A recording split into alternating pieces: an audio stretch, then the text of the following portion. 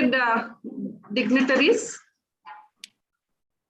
distinguished guests, young scholars, researchers, and all the participants, a very good morning to all of you. I am privileged to welcome you all for the second day of International E-Conference on Post-Harvest Disease Management and Value Addition of Horticultural Crops. On behalf of the organizing committee, I welcome you all, sir, for the second day of this e-conference. And today we have a plenary session first with the 2 lead lectures. And we have 2 sessions, 2A and 2B parallelly in the morning. It's on pre-harvest practices for quality and post-harvest disease management. And today afternoon, again, we have 2 parallel sessions, which is on chemical and non-chemical methods for disease management. I welcome you all for this. And today for the plenary session, we are honored that we have Chairperson Dr. H.C. Sharma sir, former Vice Chancellor, Y.S. Parmar University of Horticulture and Forestry, Solan. Sir, welcome you, sir. And we are also privileged today, we have the convener as Professor V.K. Barnawal, sir, Principal Scientist, Division of Plant Pathology, ICAR, New Delhi. And the rapporteur of today's session is Dr. Gurudat Hegde, sir, Professor from US Dharwad. Sir, welcome you all, sir. And I take this opportunity to welcome and introduce our convener for today's plenary session, Professor V.K. Barnawal, sir. So V.K. Barnawal, sir, the Principal Scientist, Division of Plant Pathology, ICAR, New Delhi. Sir has made significant contribution in molecular characterization of viruses affecting important field and horticultural crops, and is also instrumental in developing various modern diagnostic tools such as rolling circle amplification, multiplex PCR, microarray DNA chip, and high throughput sequencing in diagnostics. And his work on production of antibodies has led to the development of indigenous ELISA kits for a large number of plant viruses, which has significant impact at the field level. Sir has supervised a number of postgraduate and doctoral students with good publications in peer-reviewed journals. And sir is also bestowed with the Best Teacher Award of IARI, and he has served as Fellow of National Academy of Sciences India and National Academy of Agricultural Sciences. Sir, we are very honored you are here. And sir, over to you, sir. The session over to you, sir. Hello, sir. Yes. Thank you, Dr. Lakshmi, for introducing me and saying kind words about me. Let me start with the introduction of chairperson of this plenary session. And I have privileged to speak about him. He's a very renowned scientist, and throughout his life, he has served at ICRISAT. He was Vice Chancellor at Y.S. Parmar University of Horticulture and Forestry between 2016 and 19. And he has served in various capacity at ICRISAT. He has made highly significant contribution in the field of biological sciences, agriculture, conservation of the environment, and his work was mainly focused on developing insect-resistant varieties, use of transgenic crops for pest management, biosafety of GMOs, climate change effects on agriculture, and so on. He has been honored with several awards like CIAR, Excellence in Science Award, International Plant Protection Award of Distinction, King Baudouin Award, and so on. He was also given the very prestigious award of ICR, that is Hari Om Trust Award. And then there is a long list I can read on. he has guided a large number of PhD students, almost 25. So that's a remarkable number. And he has trained a large number of students from India and abroad. He has a large number of publications, a total more than 750 and more than 350 in peer-reviewed journal.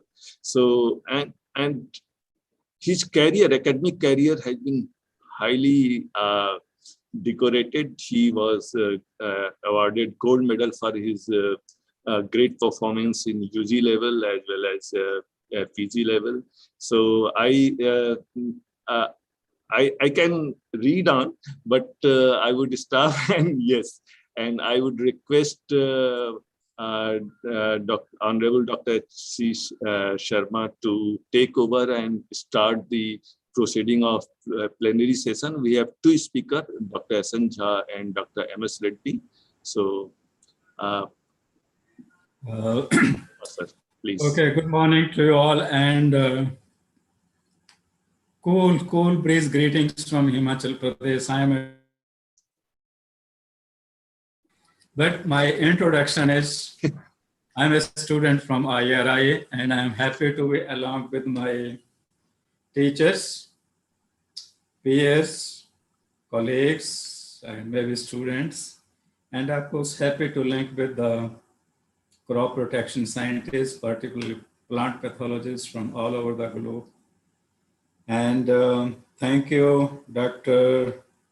I say chairperson as Dr. Rashmi Agarwal, co-chair is Dr. Pratibha Sharma, but more importantly, Professor Dinesh Singh for having invited me for this conference. And I can assure all of you, we will have a very educative and very highly scientific, motivating lectures from the two distinguished speakers that we have in this session, and I'm happy to link with them once again. So welcome Professor M.S. Reddy and Dr. S.N. Jha.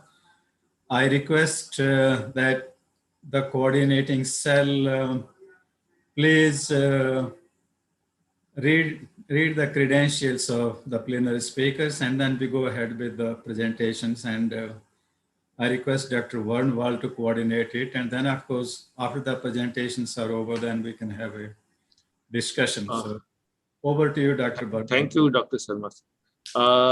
Let me introduce the distinguished speaker of this plenary session, Dr. S.N. Jha first. And then when the next speaker, Dr. Reddy, will come, I will introduce at that time. So Dr. Shyam Narayan Jha is pioneering research, has done pioneering research on non-destructive evaluation of food quality and makhana processing in India. He is the first principal investigator of ICR mega project on secondary agriculture. He developed novel quantitative maturity and quality indices for mango and apple and predicted them using near infrared spectroscopy and color respectively. His design of evaporative cooled storage structure for hot and dry design for short period storage of fruits and vegetables. First indigenous pilot plant for tomato processing and ventilated and insulated fried container for trucks and train for long distance transport of fruits and vegetables are well taken by different stakeholders. He has been granted 4 patents, 5 registrations for processing, and 10 technologies developed by him and his teams are adapted by different stakeholders. He has been bestowed with the Rafi Ahmed Kidwai and Chaudhry Devilal Outstanding Award of Indian Council of Agricultural Research. And he has been also bestowed with recognition award of NAS.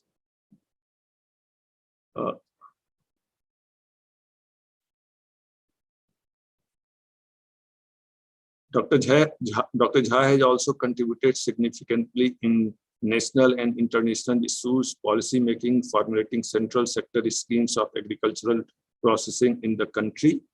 And He is among the top 2% scientists across all disciplines of research in the world and is presently working as Assistant Director General of ICR, New Delhi.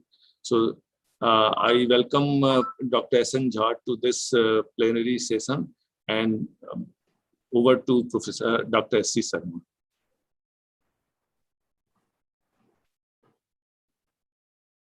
Sir, mic unmute.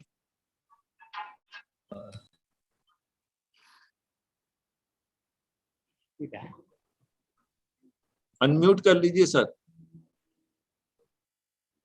Yes. Okay. So, welcome, Dr. Jha. Please go ahead with your presentation, and we are all looking very eagerly to listen to your presentation. And thank you, sir. Thank you, Dr. Sarma, Dr. Balwal. I request what we still need to do. I request the organizer give me the permission to share the screen. It Yeah, is please. coming that host disabled participant screen sharing. So if the organizer is hearing, You can share it, sir. now it is okay. No, it is not coming. Wait. Host disabled participants screen sharing.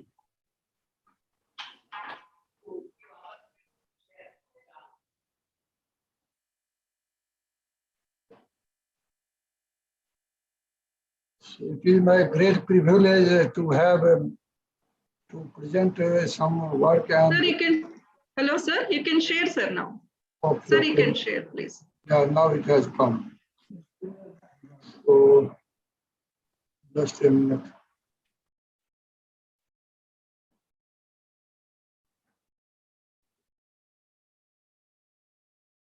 Is it visible? Is it visible to all? Yes, sir. Yes. Slide mode में ले आइए sir. Yeah. I am very much privileged to speak something about the work which we have done and likely to get done, as I am not in the active mode of the scientist now since 4 or 5 years. And in front of Dr. Sarma, Dr. Barnwal, I am actually maybe the children of them and post-harvest technology and engineering. So I will go quickly on a few slides. Sir, food grains, we know that how much production it is almost record. Horticulture production is further record, 326 million ton in our country. We need around 26 to 45% changes by 2050. That is a Herculean task.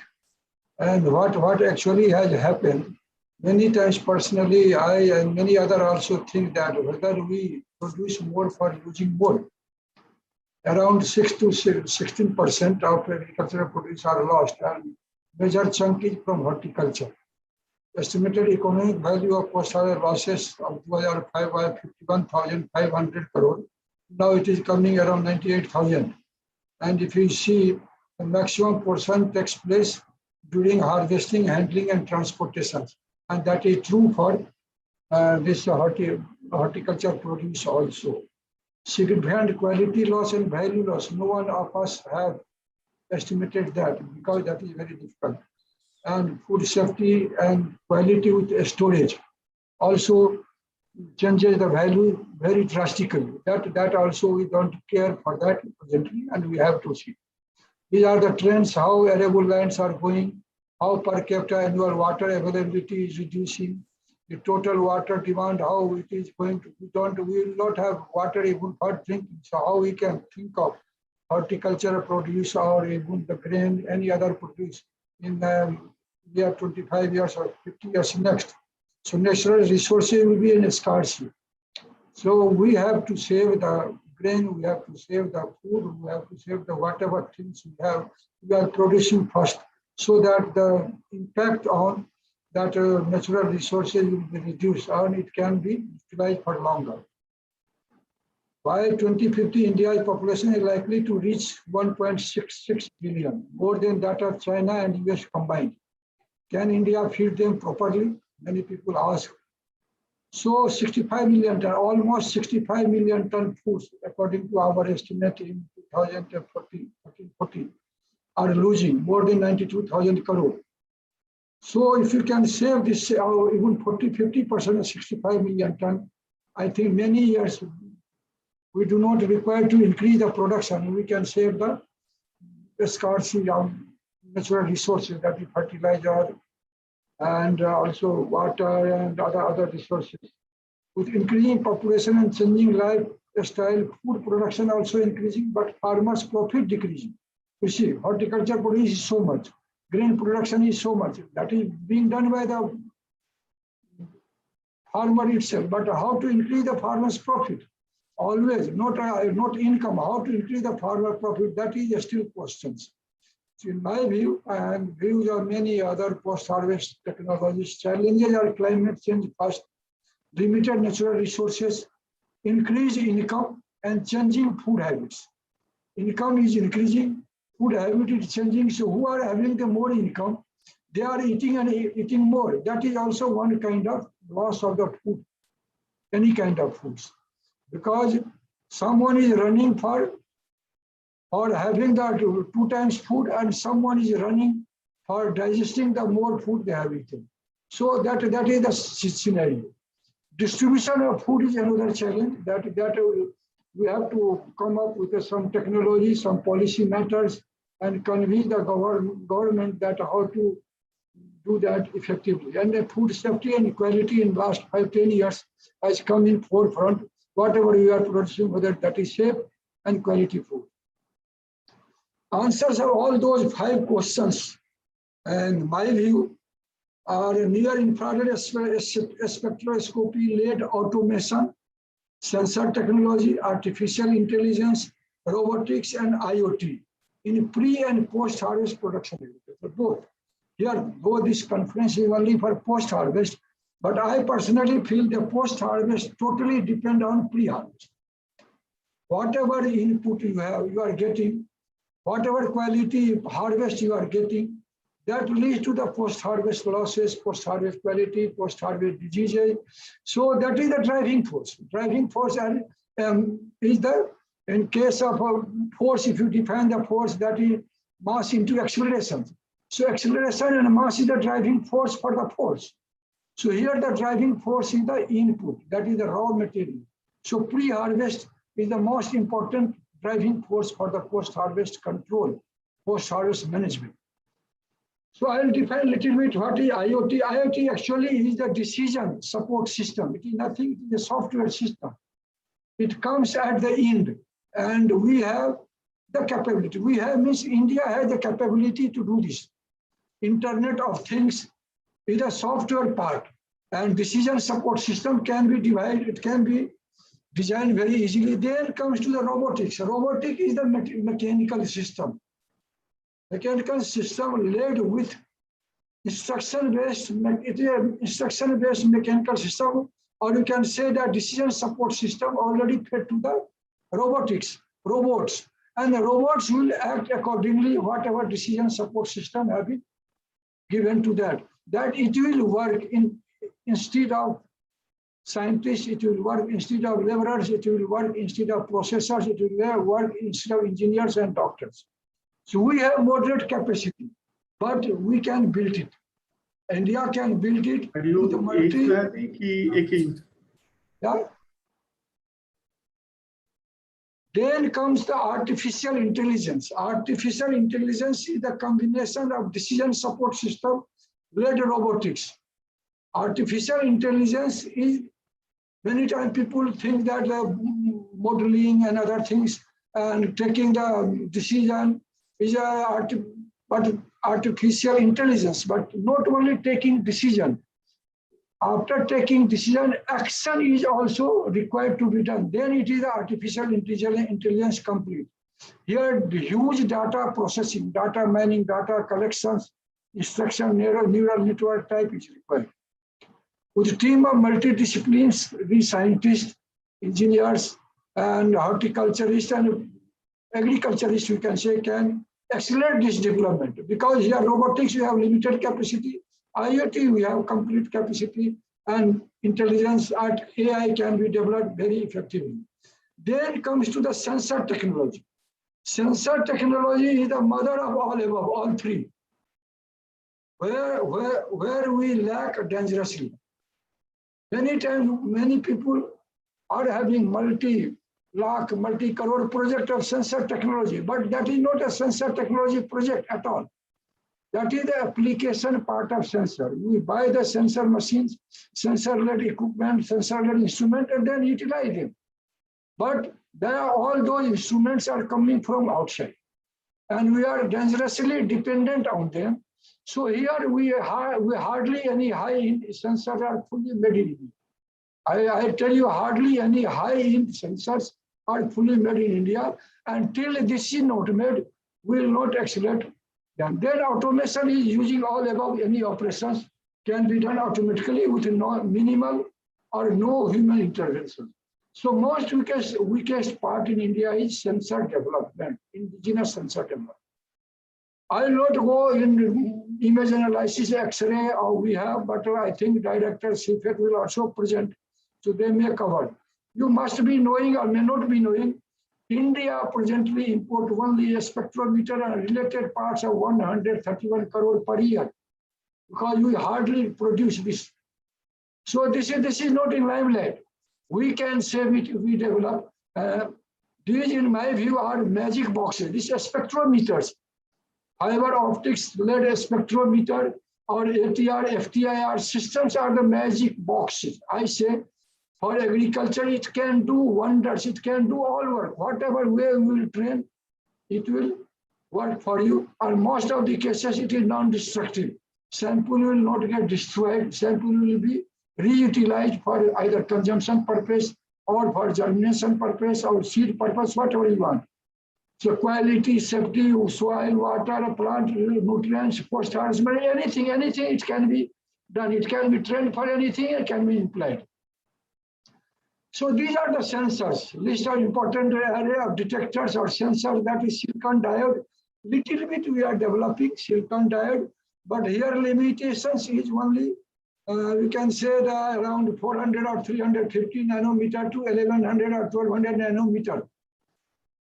Wavelength, it works, and very limited utilization is there. But in most of the horticultural cases, we have seen that up to 1800, 100 nanometers wavelength is required. So this silicon diode is cheapest one, and India are one small startup has started making it, but not in bigger scale. Then lead cylinder, that is PBSE.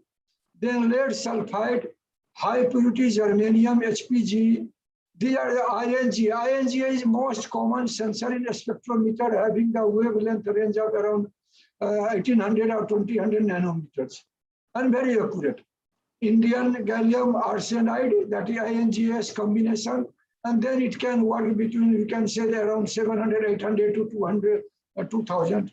Then INSB. So the diamond crystal mostly used in ATR, FTIR. So these are not being manufactured. Our problem has to be highlighted at different sources, different places, where we will be able to these sensors. Then all agriculture will be very easy, automatic, and cheapest. We can do. This I see. Even we are not able to, our laboratory, I will tell you, our Indian Institute of Technology, IIT, any IIT, Indian School of Sciences, are not capable even to characterize very accurately these sensors. Approximate response characteristics of different IR detectors, because if you buy the spectrometer, you are supposed to calibrate that spectrometer, or their characterization should be done effectively every year at least, not if 6 months. So very difficult for us. Practical for application purpose we can do, but for fabrication purpose we are lacking behind. These are the characteristics curves which are available in the literature, and we can utilize approximately using these curves. Then actually NIRS started sporadically in 90s. Earlier it was not so utilized, but systematically concerted works on NIRS application of food started in 2002 in India at ICR CFET. Most of works are application oriented, not development based. Here I differentiate. automatic irrigation, fertilizer, insecticide, pesticide control, etc. are in progress, but most of them are in progress only in application part, not the development part. Many people just integrate the system and then utilize. Harvesting stage, harvesting equipment, post-harvest quality determination, for food safety and pricing system. Pricing system based on the quality can be introduced very easily as it is being done in Japan, USA, and European countries. Quality-based pricing. Some example I will put here that based on our work, that harvesting maturity index can be calculated. Presently, what horticulturists recommend from the day of harvesting, we must know, or we must be know, we are knowing that harvesting based on the maturity utilization of the fruit changing. So harvesting the maturity of individual mango is different, even single tree, based on the flowering days or flowering levels. So these are the maturity index can be calculated very easily. Two patents we have, the granted patent, that is maturity index, the nita into total soluble solids into dry matter content divided by titratable acidity. And then nita is based on the variety. Nita changes with the variety and region of the production of the mango. So we can calculate this. This question is valid for 8 major variety of Indian mangoes, but it can be tested for many other varieties also. And a patent has been granted and it is being implemented, instrument is being developed in India. Then yellowness index we can calculate. Then storability index. I say storability index for apple can be calculated using this.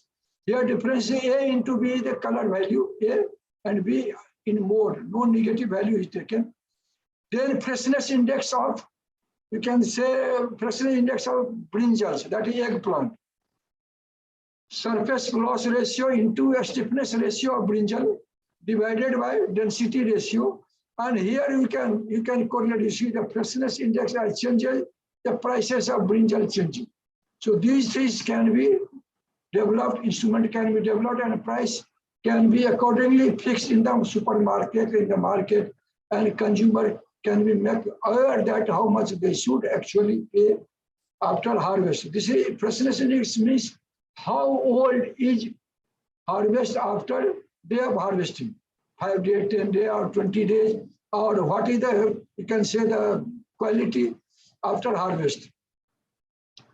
Then some of the quality determination during storage and transport, you can see these are the, again, for a different kind of spectrometer, total soluble. Those formula has come after these studies. These are the sample holders we developed. These are the spectrometer bought from the America, and we can build it. We can deploy it for an online system for mass scale, or you can do for individual mango. Then also during transportation system, suppose you are transporting mango or fruits, any fruit, then RFID system is also important. But fortunately, only one sensor is again here from outside country. Everything has been assembled in India and can be employed and can be connected with the internet. And it will give you data on your mobile that what is the oxygen, what is the carbon dioxide level, what is the ethylene level in truck or in that packet, what is the temperature, what is the relative humidity. For example, in banana case from Bhusawal, Maharashtra to Azharpur Mandi in Delhi. So we can monitor and then you can instruct to the driver what should be switched on, what should be switched off, or even can be switched on, switched off from your mobile. So this work up to some level has been done, and further application part has to be done. Then infrared spectroscopy of more suited, that is, this is for mango juice. Many times we see that companies say that there is no added sugar, but in real case, they add the sugar from outside. And usually people understand that a spectrometer cannot differentiate between the added sugar and sugar already having into the mango or fruit juices naturally. Because fruit juices have natural sugar also, sucrose. But we have seen that we can find our sucrose solutions, juice with high sucrose, commercial juice with added sugar content, And you can see the principal component, how good this principal component analysis, so that we can differentiate, we can find out, yes, this batch of the fruit juice available in the market is having added sugar, and this company is cheating to the consumers, and they should be penalized in the market immediately. Then this is again how accurate the added sugar content can be predicted. Not natural sugar, this is added sugar content. How much added sugar has been there? Validation sample is a different set of sample and calibration sample. So this 45-degree curve, and all the samples are on the curve. So it says that almost 100% accurate. You can predict the added sugar content. This is the total solids content. You can see the equation. If someone don't have, they can calculate using that. This is the wave number, wavelength 1050, 1088. This is absorbance. Can find out in the laboratory and can calculate by calculator that how much sugar has been added. Then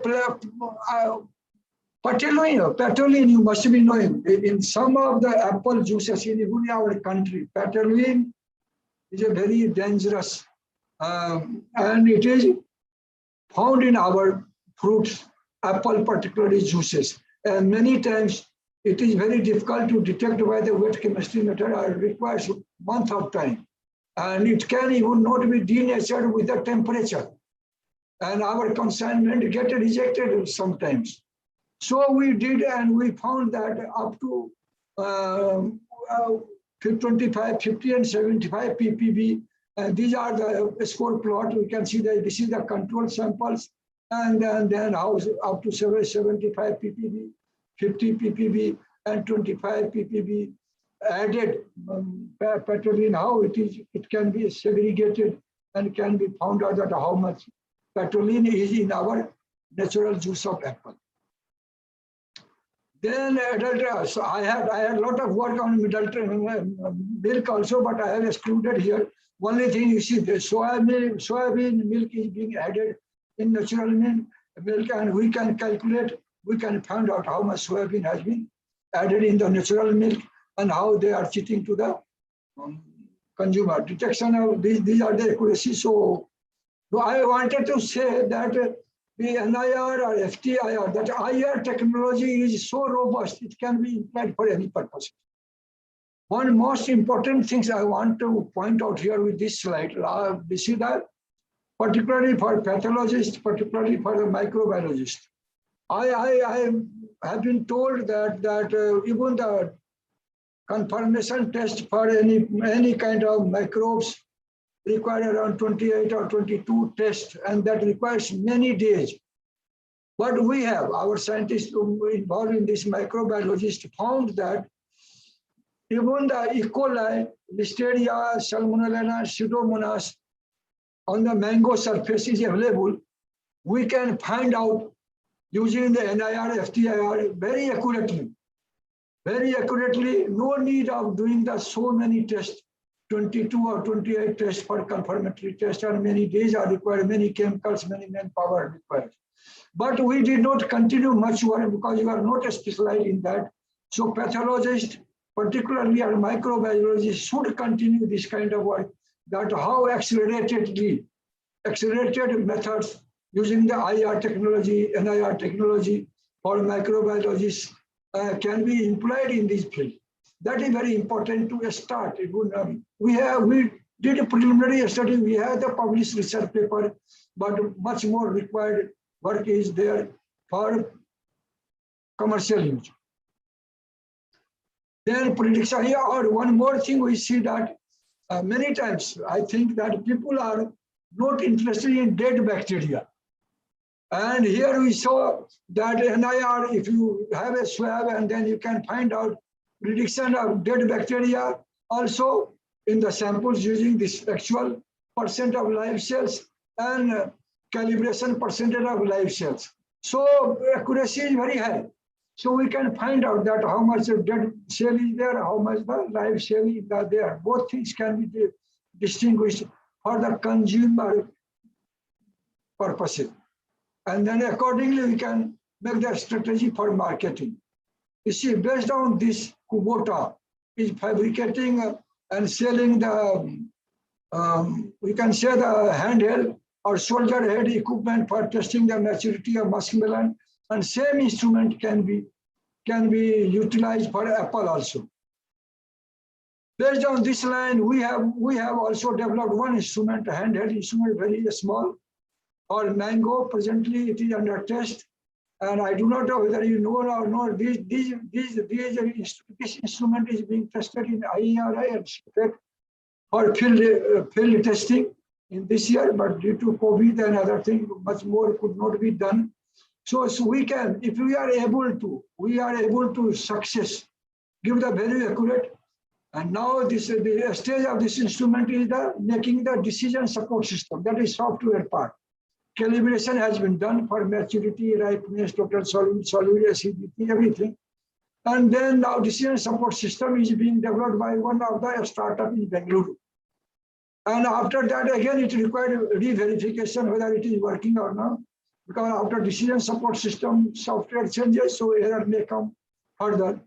So indigenously we are developing, but here also that one of the important sensor is coming from outside. I emphasize again and again that sensor should also be manufactured in India itself. And big people like you and others should advocate that at different stages who are in this field, then the agriculture can jump. You see, the new generation don't want to do the agriculture work. They don't want to go to the field. They don't want to go to harvest manually. They want everything from the AC room. And that can only be done with the robotics, with sensor technology, with the IoT from the room. Everything can be done. Machinery harvest for you, I have the video, but due to lack of time, I could not show that how harvesting is done by the robots, and that is being conveyed to one storage room there, and then again the insulated container passes transport to your desired place without involvement of any person. So those things can be done up to some extent. European countries are doing, but they are not also very much. I have traveled all the countries who are very high in this end, but they have developed, but not commercially employed everywhere. So we are not much behind, but we are behind because of the lack of sensor technology. So these are the certain things. You see, future work, what actually should be done. You see, whatever I feel, I may be wrong, that all the microbiologists or post-harvest technologists or pathologists are only doing after disease work. So we see that we should do the disease prevention technique work. For example, virus. You see, what government and what is doing, they are putting virus, the vaccine to the people so that they should not get affected by the disease. Can we develop some vaccines? Can we develop some medicines that can be injected to the tree so that the mango should not get diseases? The flower, a lot of mango flower are attacked during flowering time and mango season failed. So pathologists, microbiologists should work in that direction, prevention of disease, instead of controlling the disease. And I think in India, also in the country, India, in world 1 or 2% little bit is doing, but in India hardly anyone is doing. Disease curing technique, many people are working on disease control, not curing. For example, I will tell, we have the handy plast. If you have the wound on your hand, you put on handy plast and you remove the handy plast when your wound is there. Can we develop one handy plast for mango or apple? Suppose ओला वृष्टि होता है, mango को injure कर दिया tree पर और सारे mango 2 दिन बाद गिर जाता है. Can you spray something that will cover all the injury of that ola, that stone pelting by the rain, and can cure in 3, 4, 5 days so that mango will not fall? These are my thinking, and I just request all the pathologists and also to the microbiologists to think in this direction. You may fail after some time. but your next generation can get some data from you, and we will be successful in 20 years or 30 years. Self-life modeling with disease and ripeness. If you know that this mango or this apple or this brinjal is having this much, this is a disease, then how much is the self-life? If you are able to predict that, then it will be very much easy for marketeers for prediction. Sensor detector development, already I have told, this is an engineering problem, and also to the ISC, Indian School of Science and IIT, and we are working for that, how it can be done. So final last slide, indigenous manufacturing of detector and their integration in form of spectrometers, X-ray generators. We are able to develop the X-ray, but X-ray generators is coming from outside. RFID system, their mass adoption is required, and we have to advocate that. Lack of technology, indigenous fabrication facility, importer of a spectrometer, already I have told Japan, USA, Germany are a leader, but they have to be invited to make in India, as our government is giving emphasis. Formation of greater consortia of overseas identified companies, Indian companies, ICR Institute are required to be done. And then we can take this initiative, manufacturing indigenously. Thank you very much for giving me this. These are the few papers someone can read. If they cannot read, they can visit to snr.in. All papers are uploaded there. These are the 2 indigenous books based on the Indian data. Non-destructive evaluation of food quality, rapid detection of food adulterants and contaminants. Whatever I have spoken, most of the things, basic things are here, published by Elsevier and Springer, and they are being hot cake. They are sold in European country and other country, in our country, very less there. With this word, I thank you very much for giving this opportunity, and anyone can ask anything. Thank you. Yes, Chairman. Thank you, Dr. Jha, for a very educative and inspiring lecture. I think, I'm not sure we have run out of time. We had only 1 hour for the plenary session. Is that right? Yes, sir. Yes. Yes, sir. So we are late by at least 10 minutes. I think we are already late, so I would request Dr. M.S. Reddy to please give his presentation, and if we still have Zoom time and the organizers allow, we can have the discussion. Thank you very much. Over to Dr. Reddy, please. Before he speaks, let me have the honor to introduce him also. Please. Dr. M.S. Reddy is a professor in the Department of Entomology and Plant Pathology, Auburn University, USA. For 15 years, Dr. Reddy served as senior scientist and research and development global manager for several agrochemical industries.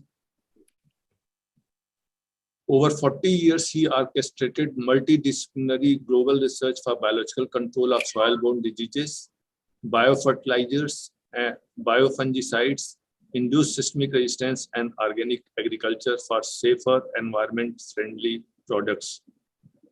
He worked with national and international research and development organizations funded by multi-million-dollar grants. He has published more than 350 peer-reviewed research papers and has trained several MSc and PhD graduates, postdoctorates, and visiting national and international scientists. He received prestigious international awards for research and entrepreneurship, successful business person, investor, and entrepreneur. He provides consultation to educational, private sector, government bodies, and NGOs globally. Thank you, Professor M.S. Reddy. I welcome you to this conference, and you can take over the proceeding as a speaker for plenary session. Thank you, sir, Dr. Barnwal. Yes. Good morning, you all, my fellow Indian folks across India, particularly IRI and surrounding institutions associated with the ICR. my great friend Dinesh Singh, Dr. Dinesh Singh, invited me for this, even though I don't know nothing about about post-harvest management of diseases and value addition. Our previous speaker is DDGICR, Dr. Zha, has given an excellent talk. Dr. Sham Narayan Zha.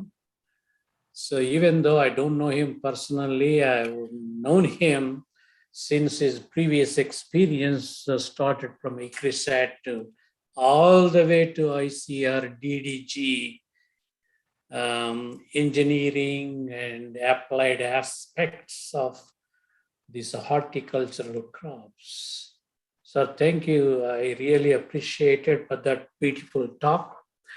Without, I have a lot of my friends, Dr. Niranjana, ex-Vice Chancellor, Dr. Hegde, and Kalyan Mondal, Thakur, a lot of people. I see faces, Pramila Devi, and a lot of people. It's an honor. So I don't know anything about this topic, but whatever I know, a little, born and raised in India in a small village, educated up to master's level in a small village, no electricity.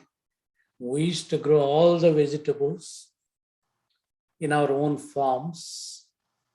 We used to market to the local farmers only on a daily basis. We don't know that time what is post-harvest, what are those post-harvest diseases, what are those post-harvest managements, and store for several days and market to local cities or districts or even to export. I don't know nothing about those kind of stuff. But having been set away from our mother country, India, for the last 40 years or so, not only as a professor, I have my own multi-international business ventures, nothing to do with agriculture. God has our mother India has given me a gift. So I am so fortunate. I occupied 4 states in the United States, multi shopping complexes, whatever you name it, I do. Gas station, just like a Reliance in India, beer stores, liquor stores, wine stores, whatever you call. Now I am more prevalent 4 states of United States, particularly in the South. Started my own state called Alabama. Next state, the biggest state, more rich state, Georgia, which is Atlanta, famous city. Then our beaches south to us, Florida. You all know Florida. Yeah, you all know hurricanes and here and there. The next one is the Mississippi state. Alabama and Mississippi states, so-called the backward states of United States. Several years ago, looks like not anymore. As you know, in a small place, a small kid can become an entrepreneurial guy in no time if we have a skills and training and honesty and open heart to help fellow human beings. With that, seeing all over my folks from India, I would like to share my screen. Is working? I'm not sure. You can share it, sir. No problem. Yes. Huh? Yes. Eligible. No. Hang on. Please, sorry. Yes. Can you Sir. see the screen? Yes, yes. Yes, it is Thank fine. you. Thank you, sir. Thank you, all the moderators. Sir, Dr. Barnawal, you have given me an excellent introduction. I'm not sure whether I qualify or not. I'll try through my lecture for the next 30 minutes or so, which we have a time limit. You already described the topic. You already described where I am from. Here, I'm looking at the future of horticulture and the harvested yields and their processing and packaging and transporting to various local markets. On behalf of my bread and butter university, I work for Auburn University in Auburn, Alabama, south of Atlanta. As you all know, also I am proud and founder and chairman of Asian PGPR Society for Sustainable Agriculture. I have been leading for the last several years with the 1,500 plus life members across the Asian countries. We have been organizing several conferences to explain our knowledge, what I have learned during our careers. With that, I salute our Mother India, our national flag. Just few days ago, we have celebrated our 75th Independence Day. Unfortunately, I wasn't there. All my eyes and my brain and my views all based with our Mother India and our national flag. But for my bread and butter being living in the United States, I have to salute at the same time my United States flag. With that, so we're talking about today horticultural crops because of their importance for us as a human beings, whether male or female. Every day we consume.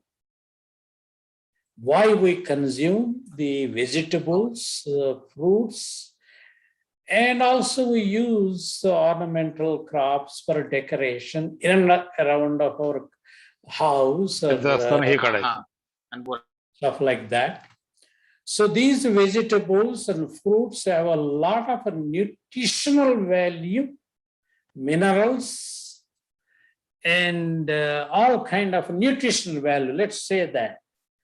Whether it's a man or a female, if you see this diagram from top to bottom, we need a nutrition coming about ornamental outputs.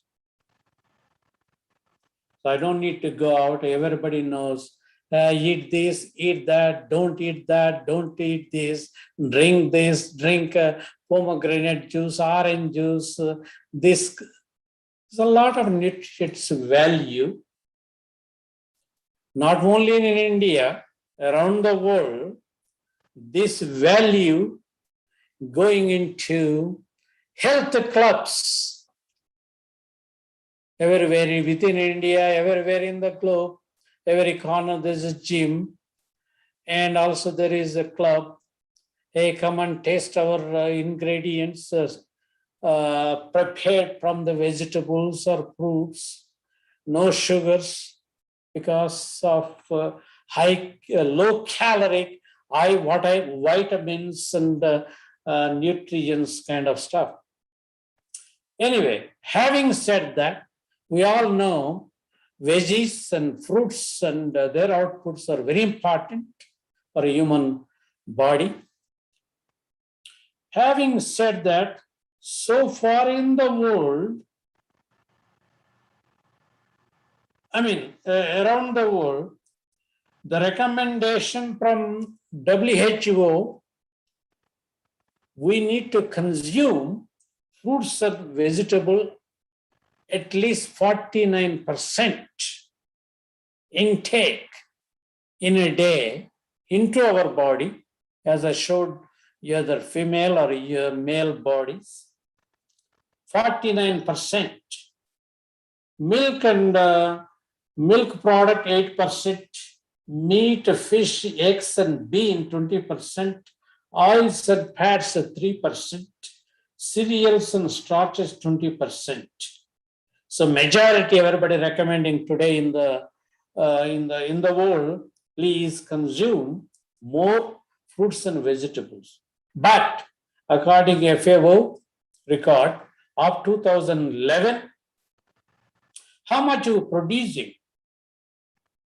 We're only talking today fruits and vegetables. This is 10 years ago, only 11%. That means we need to produce more for our daily consumption. Today is 7 or 8 billion population, few years going up to 10 billion population around the globe. And also particularly within India, maybe 1.4 billions, maybe going more in few years from now to feed our developed population. But I'm very happy present our Indian output in vegetables to date, 327 million tons compared to 303 million tons of estimated food grains. The Indian horticulture and industries are steadily growing and growing over the years, started from 2016 to up to 2021. We're making very good progress. I'm very happy and see this progress. And so far we have a 27 plus million hectares of vegetable production within India. Is a remarkable compared to for the last 10 years.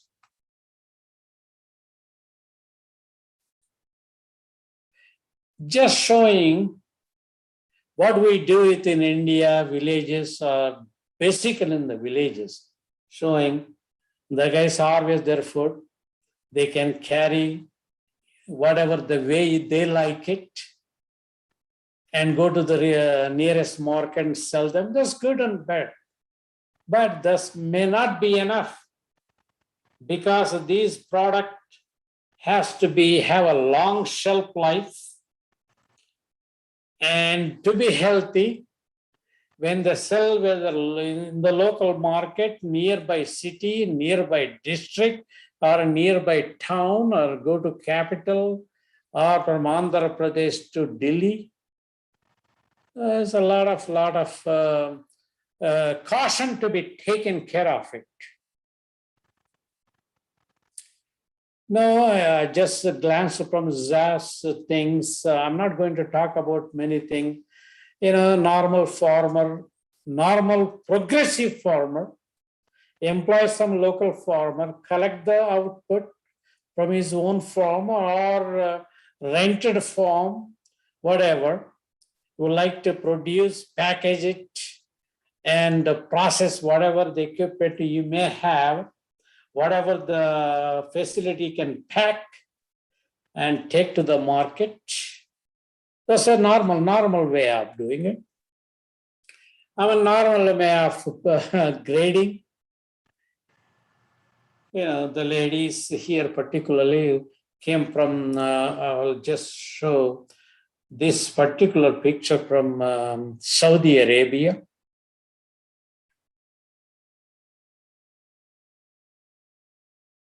Having said that, the causes of post-harvest losses because of physiological, biochemical aspects.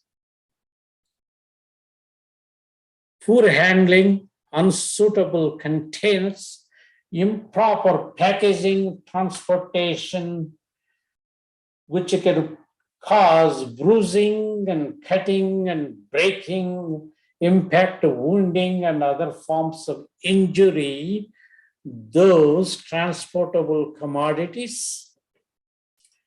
Because of those physical, biochemical aspects can lead to losses because of how do they harvest, how to package and prepare, how do they preserve those commodities.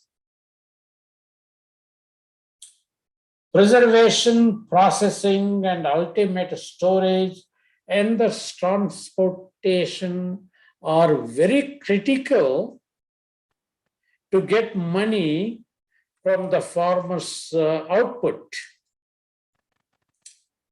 Just a diagrammatic way, this is for a grain, cereal grains diagram.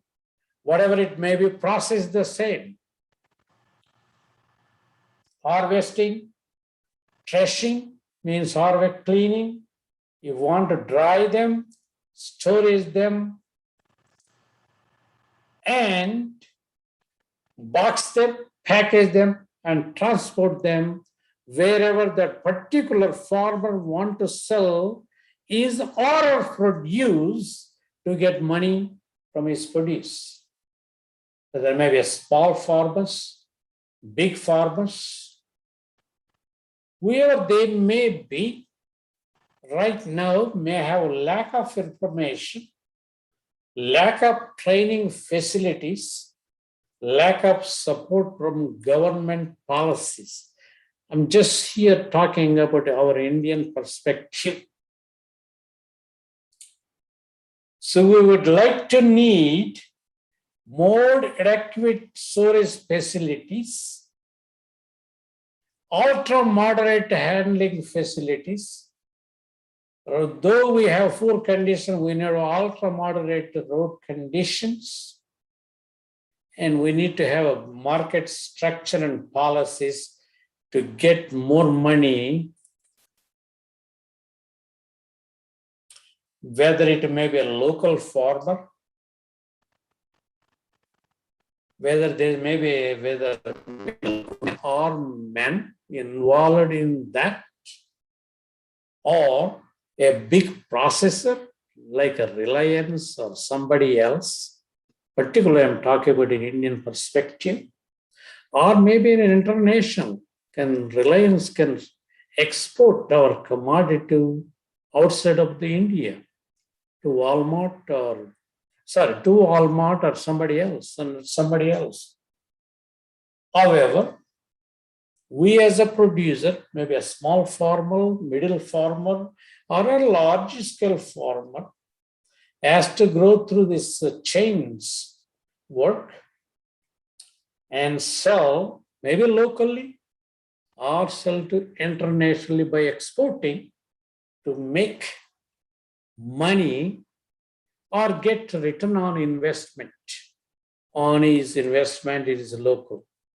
However, we have a lot of constraints in doing this particularly horticultural commodities, because of poor supply of quality planting material to start with it.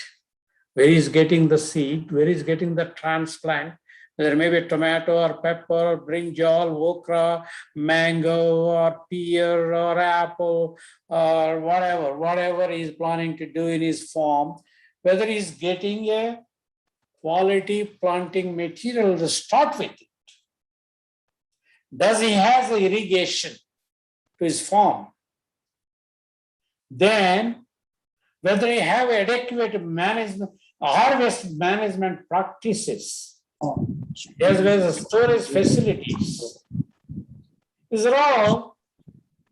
Then the market, then weather conditions, the diseases, and the price forecasting, and the lack of exposure of his knowledge to the, as well as the bigger markets, whether the government extension people helping him. Lack of his credit facilities maintains the financial stuff. So those are major constraints today. Whatever it may be, a logistic way to take a product from the farm to the consumer or to the market, they may have several steps. Step 1, step 2, step 3, step 4, or step 5 means the packing houses. Then you have to pack it and you have to store it. And he has to take via road or water or air, whether those when reach the market, those are in unripe stage and ripe stage, attracted by a consumer.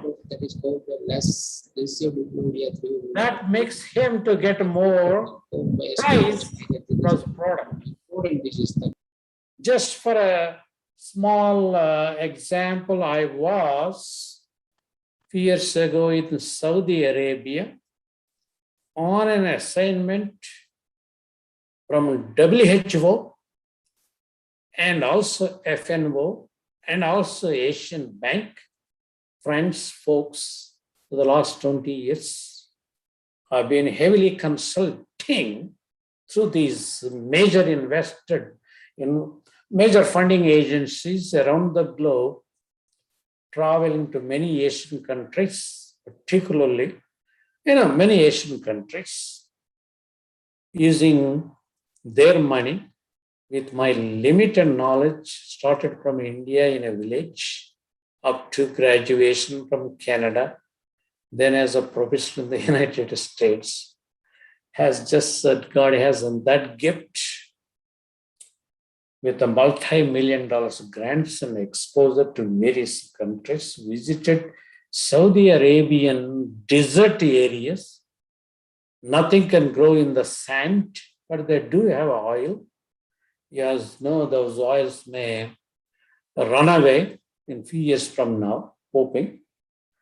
They have invited me to visit their desert belt greenhouses. I was there. Beautiful, beautiful, sophisticated facilities to grow whatever they grow, even though they look like very old, orthodox kind of greenhouses, but inside is sophisticated technology, packaging and kind of stuff. Having visited, many times to Saudi Kingdom, whenever I go, there's a royal whatever salute from the Saudi prince, Saudi Kingdom guys, cannot call queens, that you cannot see a woman on street or anywhere in Saudi Kingdom. In one particular incident, as I've shown previously, beautiful greenhouses, very sand domes, you cannot carry by cars or trucks or big trucks because heavy duty sands. They use camels to carry their harvested from those greenhouse terminals to take to big containers and ultimately transport to wherever they want to sell their product. Just showing, just an example. Of course, wherever I travel around the globe, I visited so far 55 countries or so. Take my wife, there we're enjoying in the outbeat, heavy hot summer, very blowing winds in a desert, flying out. Then we come back to the city. They ask us to deliver a lecture to the big guys, all Saudi rich people.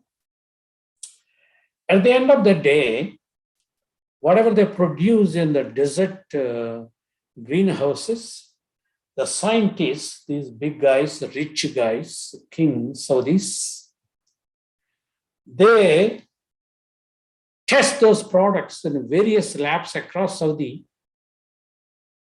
During my visit, they bring the storage products to a common conference hall, testing various products, how long they stored, how they stored, how the shelf life, the texture, the color, and all kind of stuff.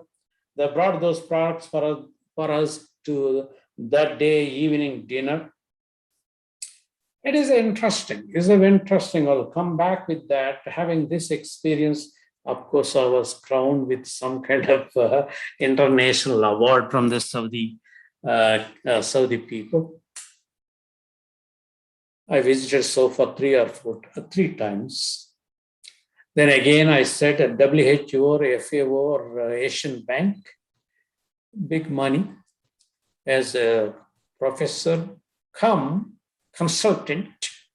Someday I wear a different hat depending on the circumstances, depending on the value of the purse, what they carry with them.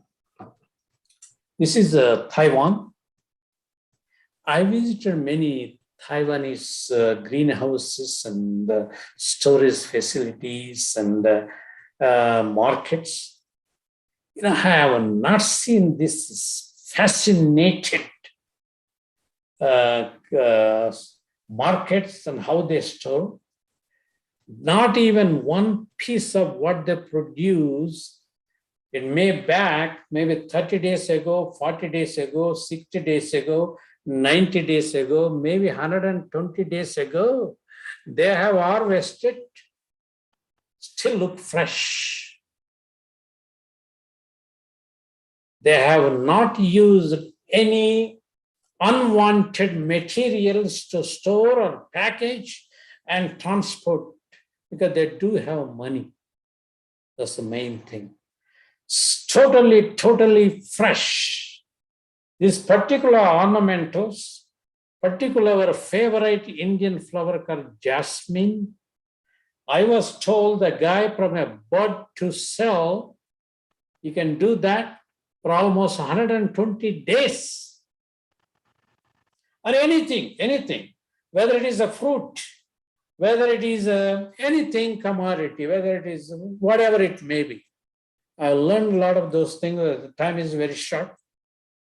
I also visited on a different trip on a WHO program, IRI, International Rice Research Institute, headquarters in Philippines, Manila. Nothing to do with our horticultural crops, but modern, rice research center. Just giving an example, I have seen a sophisticated facility from a small orthodox of rice cooking to processing to ultra moderate to ultra missionaries within the research center, helping the farmers to process their product, particularly here in rice. Then the output, we're talking about value addition. You can see from cereal to anything you need. Beautiful, sophisticated wooden warehouses. Small aeration with a low cool. They said they can store for a long time. Giving that, now according to our conference today, Dr. Singh Saab, IRI or throughout India horticultural post-harvest diseases. If you think about it as a pathologist, I'm trained as a pathologist, I'm a microbiologist. Now I call myself a PGPR, come biofertilizers, biofungicide, biostimulants. Now I'm calling a microbiome kind of little knowledgeable a person per se. I don't need to say that several of these post-harvest diseases keep on coming up. I'm going to give three my own strategies today, how we can plan, how we can research, then implement, then seek help from the local government or federal to combat these post-harvest diseases and enhance its value. As I said, I am a specialized PGPR, biostimulant, biofertilizers, bioherbicides, and now I'm using a buzzword, microbiome. I'm leading to second green revolution. Believe it or not, some of our friends from Folks River help. We may be reaching to second green revolution. We may expect some rewards and awards, may not be. Let's see what happens in a few years from now with my support to the, particularly the Asian world, plus around the globe. I am mostly concentrating microbiome with interaction soil root ecosome with the rhizoengineering. I'll come back with that. Genomics, proteomics, enzymology, gene modification, gene editing, nanotechnology, metal creation method.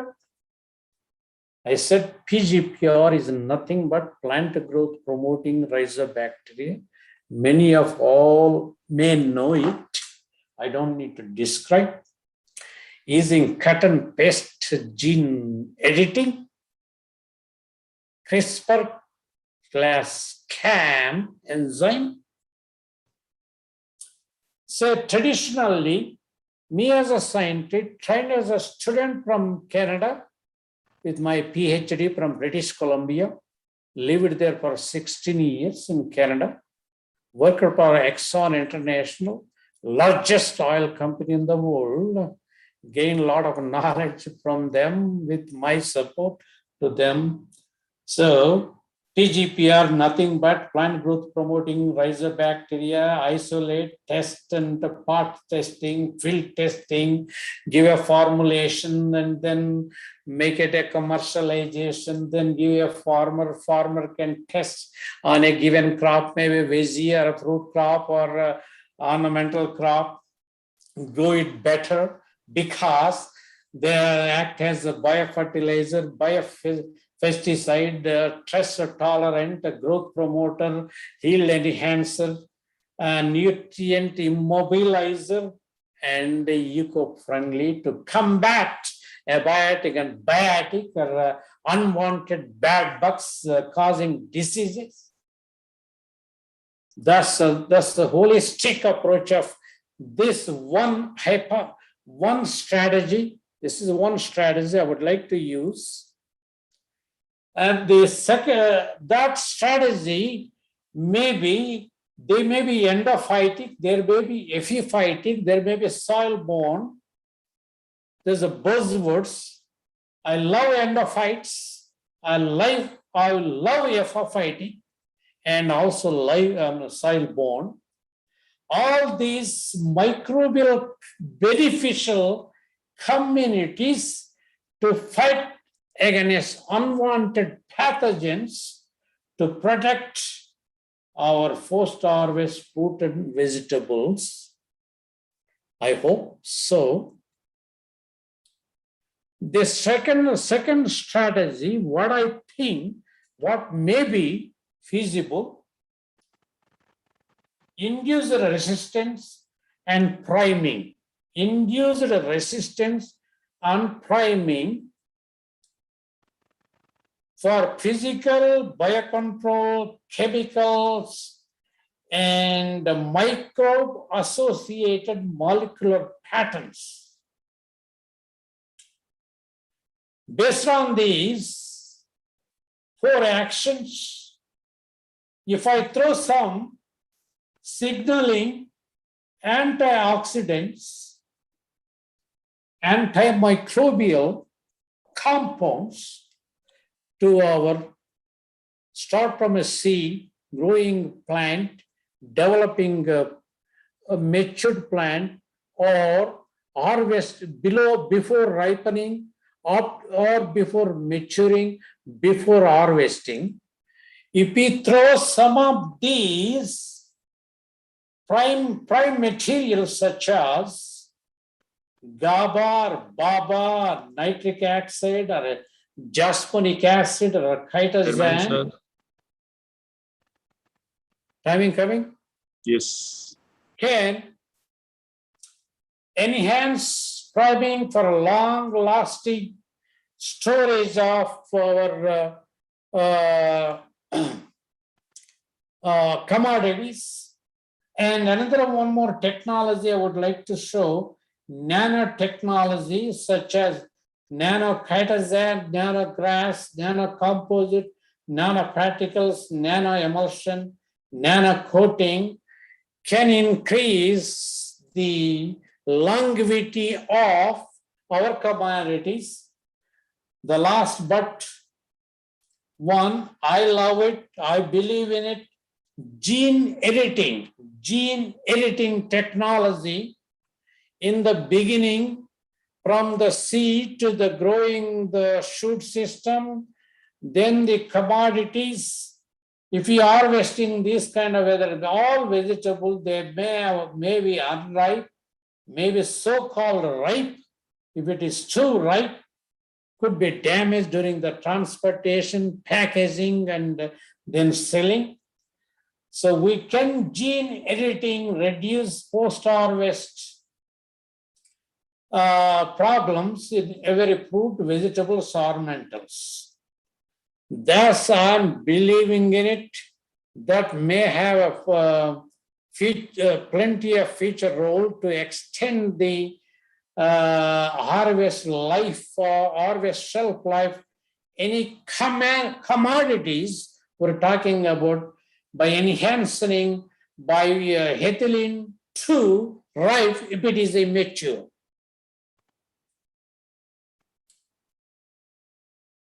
And the novel genes, just miss a little bit on that. And not only gene editing, not only microbiome, not only priming and other thing, we need to have a coordinated, just like an integrated pest management strategy. Just this today, I just grasped this few slides from the Facebook, from my beloved friend, three times Director General of ICRISAT, good friend of mine, for all of us, so the Indian great friend. Right now, the Minister of Agriculture in Philippines just gave a talk, webinar, together let us and find ways to extend the benefits of new gene editing technologies across the agricultural sectors of our nation. Research must be directed towards ending poverty and hunger. Research must not end in publication alone. Please help in research and development to make some money from our. The last but least, I love our beloved Prime Minister Honorable Prime Minister Modi is saying, make your food product, your food brand, how you like it, we'll give you money. Yesterday or day before, during the 75th Independence Day, 100,000 crores of rupees is putting aside for this kind of technologies, from fruits to vegetables to whether it may be a domestic internet expert, whether it may be wholesaler, retail outlets.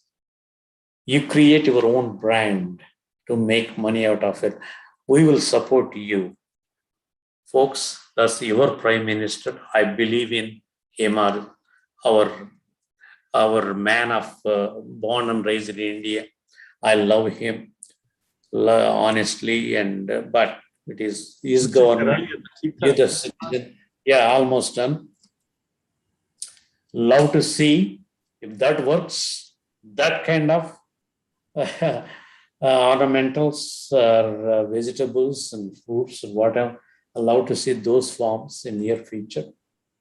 But global, whatever that may be, a lot of trouble.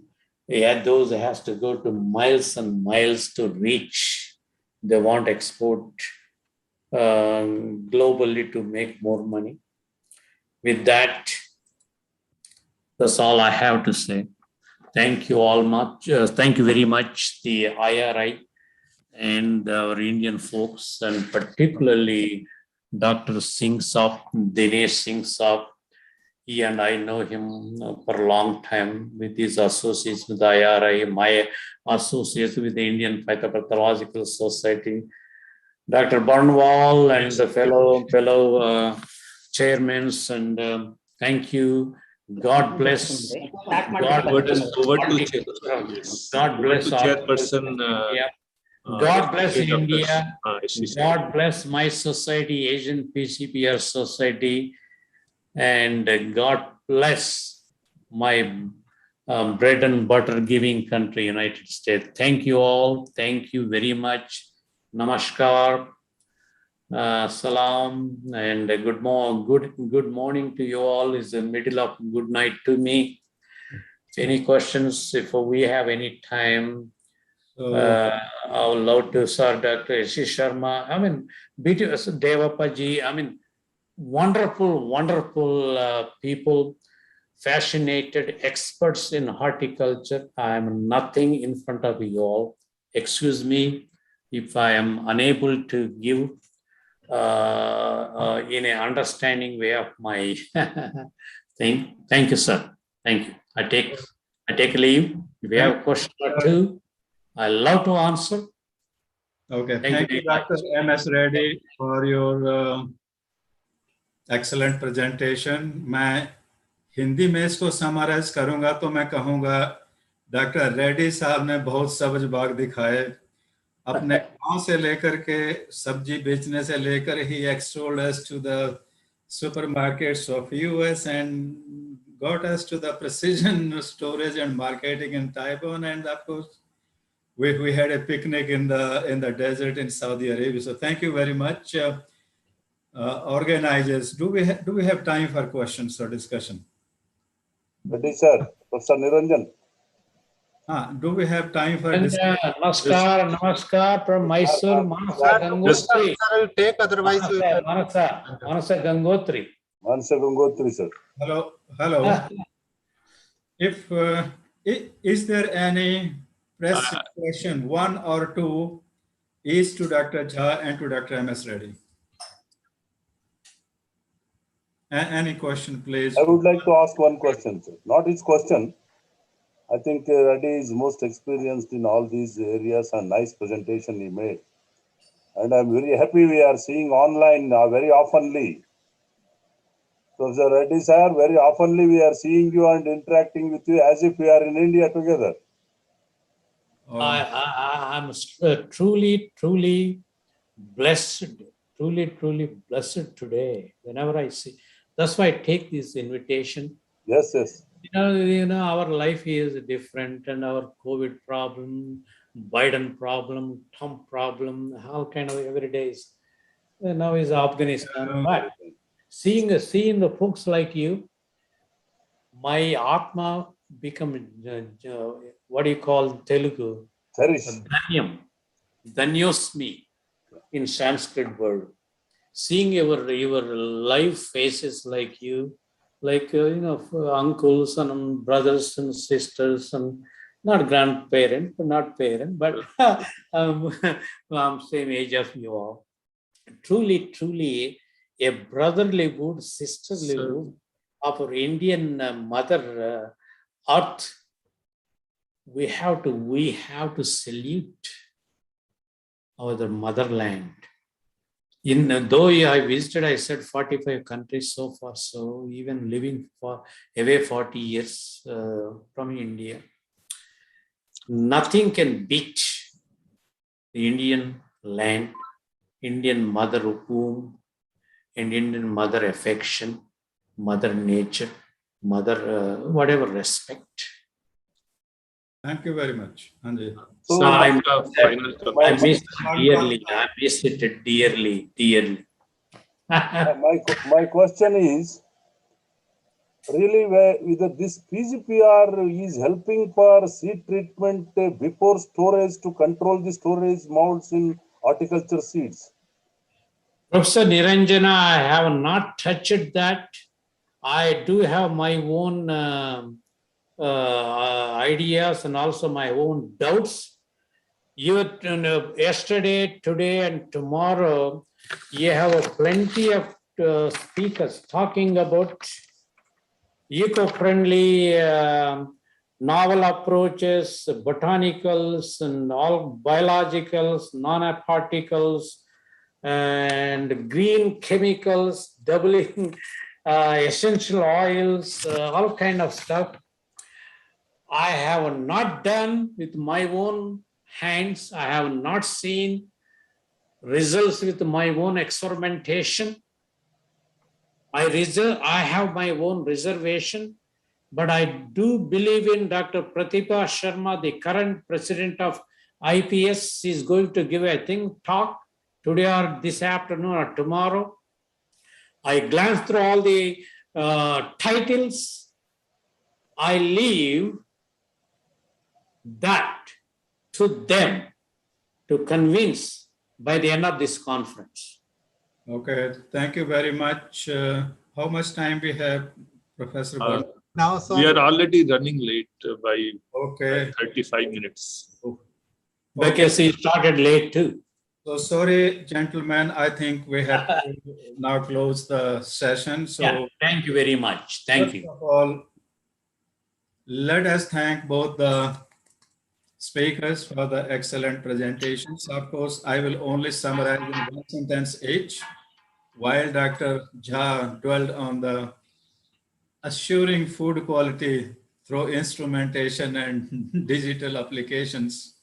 And for, as I said, Dr. M.S. Reddy, हमने बहुत सारे सब्ज बाग देखे, so thank you very much. And I know your basic interests are somewhere else, but nice to interact with all of you. Dr. Reddy sir, please This area share your screen. Post. No, I actually I stopped that screen. That is you seeing it? It is showing on YouTube, your screen. Oh, I'm not sure. So I'm exited my my presentation, my PowerPoint.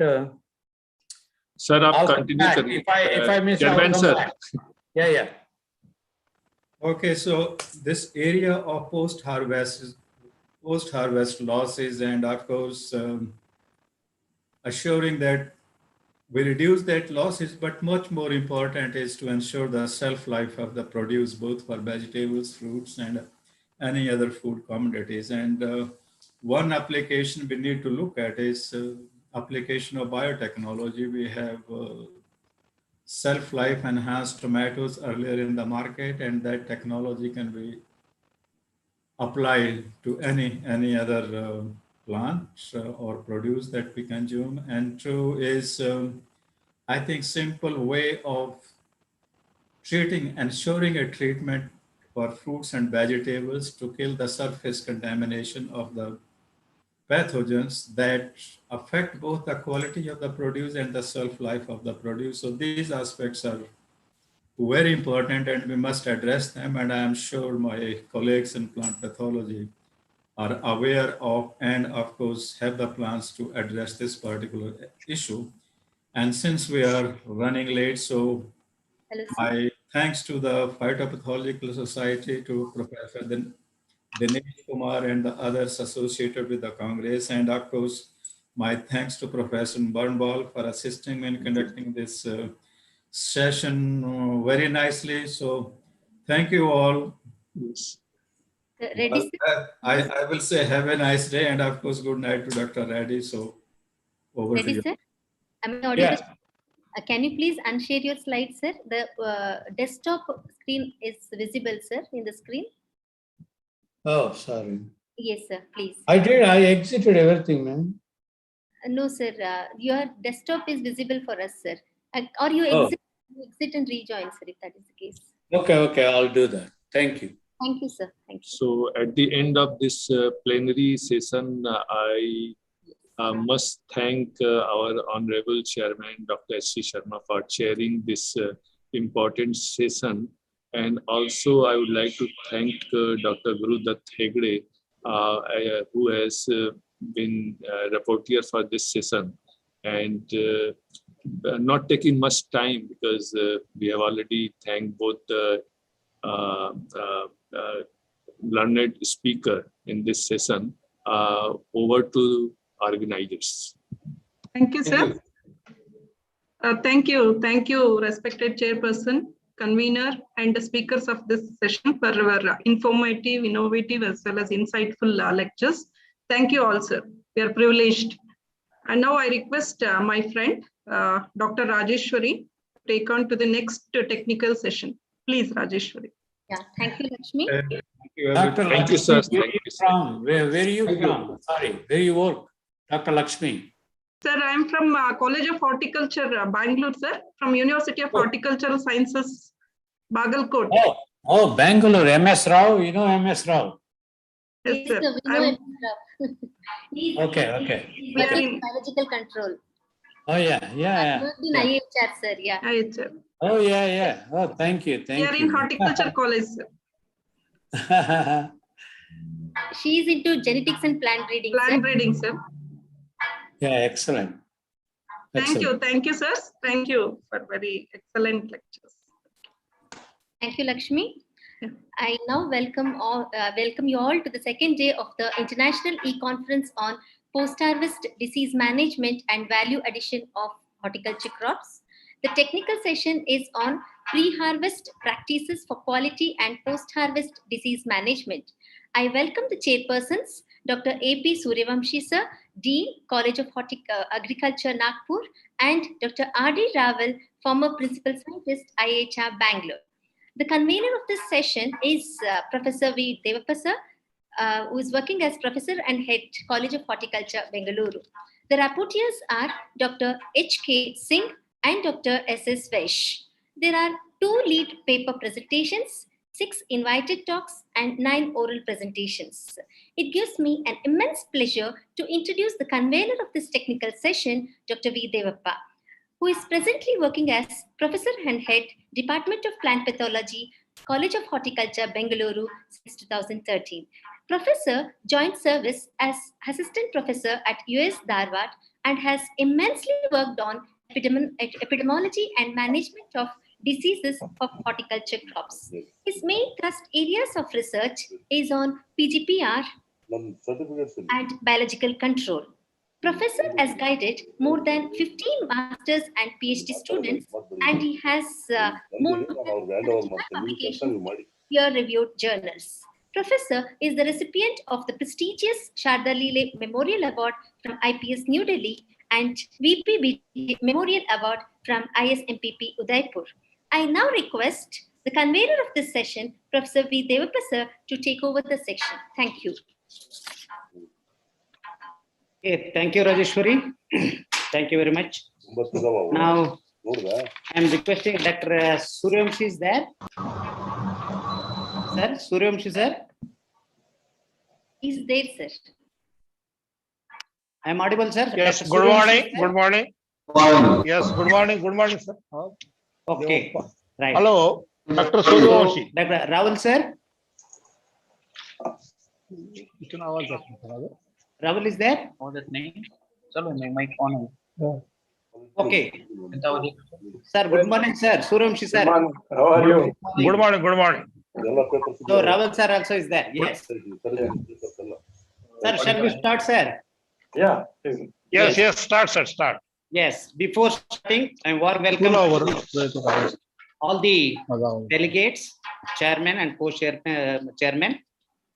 Now, it is my immense pleasure to invite the chairman of this session, that is pre-harvest practices for quality and post-harvest disease management. There are two chairmen. One is Dr. Suryamshi and R.D. Raval. So now I want to say a few words about Dr. K.P. Suryamshi. He has started his career here 1989 as a JRA and worked as a in different countries as assistant professor, associate professor, professor, and associate, and presently working as a dean of College of Agriculture, Latur. He was recipient of the many awards, that is a fellow of Phytopathological Society of India award, Rajiv Gandhi Excellent Award, and he is a life member for more than 7 scientific societies, and he has organized 2 ICR short courses for the benefit of faculty of the different universities and ICR institutes, and he has guided more than 15 MS and PhD students and published more than 85 research articles in reputed journals in national and international level, and handled more than 4 ADAC projects funded by different agencies. Sir, warm welcome to the session, sir. Thank you. And one more great personality, Dr. R.D. Raval, and our most important person for the session. And he served as head of the division of plant pathology, IHR Esraghatta, Bangalore. And he is specialized in Dr. R.D. Raval. Is it okay? Okay. So he is a specialist in field problem, particularly more emphasis on root crops. And he has published more than 120 publications and 10 book chapters, and is very popular among the scientists as well as the farmers. And he has guided more than 5 PhD and 10 MSc students, and has awarded Dr. M.H. Marigowda National Award, and he is a fellow of Phytopathological Society of India and the Indian Society of Mycology and Plant Pathology. Such a wonderful 2 people, eminent people are with us. Sir, I am very grateful to you, and we are handing over to the chair to session that the chair the session of pre-harvest practices for quality and post-harvest disease management. Particularly, we are lagging behind 40 minutes. We are lagging behind, so kindly adhere to the times which is given for you, sir. Thank you, sir. Please, over to you. Suryamshi, sir. Thank you very much. Yes. Sir, you are muted.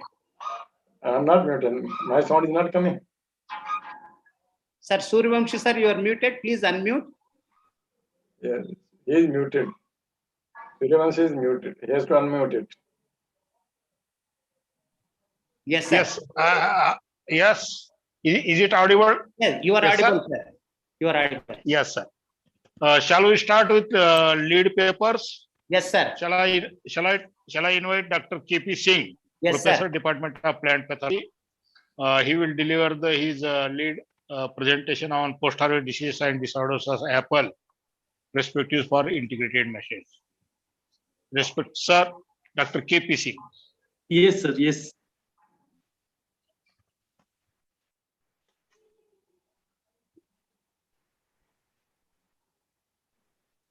I am audible, sir.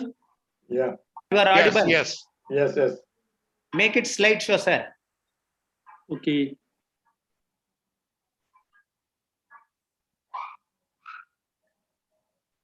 That's the 5th icon in the top. Yes, yes. Next.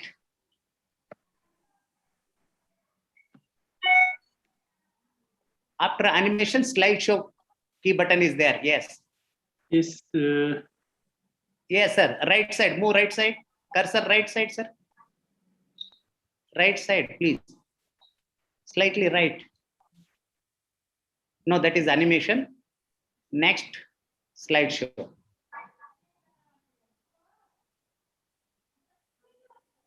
Yes, yes. Yes, click on that.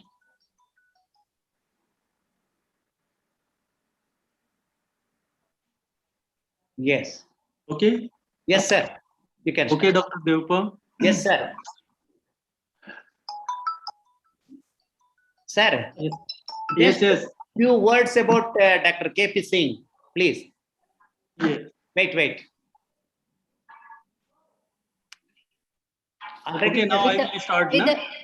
With the permission of the chair, I would like to introduce Dr. K.P. Singh.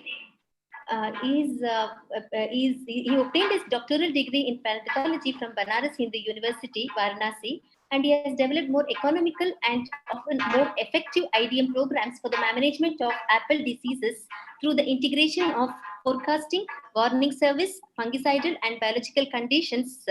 He has published more than 80 research papers in reputed journals, including four edited and book chapters. He had been serving as a member editorial board of Applied Microbiology, European Journal of Plant Pathology and Plant Disease Research. He has a fellow of 4 national scientific societies, and his research contributions were recognized by the competent authorities and has presented several of the awards. Sir, thank you so much for having come over here and for your presentation. Over to you, sir. Okay, thank you, Rajeshri. Respected chairman and my dear colleagues, now I'm going to deliver the post-harvest diseases and disorder, especially on the apples. So I think you know about the apple is one of the most important fruit crop. Now it is grown in the hilly region of the India. So apple can be stored for several months, up to the 1 year. So under control conditions. So one of the post-harvest fungal infection, now you can say, however, still cause major shortfall during the storage. Now the fungal infections occur when storage moisture is range near about 80 to 85%. So due to this moisture, now spoilage of the apple is a big problem in all the states. Now, two important factors which are generally involved regarding the post-harvest diseases. One is the absence of proper storage facilities, and second is the paucity of information on the factors causing loss of damage in storage. So on these basis here, you can see apple now is one of the temperate fruit crop. It is grown in the hilly areas, and now one of the China country is the leading producer of the apples, followed by several like United States, Turkey, Italy, and India. India now mostly grown in apple now mostly grown in the Jammu Kashmir, Himachal Pradesh, Uttarakhand, and Arunachal Pradesh. So some of the other country like Manipur, Arunachal Pradesh, Meghalaya also grown now the apple, but now very little area is there. So now major is the Jammu Kashmir, Himachal Pradesh, Uttarakhand, and Arunachal Pradesh. You can see here now.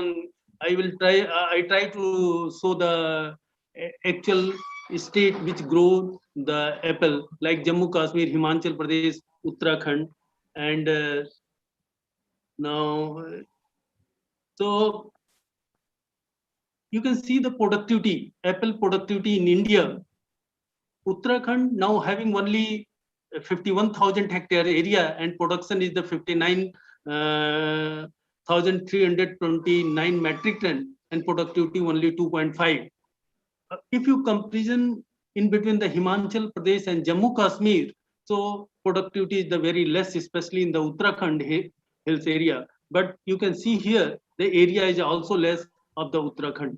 Now Himachal Pradesh now productivity is 5.7% and Jammu Kashmir 10.09%. Overall, you can see the, especially in India, area under the apple conditions has increased tremendously. Near about 241,000 hectare in 2001 to 2002 and 306,000 hectare up to 2018 and 19 only area, and now production is 1,158,000 metric ton in 2001 to 2004, but nowadays now 2,371,000 metric ton in 18 and 19. overall productivity you can see in the all over the world now near about 15.48, but whereas it was only 6.14 in India. Now it's reported by the Bhatt in 2019. So these are the actual area where the apple now grown. In apple, post-harvest losses now is one of the most important things. The post-harvest losses now generally occur in fruit and vegetables. The major post-harvest losses due to the improper harvesting time, long storage, and faulty transportation conditions. Now it's play a very important role regarding the post-harvest losses. And these losses can exceed near about 50% of the harvested fruit in developing countries. Now 20 to 25% of the harvested fruit are decayed by the especially biotic agents during the post-harvest handling. And for the management of the post-harvest diseases, now two important head, now pre-harvest infection and post-harvest infection. So must be concentrate on pre-harvest infections and post-harvest infections. Before now going to management, must be know about the number of the diseases now which are occurred in the apple. So first of all, now I will try to show the symptoms of the diseases which occur on the apples. One is the most important physiological disorder is the bitter pit. Now consider is a calcium deficiency. Now one of the most important things is the early harvesting. Early harvesting now which favor the bitter pit. Simple calcium chloride or calcium nitrate, spraying of the calcium chloride now it will be more effective, or dipping of the potato after the harvesting 2% calcium chloride which are more effective. Now second important disorder is the water core. Water core now appear in the flesh of the fruit. If the condition is more severe, the fruit shows smell and have the fermented taste. If the disease condition is favorable, then disease increase as a fruit become the over matured. Now only one pre-harvest spraying or post-harvest dipping of calcium chloride which are more effective, and avoid delay harvesting is also fruitful for the reducing of the water core disease. Second is the sunburn physiological disorder. Now sunburn now it is more common. It is developed due to the solar radiations. Now affected area become the white, tan, and brown in color. Now these sunburn should be encouraged. Apple growers now should be encouraged for allowing the vigorous growth. Vigorous growth is more important because if the leaf area is more, so that now it's covered break the sunlight to expose the apple fruits. So next one important disease is the russeting. Russeting is initiated early during the fruit formations at the time of petal fall stage. The disease, the disorder now which are occur. So it's ranging from the rough to scabrous type now with symptoms which are appear on the fruit surface. And these, if the condition is favorable, then now it occurs severe damage and now produce crack on the fruits. Under storage conditions, now russeting fruit develop shriveled, and the conditions like high humidity, frequent rain, dew, frost, and low temperature which are more favorable. Several fungicides which are effective like Dodine, Kavach, Mancozeb now which are more effective, but now this is one of the most important things. It must be sprayed at the early stage like the green tip or petal fall stage. Powdery mildew is also create the russeting. So web-like russeting structures are symptoms which are appear on the fruit surface due to the powdery mildew. So captan and calcium chloride which are effective for minimize the russeting physiological disorder. Brook fruit spots Now it's caused by this is the post-harvest disease. It's caused by the Mycospirilla, and after the infections, now it's look like sunken, irregular, dark green lesions. The lesions now which turn red color, you can see the symptoms on the fruit surface now turn dark red or purple with increase in the fruit maturity. The severe infections now result pitted and cracked fruit. The spots, these spots now which collapse and covering the larger area on the surface of during the storage. Another important disease is the sooty mold. Now it's caused by the Gliodes Now it's appear on the mature fruits. Mature fruit symptom appears as a shed of the olive green. Now these sooty appearance now form. This create small circular colonies to slightly diffuse large colonies. It is more prevalent area now receiving lower amount of the sunlights.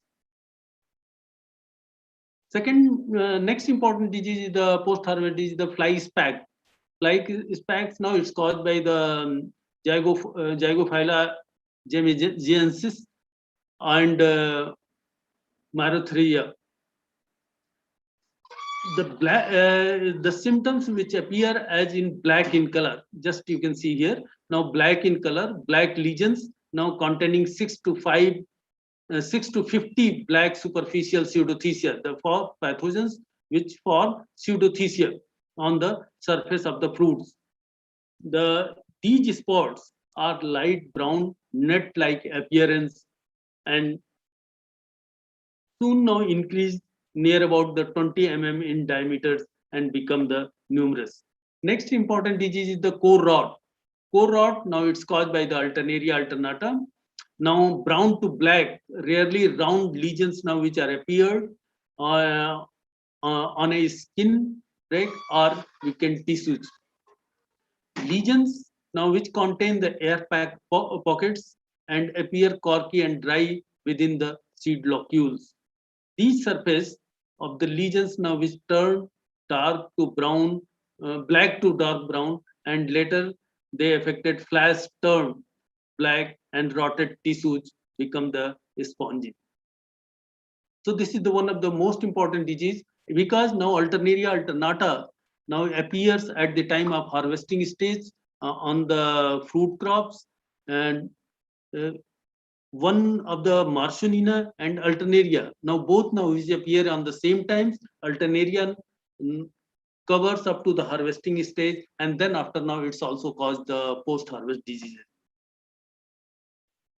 Next is the Facidiophthisiasis fruit rot. The disease characterized primarily by the calyx end rot, and is also called a calyx end rot or stem end rot.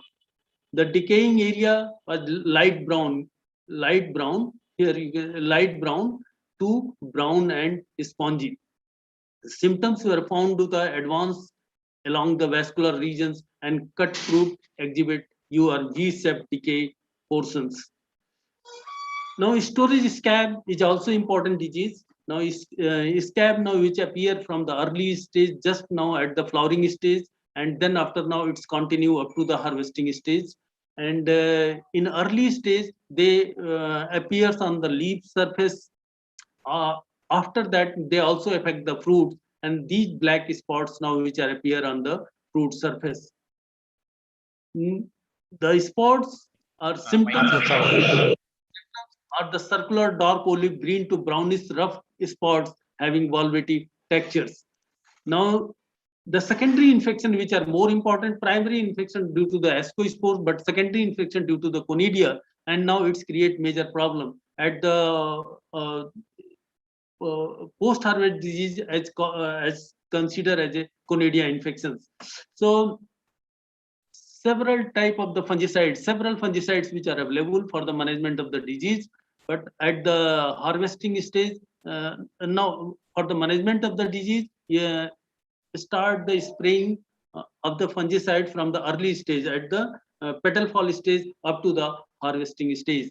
And at the time of harvesting must be dipped the apple fruits in antagonist, as well as, if you are interested, then now several fungicides which are available to manage the disease, post-harvest disease.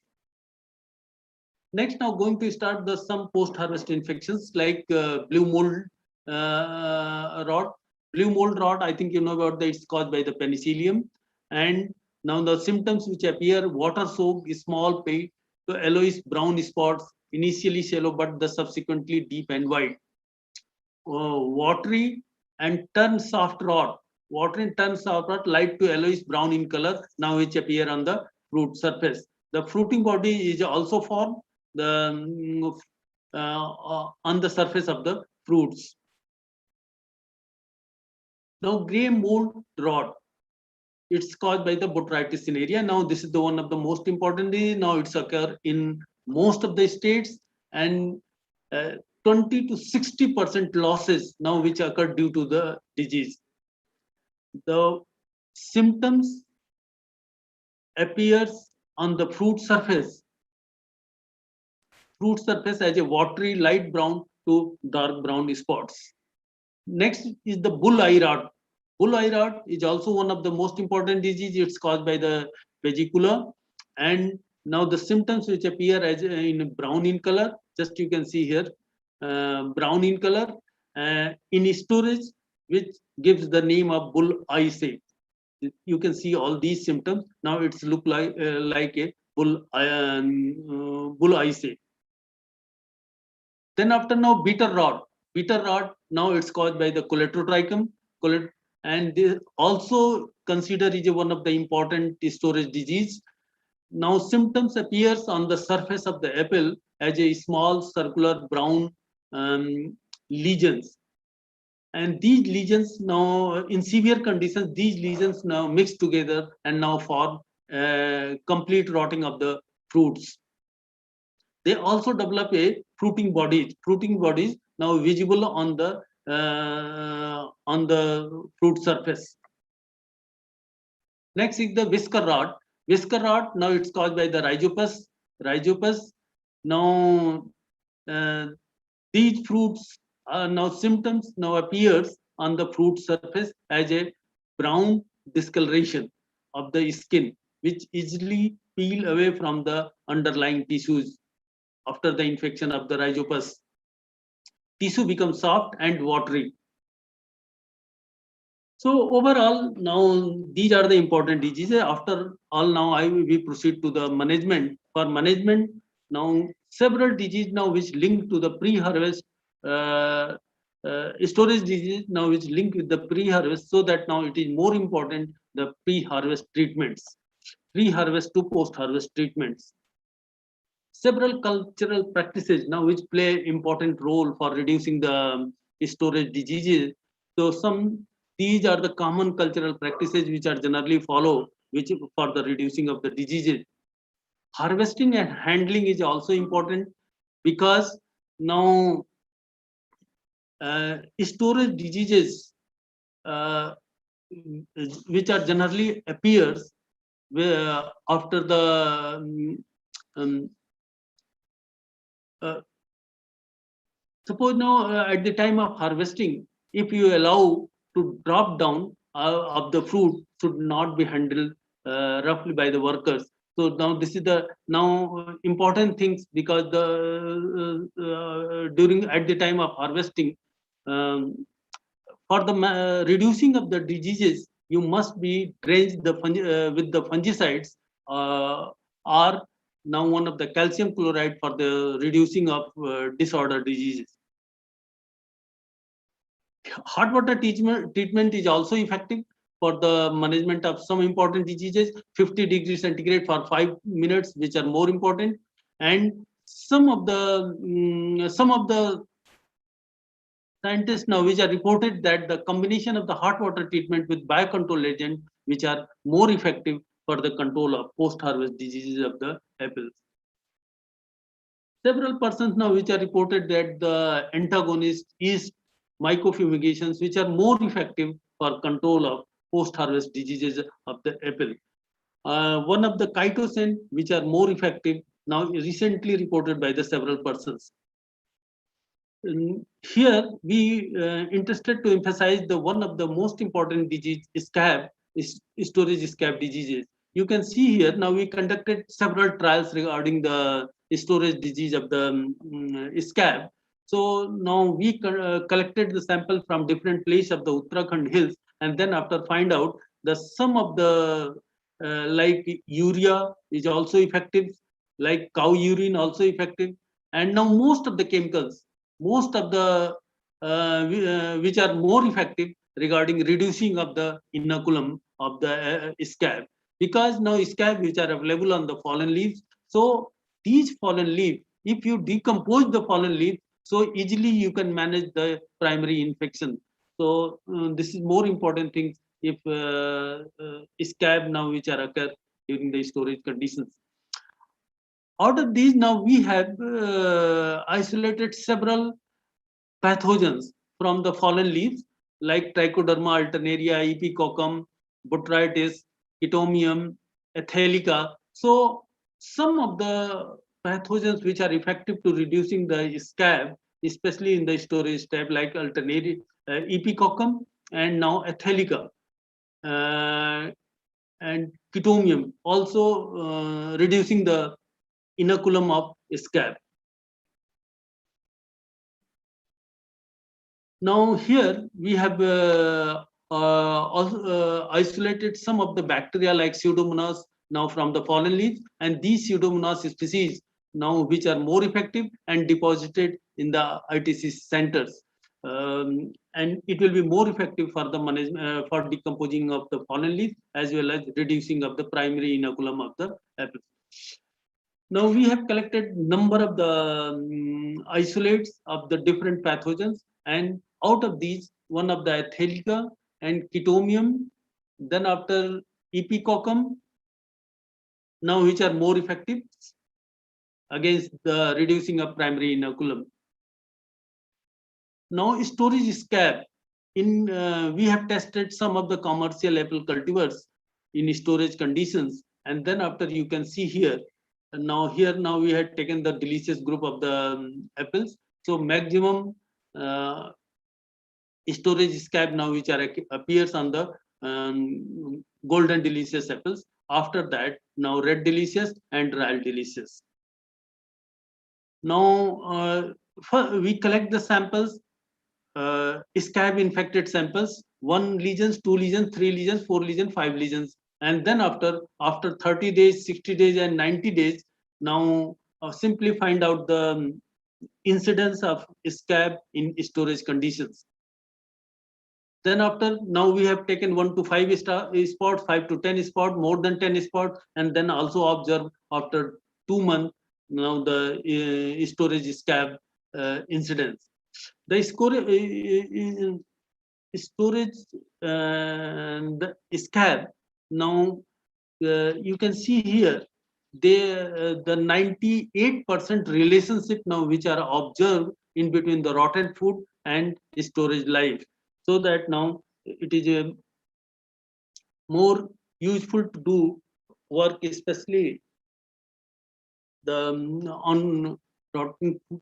And next is the find out the storage life of the percentage of rotted fruits now grown using fungicide. So in previous slides, you can see here the scab now which are appeared after 20 days. But if you using the fungicides, now it will be start the scab after near about after after 45 after 50 days, the scab infection now which is start after the treatment of the fungicides. Now pre-harvest fungicidal spray which are more important for the management of the storage disease of the scab storage disease. So here now most of the fungicides which are effective for the storage for reducing the inoculum of the storage scab. Now you can see here Now fruit rot now maximum now which appear in penconazole and in same now in flucelazole, but in case of control the fruit rot is the very less. But scab incidence is the very less in case of penconazole and flucelazole. So that now these both fungicides which are more effective for the management of scab in storage. Now the same you can see here thiophanate methyl in early stage, the thiophanate methyl which are more effective, but in later stage now it's create problem. Now in later stage now flucelazole and defconazole which are more effective for the storage scab. Then after now we have taken the some plant extract, bioagent and fungicides and then simply see the effect of storage scab. So out of these now some of the leaf extract which are more effective, but overall now fungicide is more effective in comparison of the leaf extract and bioagent. But bioagent and leaf extract is also effective. But in comparison, in all these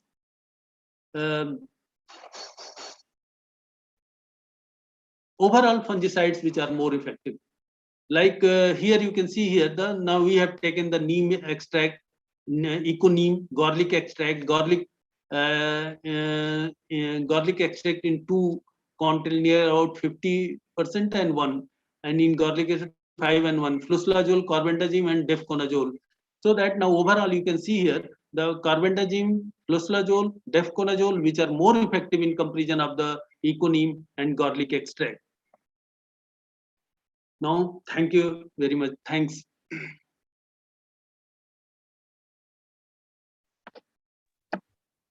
Hello. Hello. So overall, now for the management of storage disease, now pre-harvest spraying, which are more important things, and at the time of harvesting, now must dip the apples in some specific fungicides or antagonists, all these which are effective.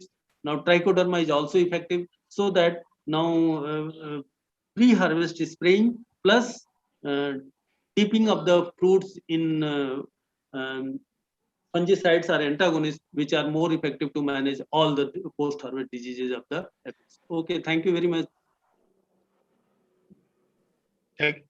Hello. Yes, Hello. yes. Yes, Dr. Thanks, Dr. Singh Saab. You have given, highlighted the pre and post-harvest diseases of apple. It is said that apple a day keeps away from the doctors. So in that sense, this apple is the most important fruit. Though in Maharashtra it is not grown, but whatever we consume in Maharashtra or other than the growing states, we also face as a consumers, we also face the problem of this post-harvest decay or post-harvest diseases of apple. And you highlighted in depth the diseases. For that, on behalf of this conference, e-conference, international conference, I thank very much. Thank you, sir. Okay, thank you very much, Dr. Dr. Singh. Yes. I have one query. You have given so many products which are effective, but ultimately, what is the recommendation from the university? Now, recommendation is the one of the pre-harvest spray. Pre-harvest spray now, which are actually now fungicides, antagonists. Now, antagonist is also effective, and fungicides now is more effective. So they that are also effective, but what exactly at end of the day, what the farmer should follow? Now, pre-harvest spray. Now, one of the pre-harvest spray of the flucelazole score. Now flucelazole which are more effective. So at the time of pre-harvest spray of the flucelazole, and after the harvesting, now dipping of the fruit in antagonist, now it is more effective for the management of post-harvest disease. Thank you very much. The only thing is, my only worry is when you spray in bioagents, Yes. There is no record.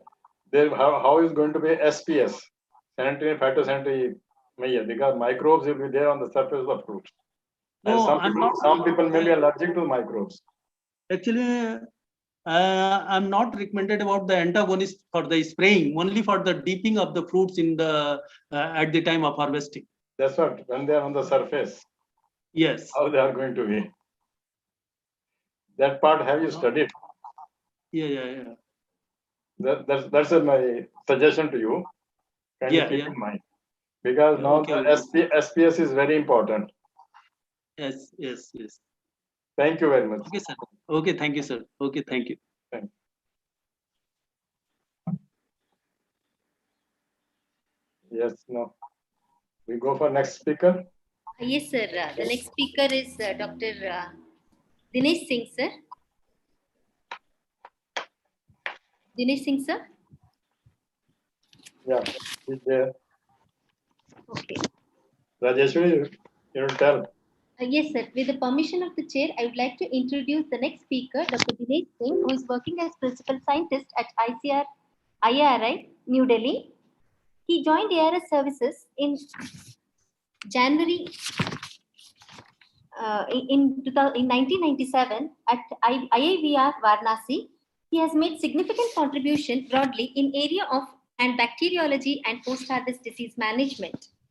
He has guided 5 PhD and 2 MSc students, and he was associated with the Indian Phytopathological Society as counselor, treasurer, and secretary.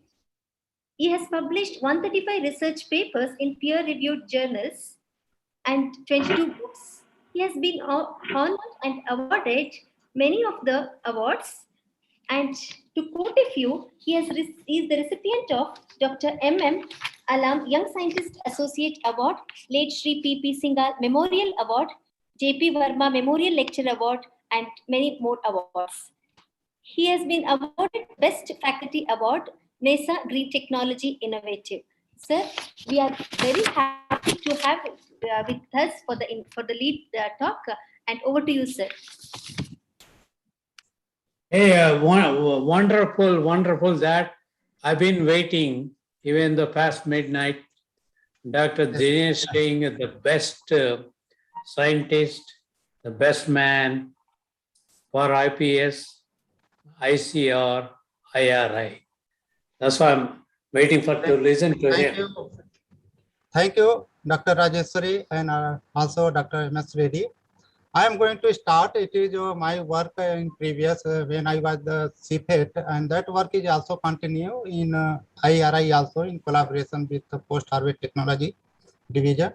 So that I am going to speak on pre and post-harvest handling and disease management of quinoa to reduce the post-harvest losses and retain quality of the fruits.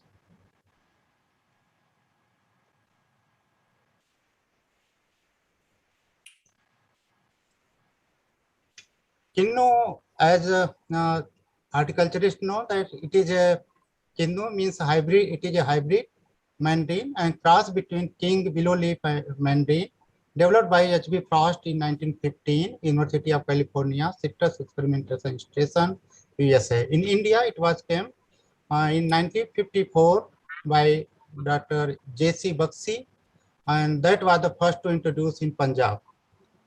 In quinoa cultivated in mostly the northern parts of India, particularly Punjab, Rajasthan, Haryana, Himachal Pradesh, and Uttaranchal, because that is more climatic, suit the climate for this, and good quality of quinoa you can obtain from Punjab. So harvesting period of this December to March, it will vary to the state, and the color of the fruit you will see in the photograph golden yellow. This nutritional fat, it is a good source of vitamin C, and you can see that about 31 mg per 100 ml of juice, and that have the good quality. If you get good quality in the month of January, if you harvest in the month of November, which is started, but that time it is some sour. But in go for the January, that is best quality of these quinoa fruits, and this. Season of quinoa in India that state to state vary. In Jammu and Kashmir, you find October, and peak in November and go to end in December. Himachal Pradesh start from November and go up to the March. Haryana, November, and also Rajasthan, December, and Punjab, November. But sometimes you will see that in Puja festival in Bihar or the Diwali, that can harvested earlier. That is also depending on the, but at that time, the quality of the fruit is not good. But the best quality and peak period for this harvesting season is January and February, mostly all the states. Harvesting method very important for to how to harvest the fruits. That is very depend on that also affect the quality and also affect that losses during the post harvest. You will see that photographs we have studied 4 methods of harvesting, and that is the twisting and pulling and fruit drop on the ground, twisting, pulling, and fruits collected in plastic crates and bags, cutting with scissors and fruit drop on ground, cutting with scissors and fruits collected in crates and bags. It found that if you go for the harvest up to the store that fruits up to the 9 weeks in a cold store, it will last go to the when it drop on the ground, that is go to more than 50% losses during the storage. You will see that this is that wrong method. Generally, people for the local market follow this because that is so less harvesting cost of the produce. And this is the best method using the clipper, harvesting clipper, and collecting the bags. That is the best method for the harvesting of to save the crops, fruits. We have also calculated that how to go for different harvesting method, cost of that, and how to reduce the cost of that the harvesting. So the 2 methods we have evaluated, and harvesting with skatiers and drop on the ground, harvesting with clipper, and that collected in crates and bags. So that we found that the fruit damage by the harvesting in the drop on the ground is 11.3 to 33.3%, and go drop on the ground it is and then go collect in the bags it is only 0.25 to 2.3%. But the cost of that go for collects harvesting, that is increase in that when second method followed by the first method. So that may be affect cost may be more, but calculate the total loss of the fruits, damage of the fruits, that is affect. It is better to collect. If you go for the distance market, then it is necessary to harvest the fruit with using clipper and collect in the bags. This is also a storage study, the different packaging materials. We have used CFP boxes, gunny bags, bamboo basket, and wooden boxes. And these 4 methods generally follow the farmers. For when you say CFB boxes, wooden box generally used for the distance market, and gunny bags and baskets collected for the local markets. So this fruit damage go for maximum in gunny bags collected, and then lowest in CFB boxes, followed by the wooden boxes. When you store these fruits in ambient conditions and cold conditions, 2 conditions, it was found that when ambient conditions, fruits loss are more in all the packaging materials, and when collected stored in the cold store, it is lesser. And it also affects different packaging materials you can be see, and the maximum go to the more than 60% when stored in the within 2 weeks. Based on that, if you go for the ambient condition, cold storage about less than 10%. So that affect the storage conditions, packaging materials, and harvesting methods. So we have conducted this study. And that one experiment we have conducted for the distance market from Aboha to the Bangalore. And there we have a study that loaded the truck and then go collect the data in Bangalore. So it was also after before transportation that conditions were there about vitamin C 29%. When I reached to the transportations, it was go to 24 because that increased that, and the juice percent is also there, and the peel, and that is a vary from the fruit to fruit, so that is not much effect. But when you go for the PLW after transportation, so reduce during the transportation 2.8%, 8 days after arrival 8.05, and 14 days after arrival it go to 15.1% of that losses of the PLW tape in that market. Fruit damage during the transportation 4.25%, and transportations, and then fruit rotting during the storage 8 days 6.38%, and when store at 14 days it go to the 14.8%. So that is a fact that what are the pie you can see that in the these boxes are damaged during the transportation from Abohar to Bangalore. This we have go further calculate the post-harvest losses in Kinnu in different on-farm.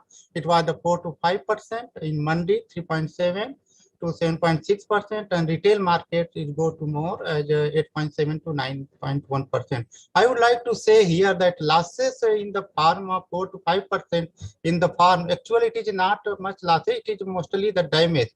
Because whatever the damage the fruits are there, that local people can be have collected and they consume that one. So actually this 4 to 5% is not go much of the last age losses, you could say that because that is local people have collected, take that one, poor people, and they consume that one. I have also seen in the market this Azadpur Mandi, New Delhi. We have surveyed that market, and it was found that whatever the fruit damage during from Abohar to that Azadpur Mandi, New Delhi, whatever the fruits are pressed during that transportation, that is also consumed by people, that poor people collected from the mandi and then use that. So if you say that the losses, overall loss of this 16.4 to 21.7% of loss of in Kinnu fruits. So this is our findings during that. Okay, so that go for the physical losses and also microbial losses during the storage. We got the different type of the disease, stem in rot and caused by Diplodia natalensis and Alternaria citai, and Colototychum geosporites. It is called stem in rot. It depends because these fruits come from the orchards, and that infection takes place in the orchards, and then at that period they are in quiescent period, latent period. After that they go.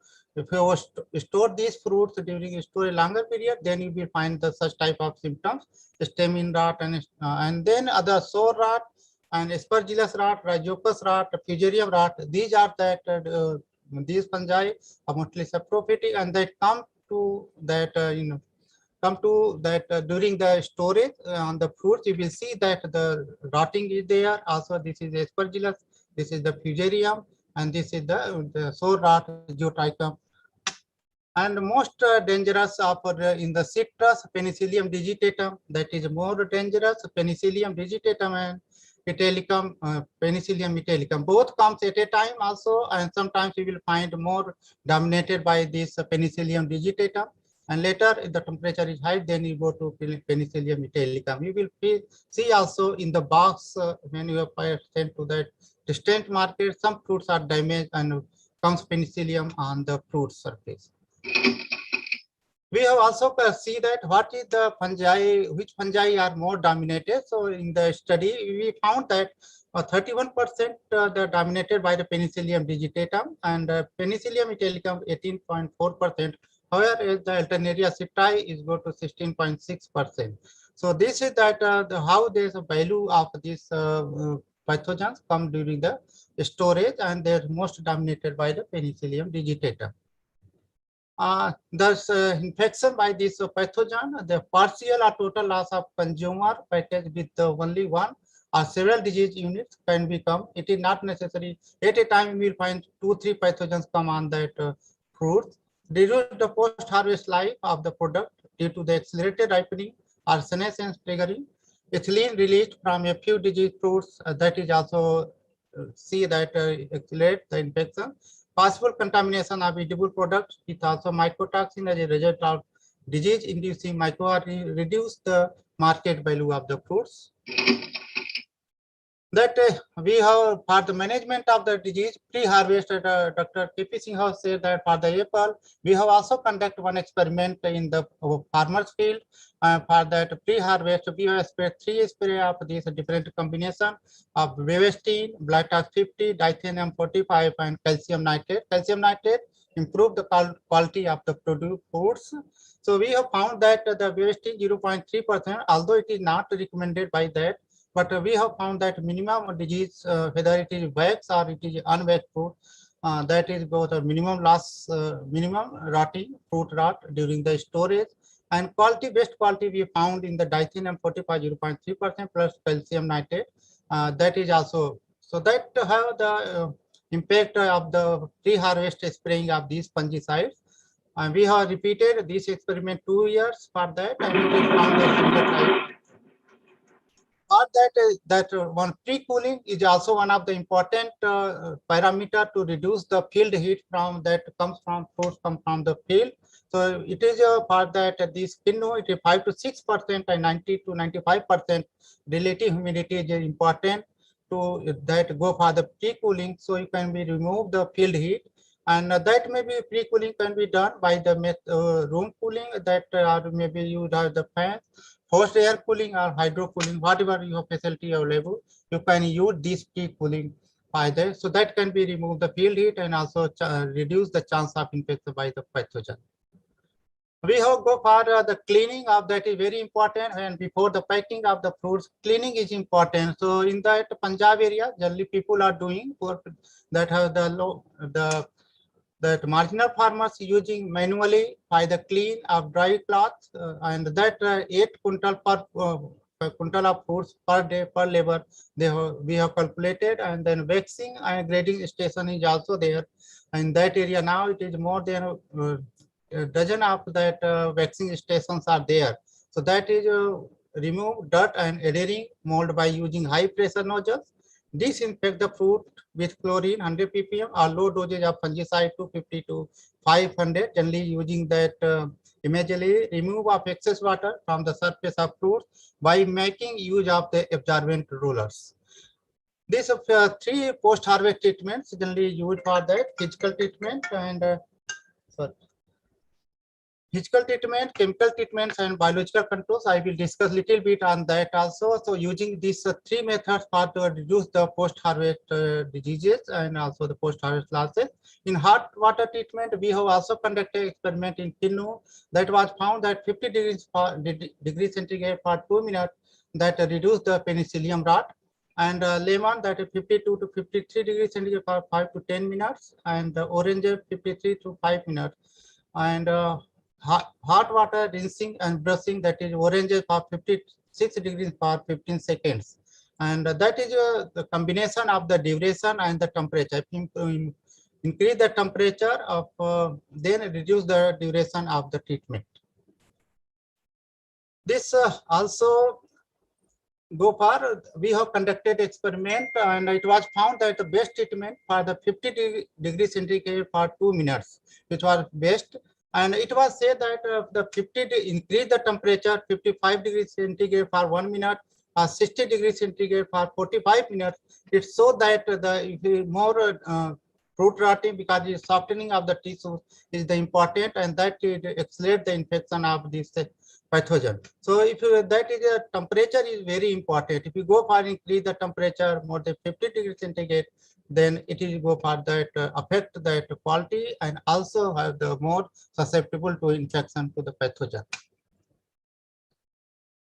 And this also quality is not much affected by the treatments of that, but the TSS increase during the storage. We have stored that hot water treatment for up to the 90 days for the under cool chambers. That is very important, and it is so increase the shelf life by hot water treatment.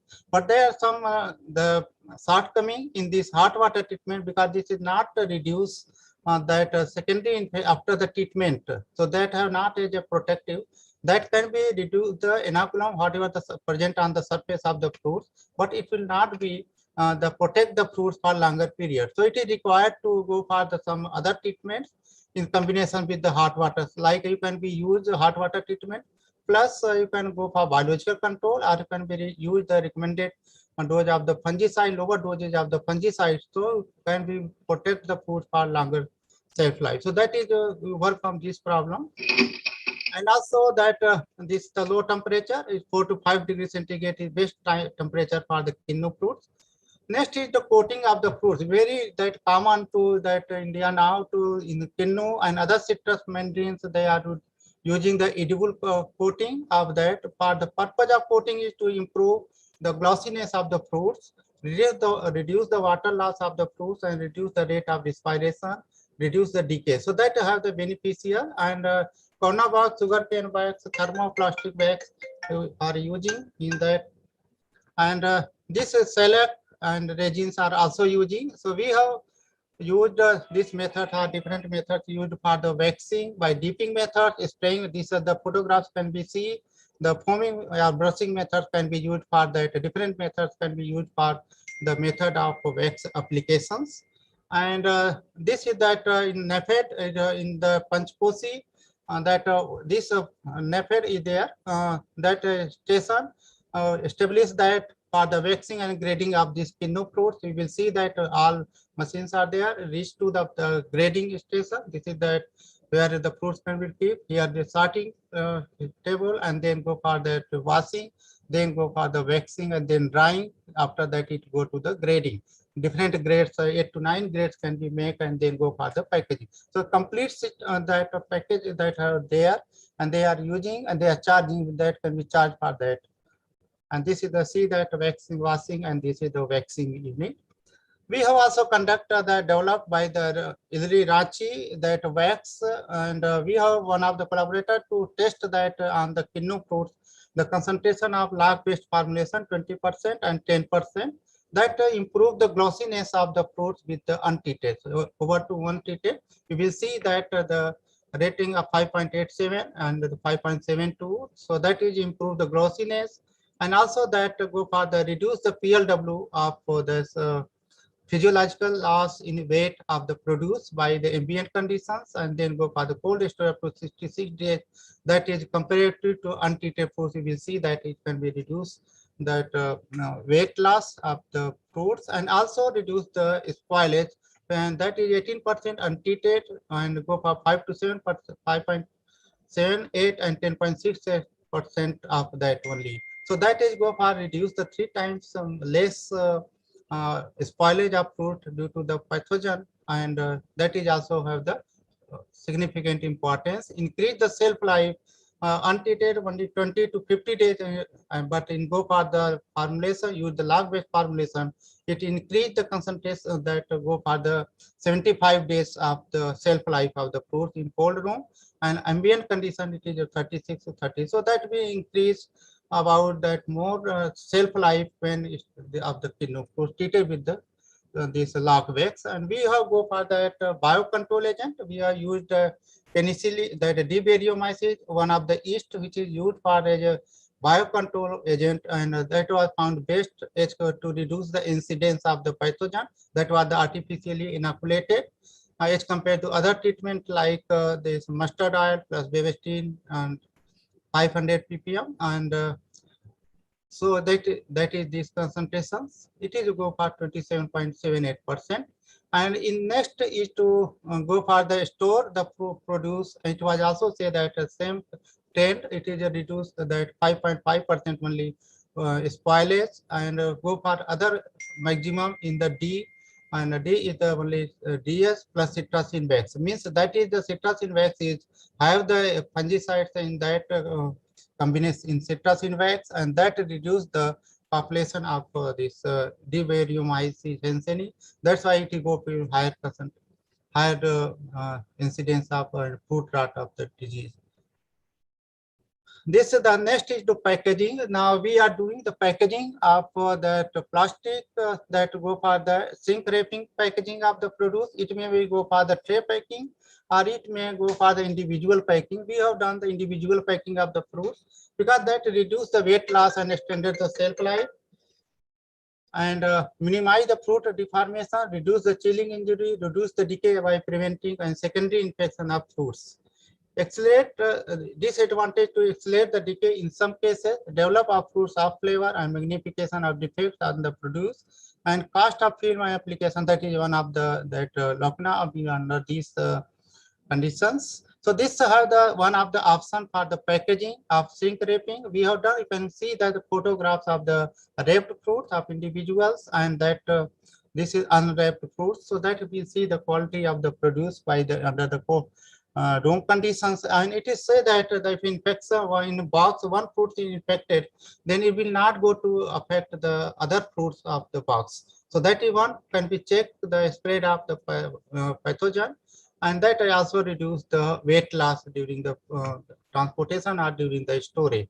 So with that, I conclude my talk to that this go for to reduce the post-harvest losses. Why only not only to go for the post-harvest treatment, it is required to save harvesting, time of harvesting, method of harvesting is also affected, and go for the packaging, different type of packaging, what type of use, and then after treatment, it go for the combination of integrated that can be checked biocontrol plus hot water treatment or hot water treatment with biocontrol plus lower dosage of fungicides, and go for the packing of whether you use CFB boxes or you go for the individual sink wrapping or tray wrapping for that. So that is my go for the this to manage how to reduce the post harvest and retain the quality of the produce. With this, thank to that all of the chairman and also Dr. M.S. Reddy to all the this is my talk, and Dr. A.P. Surbansi.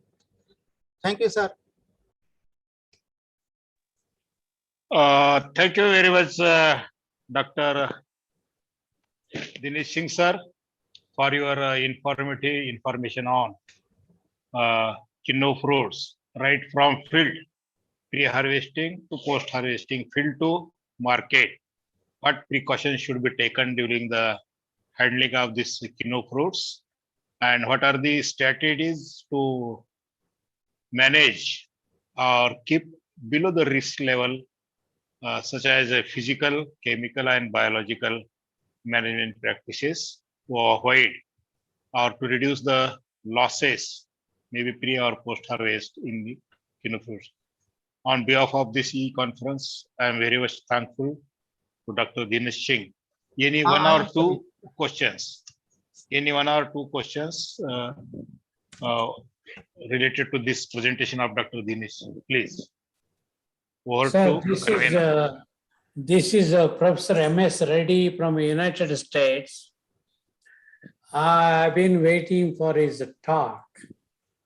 It's almost 3 a.m. in the morning. So anyway, that's good. Professor Singh, it is an excellent, overwhelming, but looks like he has a lot of stuff in his plate. Lot of stuff. Not even a single professor can do what he has done. Whatever is very accomplished professor.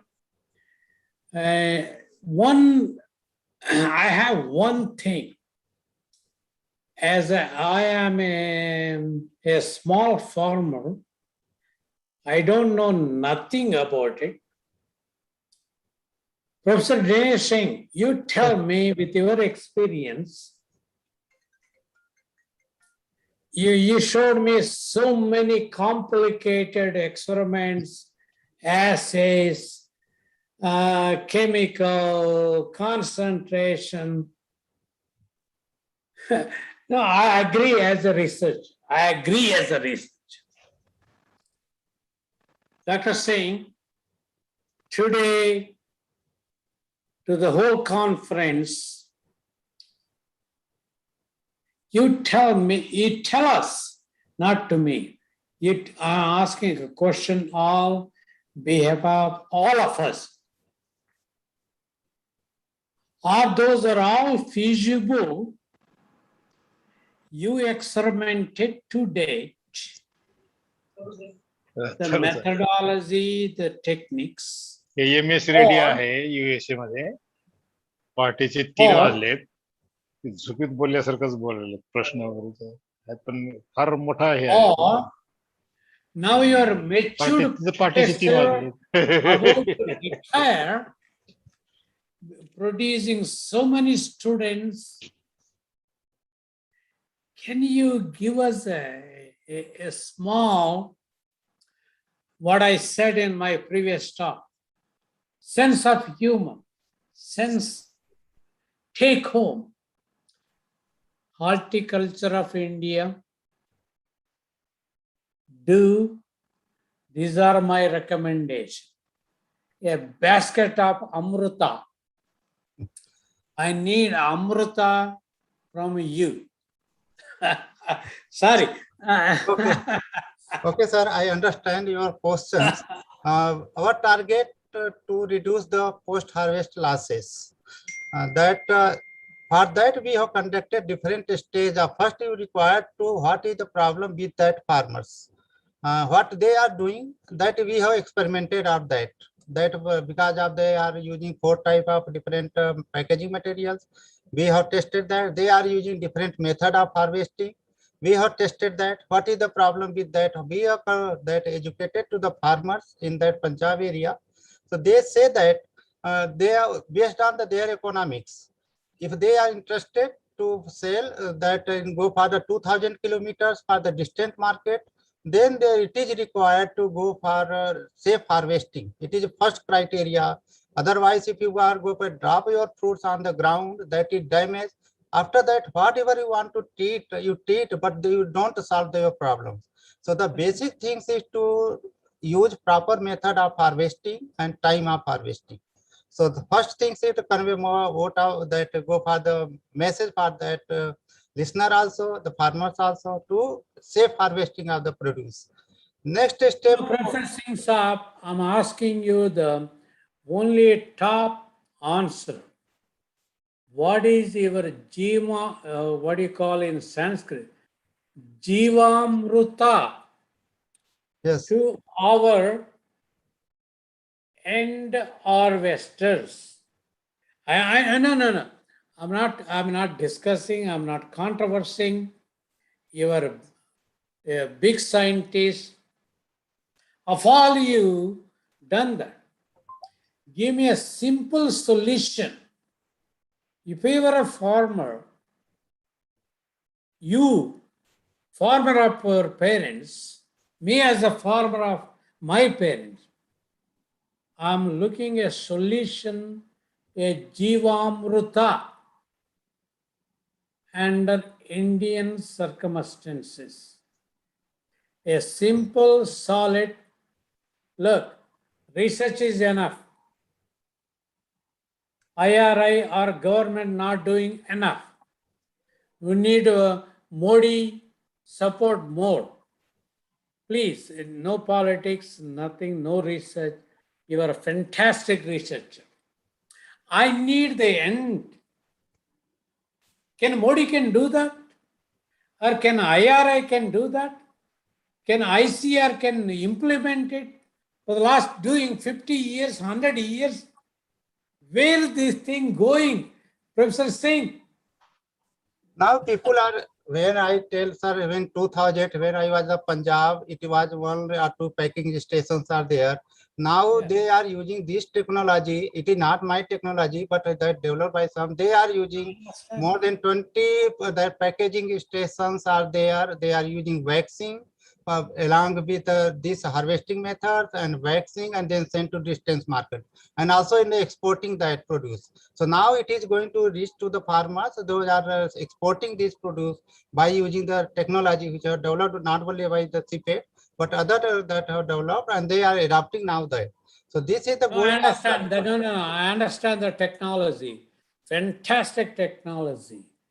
As IRA scientist, IPS for a long time, can you stimulate Modi, Prime Minister Modi, with all the ICR guys sitting big offices, so-called? Oh, we need. Don't take me. CPET is doing, sir. They are doing that different. The Central Institute of Post Harvest Engineering and Technology. I understand. So they are doing on this aspect. Don't depend on that. Please do not depend. Professor Reddy, Professor Reddy, can I suggest one thing? Dr. Rawal, we need to all India, other countries, if we need our help. Okay, No. India is a fantastic. I'm not saying anything. So I'm just giving Professor Modi's thing. We all need to cooperate. Thank you. Sorry for my question. Yeah. I waited for Singh Saab's speech until what, 3 a.m. in the morning. Good. Thank you, sir. Thank you, Dr. Rawal. Thank you, Professor Reddy. I have only suggestion that we are running short of time. So that's why we can. No, I understand. Thank you. I'm signing up. But supplement to your question, I can put one sentence that Yeah. we have done a lot of work on mango and grapes in Maharashtra and Andhra Pradesh. We have developed a technology which is being accepted internationally. So I can give you that one after, but not, this is not the forum. No, Dr. Dinesh Singh, technology is being implemented everywhere in the whole world. No, I have one suggestion here for you also. We should, when we are selecting pesticide, we should be very, very careful which are under ban or under observation. For example, if you use bavacin, carbendazim, it is not accepted internationally.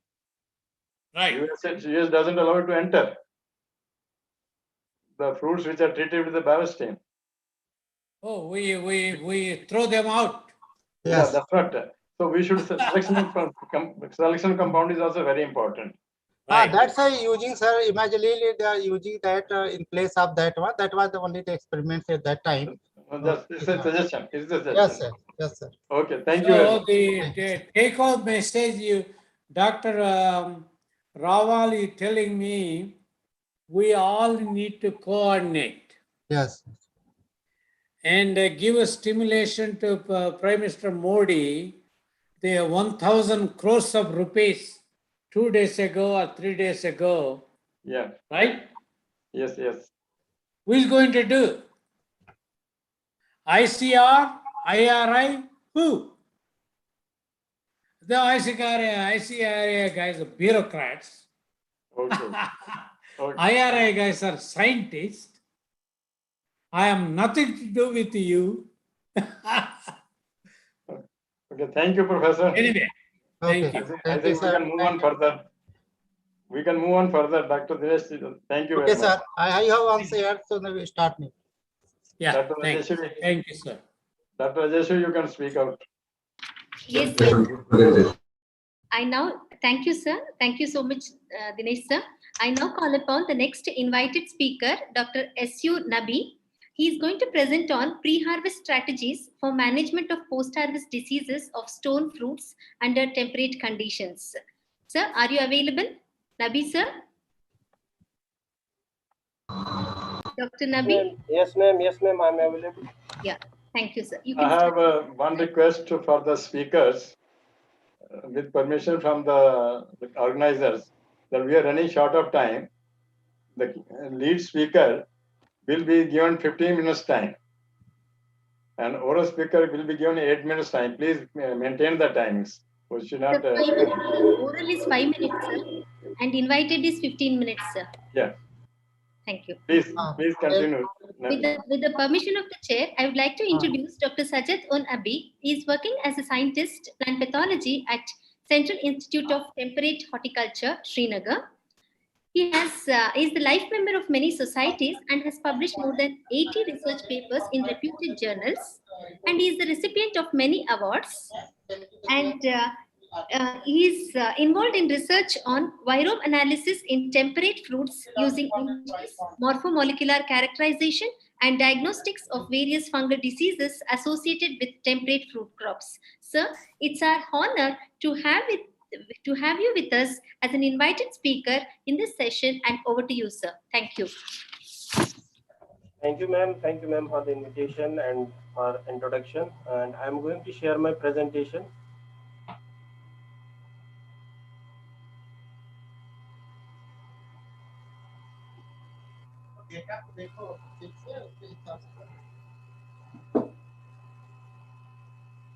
Yes, sir. The screen is visible. You can put it onto the slideshow mode and proceed, sir.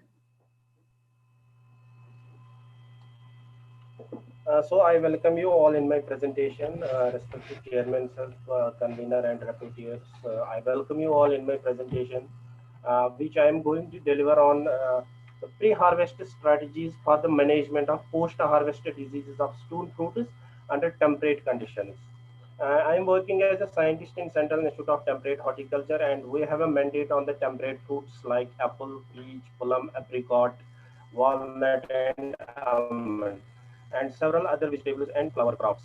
So if we see the what is post-harvest, and it begins at the moment when we separate any commodity from the plant, and when it reaches to the ultimate consumer, that ultimately to the consumer. So this is the post-harvest. Whatever is dealing after harvesting of the fruits or vegetables, it is a post-harvest.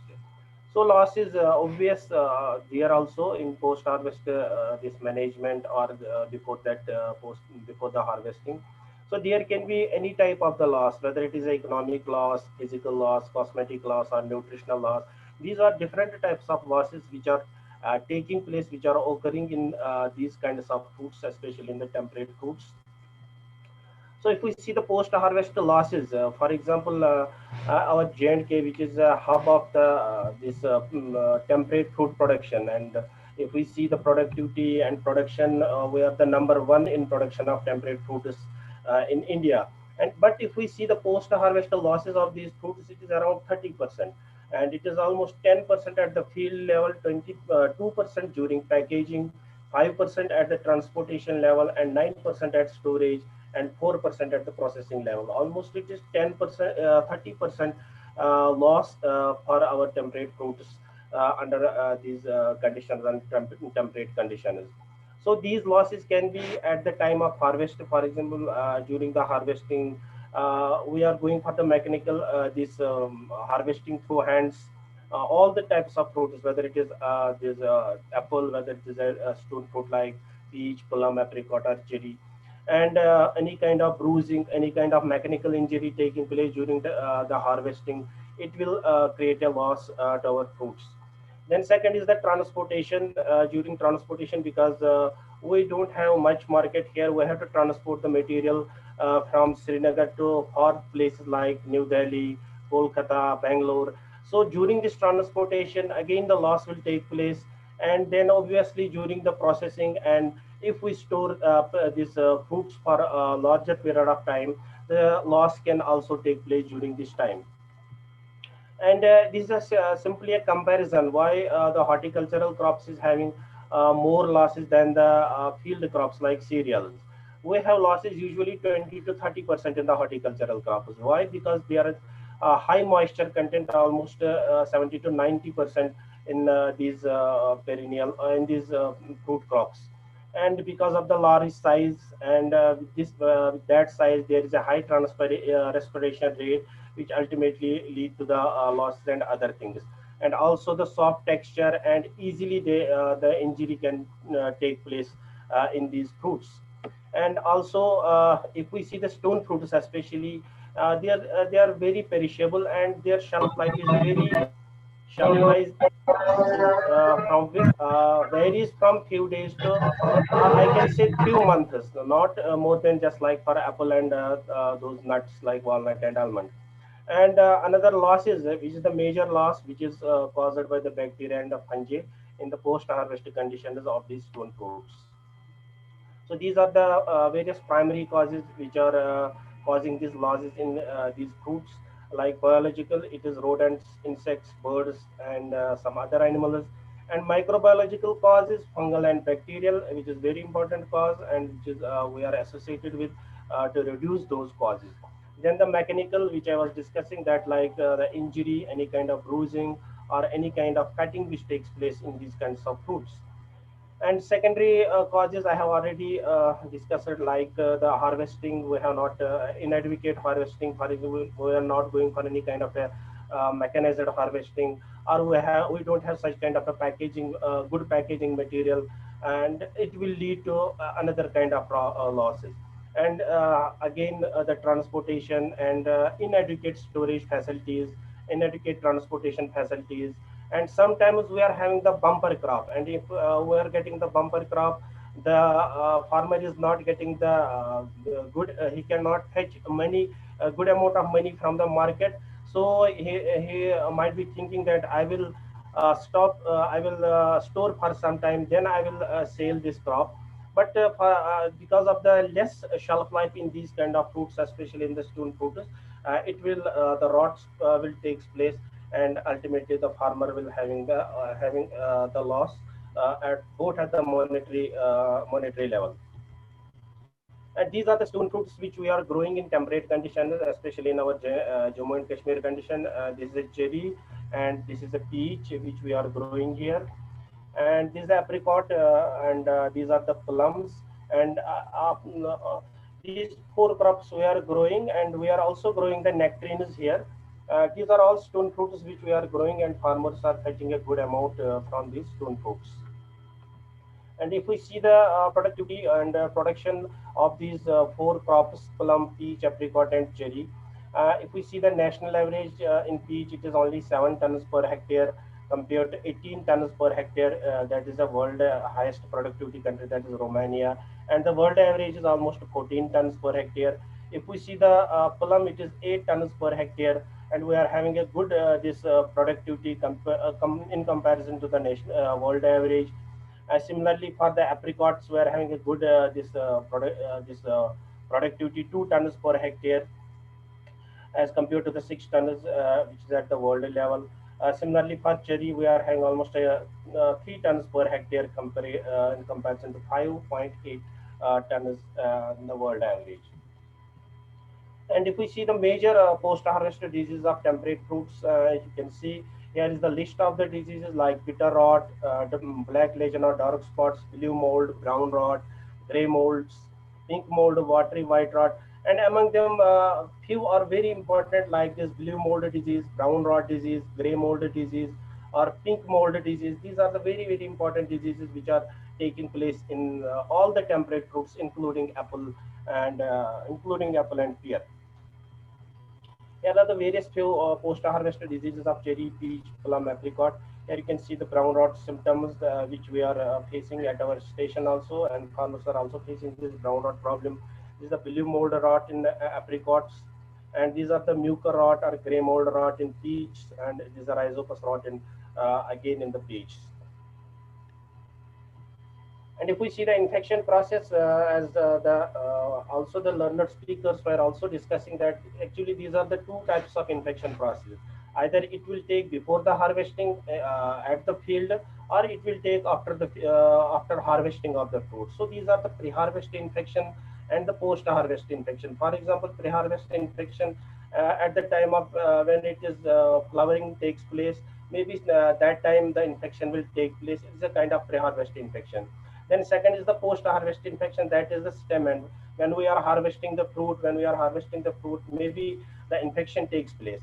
But the important part is that the quiescent infection, whether it has taken place, and mostly these infections takes place during the field conditions. And in quiescent conditions, the infection will take place during field conditions, but it will not express because maybe it may be lacking the favorable condition. The fungus or bacterial pathogen may lack the favorable conditions, so it remains latent for some time. And when we are harvesting the fruit, we are taking it to the storage conditions. It maybe it is getting those favorable conditions like the temperature and the humidity. That quiescent infection will come out in a type of expression, that is the type of a symptom which is taking place after harvesting or during the storage. So this quiescent infection, which is actually our target during the pre-harvest strategies, to make this quiescent infection not as much as viable, so that it can express during the storage conditions. So one study we conducted, one student was working on this aspect here at our Central Institute of Temperate Horticulture on cherry and apricot, and he isolated two pathogens. One was Alternaria and another was Botrytis from these two crops. And after that, he identified with the help of this molecular characterization using the ITS primers, and two these pathogens were Alternaria alternata and Botrytis cinerea. So these two pathogens he isolated and identified, and the accession numbers he received from the gene bank also. So coming to the actual part, that is the disease management strategies for these stone fruits. And the objective of these management strategies is to keep the fruit symptom free.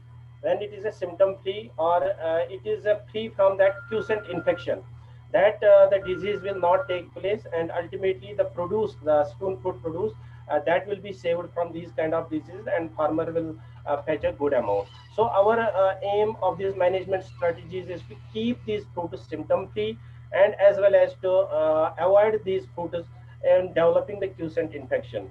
So we have two types of strategies we can utilize for management of these post-harvest diseases of these stone fruits. One is the pre-harvest strategies, and second is the post-harvest strategy. And I will be discussing here the pre-harvest strategies. What are the strategies which we are using before the before harvesting of the produce? So I will be dealing with those strategies, and post-harvest strategies. The most of the strategies remain same, whatever Dr. Dinesh sir has discussed, and whatever earlier speakers had discussed. What are the various pre-harvest strategies which we are using for management of these diseases? So I have divided in two categories. One is the cultural practices, and second are the chemical management. And under cultural practices, we can have the sanitation in the field, avoidance of the mechanical damage during harvesting or during packaging. And third most important is the removal of the field heat. And under chemical management, it is the follow-up of the spray, these following spray schedules and nutrient applications. So coming to the cultural methods, the first strategy and foremost strategy is the sanitation in the field. For example, what we are doing when any fruit gets rotten in the field, or after harvesting, we are keeping the fruits as such in the field. So these fruits becomes the source of inoculum for the next year. So first strategy is the strategy that is sanitation in the field.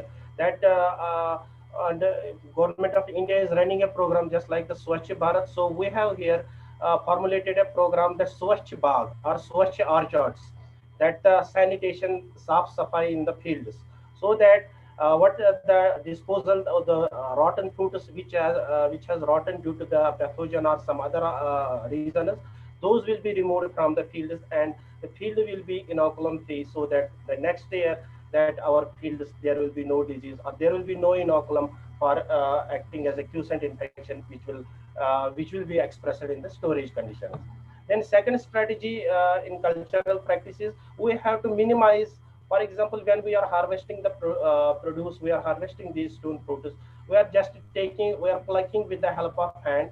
Then after plucking, we are putting them in the box or in some crates. So the wounding will take place. When wounds take place, that it will become an entry site for the pathogens to enter into these wounds and other things, and it will create a disease in storage conditions. So we have to reduce. The second strategy is to reduce as much as wounding, as much as reduce these wounding, so that the disease, the pathogen will not get entered into the fruit. Then during, for example, when we sort a fruit A grade, B grade, and C grade, we have to take all the precautions so that it will be the injury or the bruises or the wounding will be avoided. And same again during the packing of these fruits and as well as the transportation.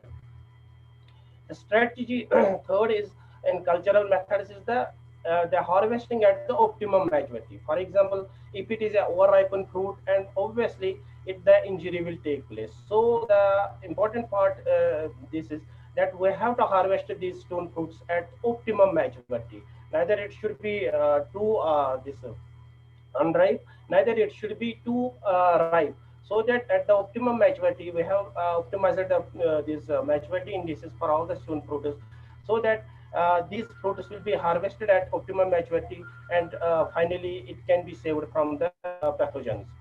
Then the one important step is important strategy is the removal of field heat. Why this removal of field heat? For example, we are harvesting the fruit, we are putting this fruit under a shade for 12 hours, for 24 hours, or inside the room where the temperature, we have maintained the temperature, so that the field heat is removed. Otherwise, it will become, this field heat becomes an optimum growing condition for the pathogen during storage or during the packaging or transportation.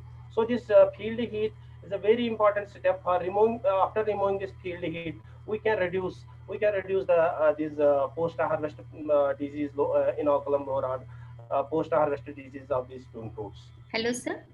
Sorry to interrupt. You are left with 2 minutes, sir. Okay. Last slide. And second is the chemical method. When we have nothing, then we have to go for the chemical method. And we have optimized two strategies for this management of these diseases. Strategy one was, for example, if there is a nutrient deficiency like the this boron and other things, the cracks will take place in these stone fruits. To avoid those cracking in the fruits, we have optimized, our fruit scientists have optimized the boron spray at the rate of 1 ml per liter of water at the time of fruit set, and second spray before after the 30 days of first spray. So in order to avoid the cracking and bruise in the fruits, otherwise these cracks will act as a entry sites for the pathogens. And second strategy is before 30 days of harvesting or 3 weeks of harvesting, we have sprayed the fungicides like hexaconazole 4% plus Zineb 60% at the rate of 1 gram per liter, and carbendazim plus mancozeb at the rate of 0.25% before 3 weeks. And we have observed a very good this storage life, as well as the disease, the load of this post-harvested disease was very less. So these are the various fungicides which we are using in stone fruits for management of these very important pathogens.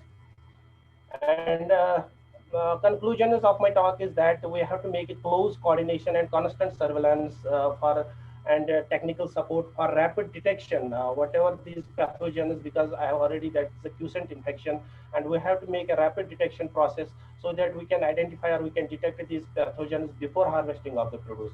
And obviously then we have to integrate the various approaches like physical or plus chemical, and whatever approaches which we will be having, we have to integrate those approaches, and then we can manage these diseases very well.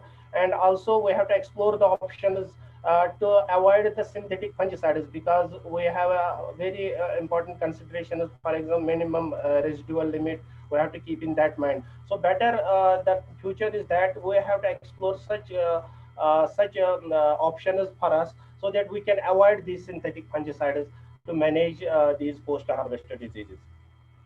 And thank you all, thank you organizers, and especially Dr. Dinesh Singh sir for giving me an opportunity to talk on this post-harvest disease of stone fruits. And thank you all the organizers of the conference. Thank you all.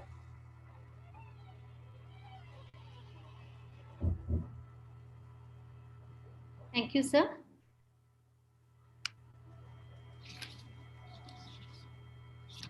The next invited speaker is Dr. P.K. Shukla, Senior Scientist, Division of Crop Protection, Central Institute for Subtropical Horticulture, Lucknow.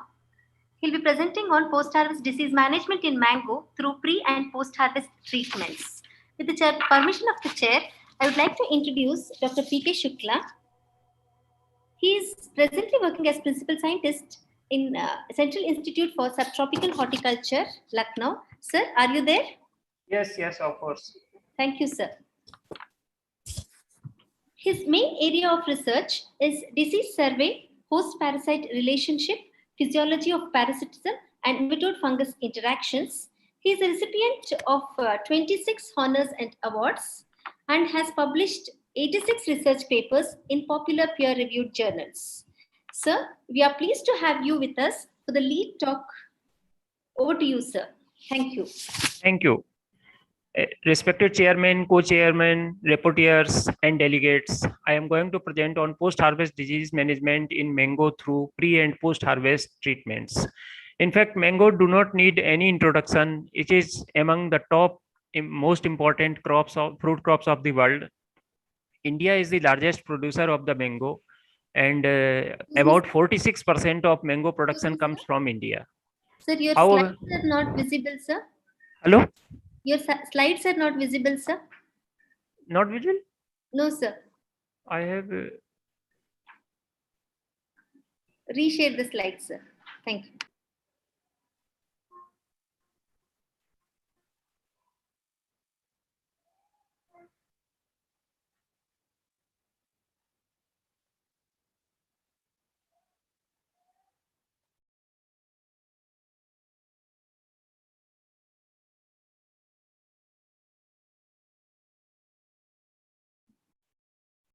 Yes, sir. It is visible. Visible, sir.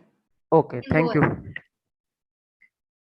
So out of total almost 15 to 20% of the produce is spoiled due to different pathogenic reasons. And post-harvest losses may range between 0 to 80%. If we are managing properly, it may remain up to 0%. And if there are some certain conditions, it may reach up to 80%. However, it can be reduced by pre and post-harvest care. Anthracnose, this is the most important disease of mango, particularly post-harvest, especially in areas where frequent rains occur during the development and maturity of fruits. It is caused by fungus Chlorotrichum gliosporidis, which infects every tender part of mango tree, and the fungus remain active almost throughout the year in tropics, and in subtropics it is dormant during winters, otherwise it is active. The infection of leaves caused by this fungus at tender stage new leaves, and with the development of leaves, this type of short hole symptoms are the typical of Chlorotrichum. If growing tips are infected, then wither tip symptom develops, and if blossom is infected, then blossom blight is apparent.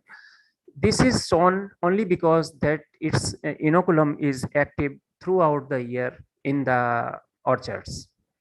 If young fruits, when they are just after fruit set, if weather is wet, means there is high humidity in orchard and rains are occurring, then young fruitlets can be infected and symptom may appear like this.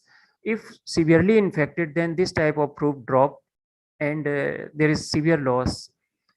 Otherwise, if at maturity or during developmental stages of fruit there is rains and high humidity, then unripe fruits may also have symptoms of anthracnose.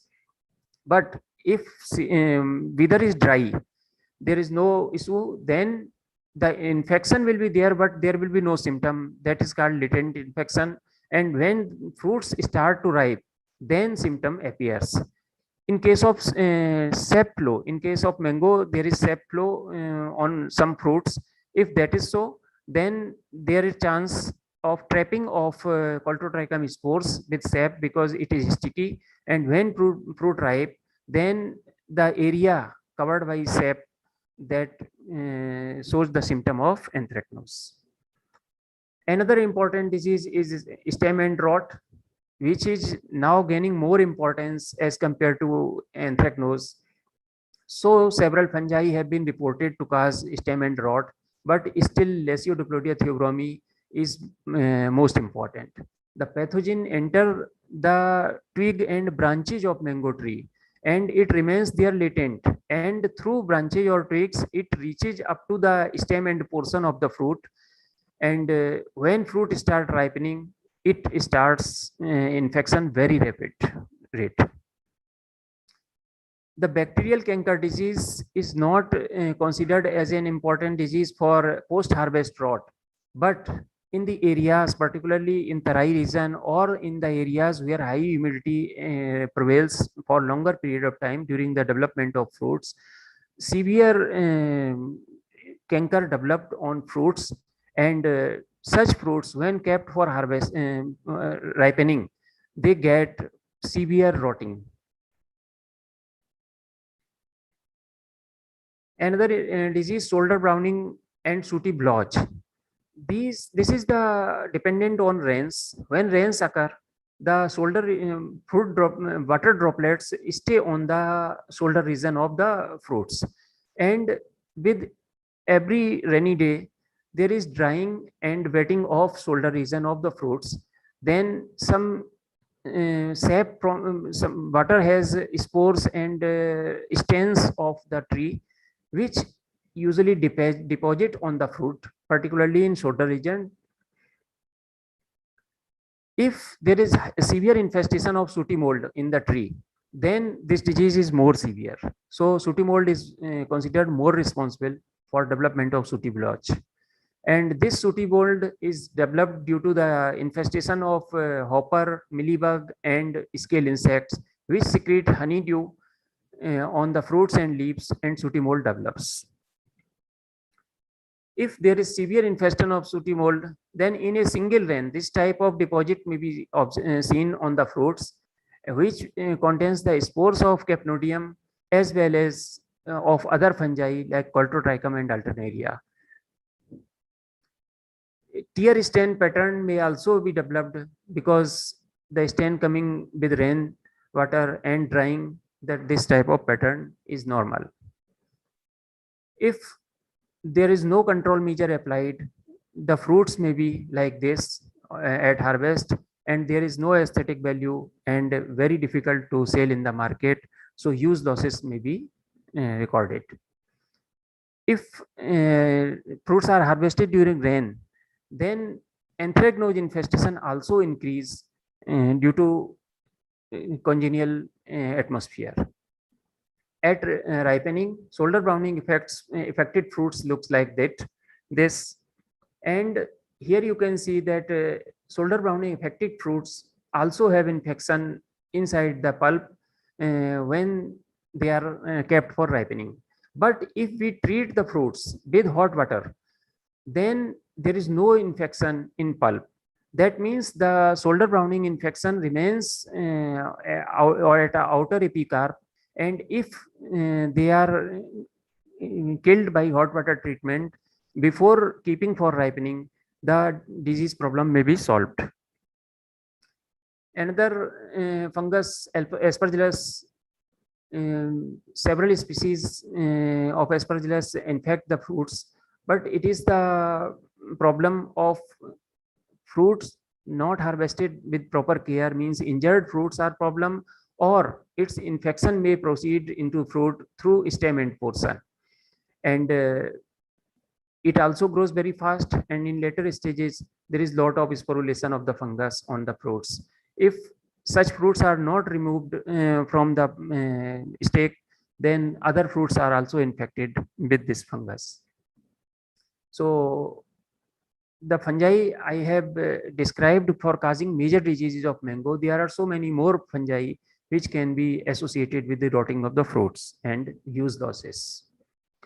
The best solution for managing the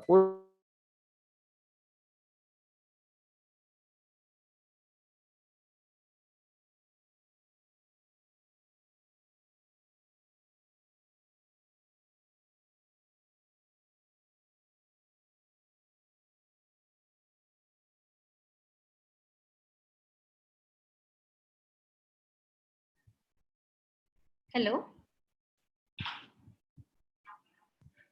Hello, sir. His link is broken or what?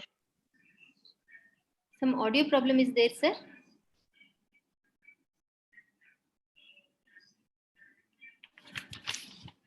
Shukla, sir. Am I audible? Yeah, you are audible, but the presentation has stopped somehow. Yes, sir. Maybe he has muted his talk or what?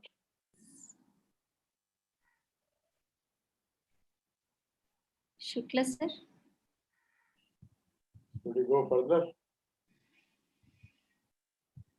Dr. Suryavanshi, we can have another speaker. Okay, sir. Because how much it will take time? Yes, sir. The next invited speaker is Dr. Krishnendu Acharya, Head Professor and Head Department of Botany, University of Calcutta, West Bengal. Sir, are you there? I don't. Madam, can I request you one thing? Yes, Am I ma'am. audible? Yes, ma'am, you are audible. I have the seminar at 2 o'clock. Can I give now? Can I present now? You have to seek the permission of the chair. Chairman, that's what I want to request Dr. Ravan sir and Dr. Suryavanshi sir. Yes, madam. Yeah, if you permit me, I would like to give my presentation. I know you have a meeting. Yes, sir. You if can, you permit me, I would like to present. Yeah, you can carry on. Question we can take later on. Huh? But you don't take more than 15 minutes, madam. Oh, sure, sure, sure. Okay. Right.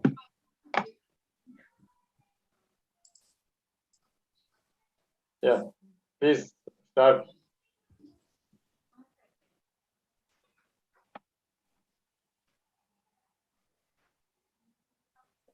You can share your slides, ma'am.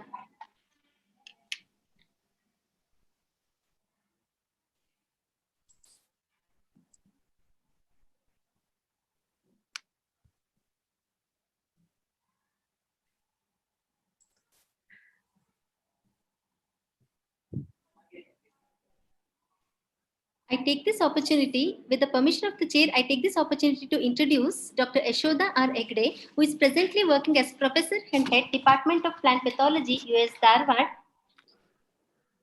She has published research papers in national and international journals and is the recipient of prestigious Sir C.V. Raman Young Scientist Award in Agriculture, Professor K.C. Mehta Memorial Award, and she has the experience of 34 years. She has attended many conferences and seminars, India and abroad. So, sir, ma'am, we are very happy to have you as an invited speaker. Over to you, ma'am. Thank you. Okay, I would like to specially thank Dr. Rawal sir and Dr. Suryavanshi sir. I hope I am audible. Yeah, now you are audible. Yeah, okay, sir. A very good afternoon to one and all. So now I'll be presenting about the novel approaches for the management of the post-harvest diseases of banana. So I need not give much introduction about the post-harvest diseases because many speakers have spoken on this. Just I will quickly take you through some of the diseases which we have observed during our market survey. The first one was the anthracnose, that is caused by Coletotrichomuceae. You can see the symptoms, and in coming slides also I'll show this, and the culture and the spores. And the second one was the crown rot, which is a complex actually Fusarium as well as the other organisms. They are involved in causing this crown rot, culture and the spores. And the third disease which we observed in the market was the finger rot, which is caused by the Lesiodiplodia or Botuliodiplodia theobrome. And the fourth one, the interesting one, that is the cigar end rot of banana, which is caused by Verticillium theobrome. These are the four important post-harvest diseases which we observed in and around Dharwad, Karnataka. And among all this, the severity of anthracnose was more. So we tried to concentrate on this post-harvest disease, wherein we can see the latent infection also, and the ripened fruits, as all of you are knowing, they are more vulnerable for the infection and the loss depending on the genotypes or the environmental conditions. So symptomatology, as all of us know, it starts with a minute speck, we can say brown to black colored, which enlarges and becomes circular, or else it may become diamond shaped, and you can see the acerbula very clearly here, and in some cases it can end up to the stalk ends, and some cases we can see the different types of spots. It may be either round, circular, or diamond shaped or irregular, and later stage it covers the entire fruit, resulting in the complete rotting of the fruits. So we try to inoculate by different methods for proving the pathogenicity, either by pinprick method or just by keeping the mycelial mat and keeping in the moist chamber, and we could get enough disease. And this is the acerbula, what you can see, the conidia and the culture of Coletotrichomuceae. Favorable conditions like 25 to 30 degrees Celsius was very optimum for the growth of Coletotrichomuceae, as well as the pH of 6 to 7. It was ideal. So with this background, we went for the management with the novel techniques or the recent techniques, green nanoparticles or the nanotechnology. Since yesterday, as rightly remarked in case of the opening remarks by Dr. T.R. Sharma and Dr. Reddy, and everyone spoke about the nanoparticles or the nanotechnology, and then we use the commercial botanicals, organics, inorganic salts, and then the oils, as well as the biocontrol agents. So these were the 5 important concepts based on which we tried to manage the most important post-harvest disease in case of banana, that is the anthracnose of banana. So if I have to speak about the nanotechnology, so the word nano, which means the dwarf, and it was coined by Taniguchi during 74, and the other important scientist, Richard Feynman, who is rightly called as the father of nanotechnology. in his very special talk, or the famous talk during 1959, where he quoted that there is plenty of room at the bottom.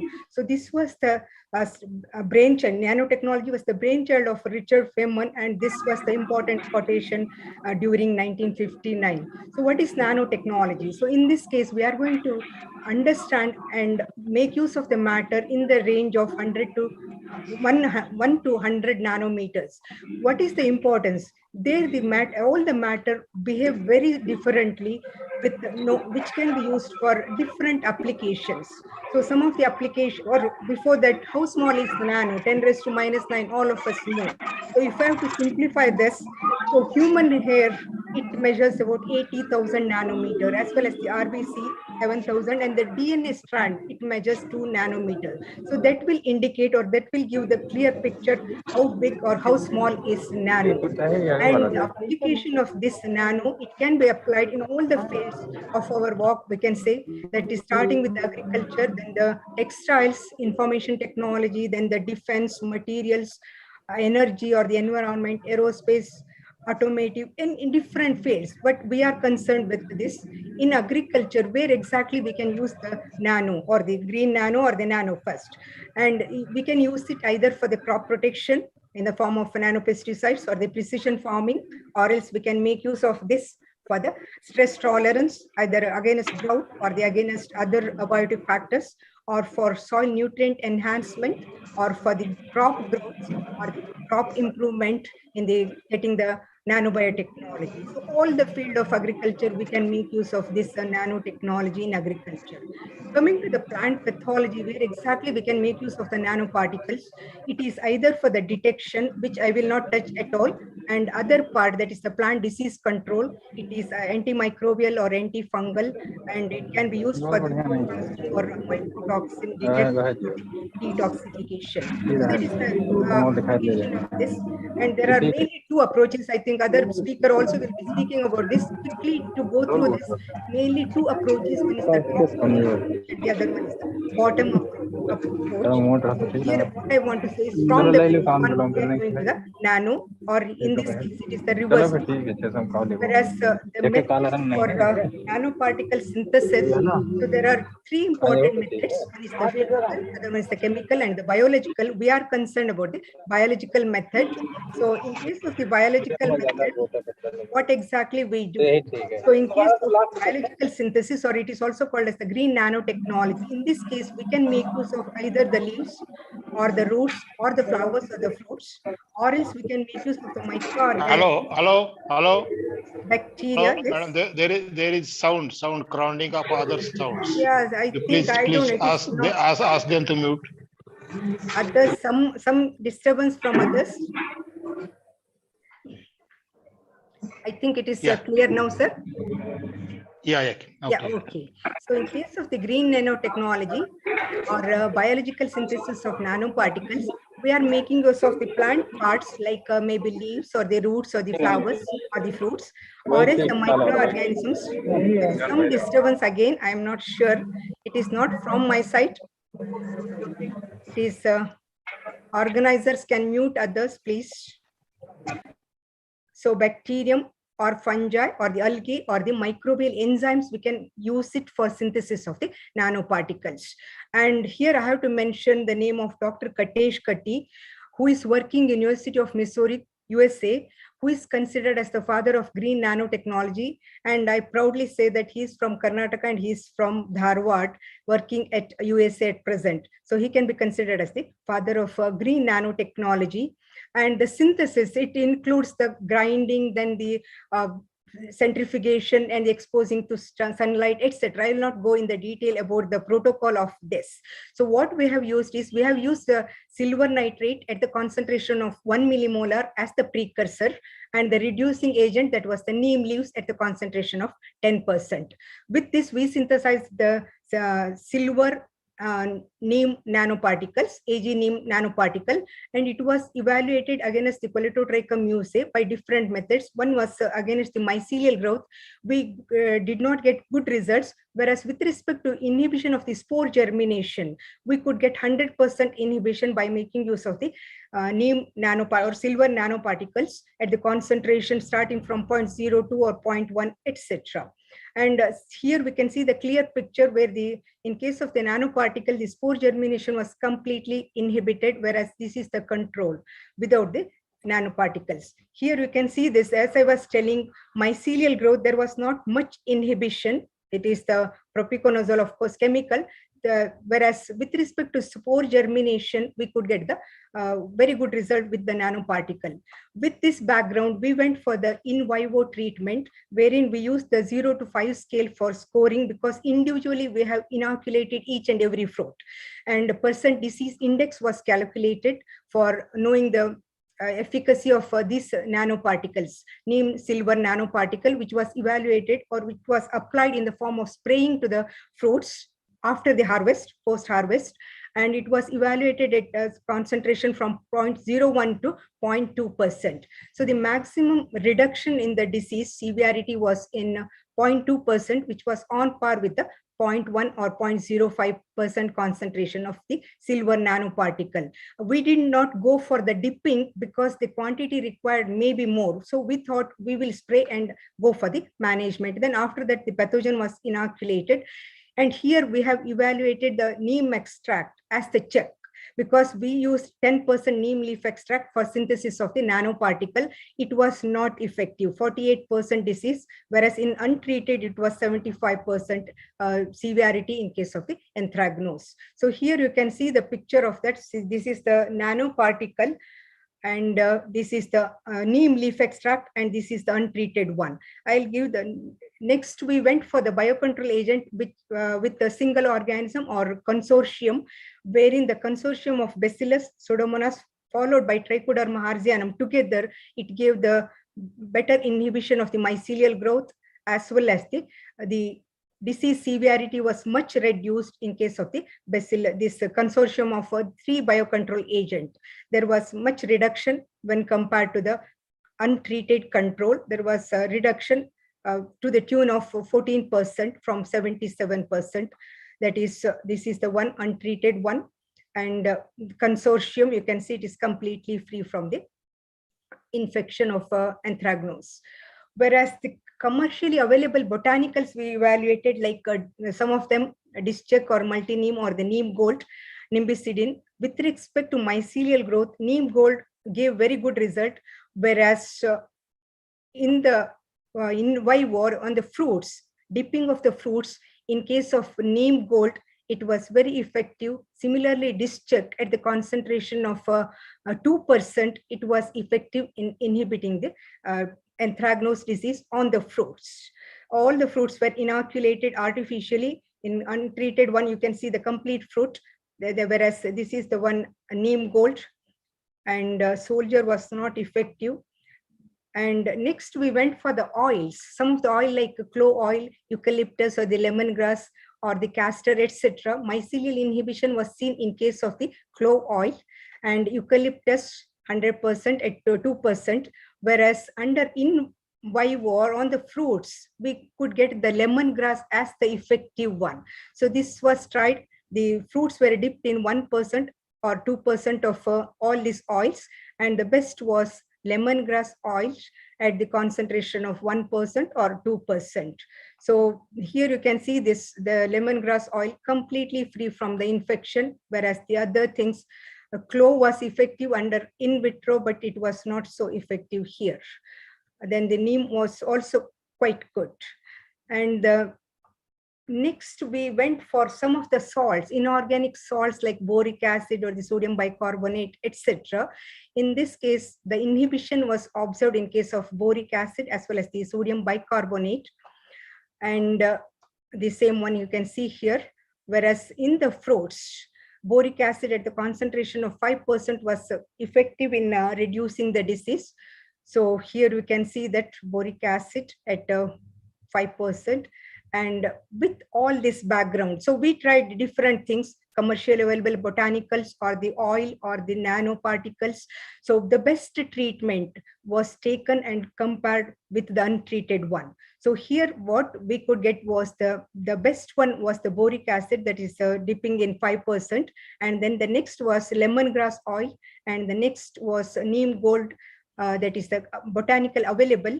And even the nanoparticles, it could reduce about 80%.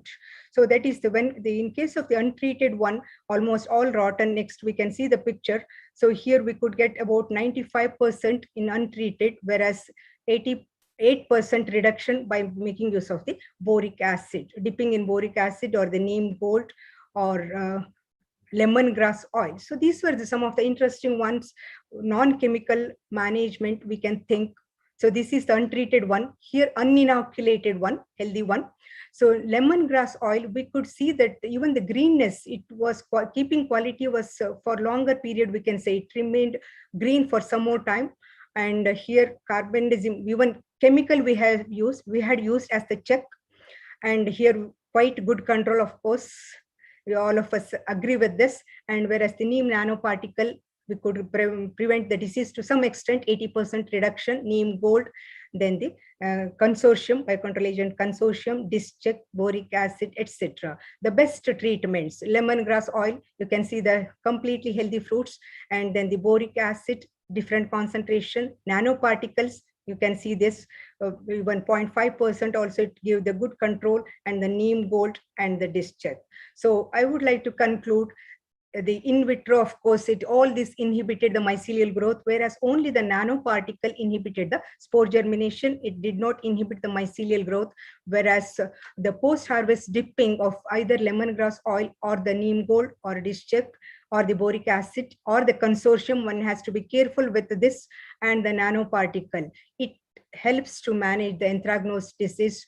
And I would like to thank the organizers, especially Indian Phytopathological Society in New Delhi, for giving me this opportunity to share my ideas, and US Harvard for financial assistance, and all students and the research assistants. And my special thanks to chairman of this, Dr. Suryavamshi sir, and Dr. Rawal sir. And I think I have kept up the timings. Thank you one and all.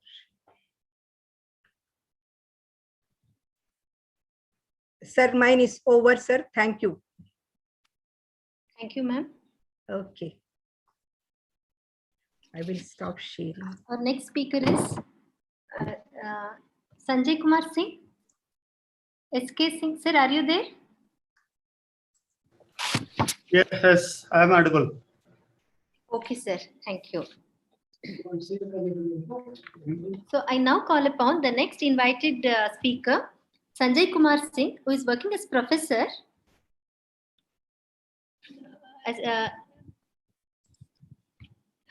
in Bihar.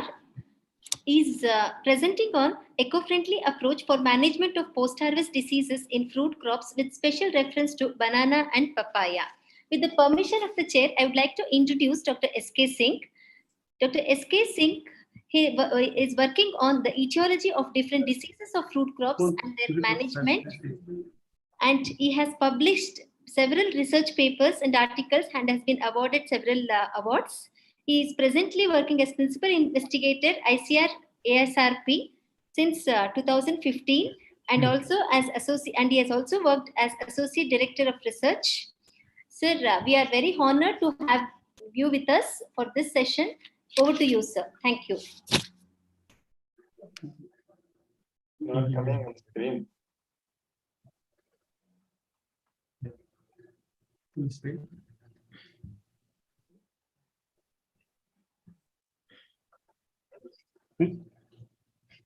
Good morning, good afternoon, everybody.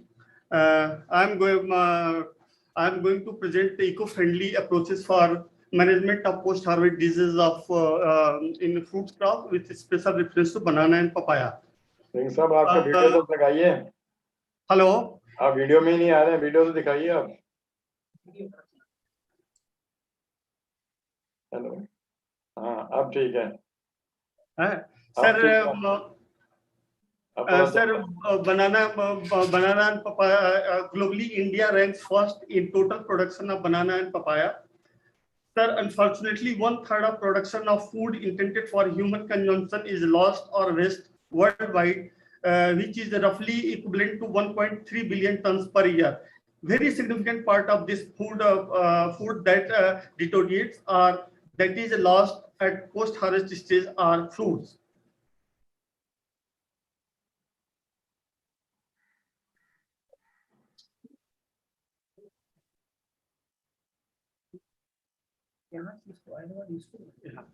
Sir, loss of different pathogens degrade around 20-25% of harvested banana fruits.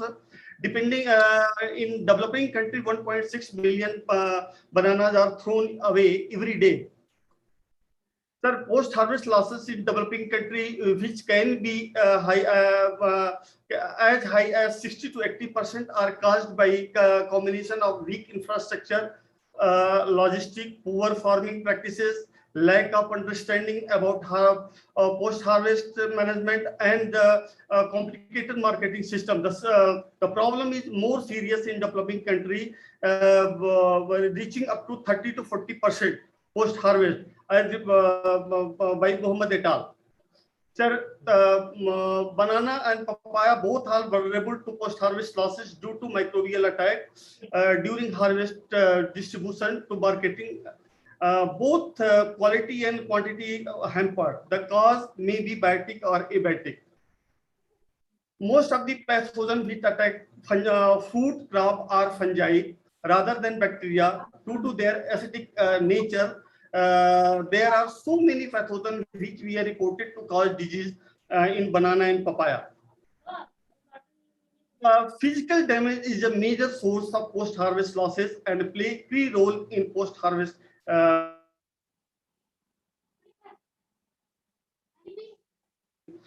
before, during, or after harvest.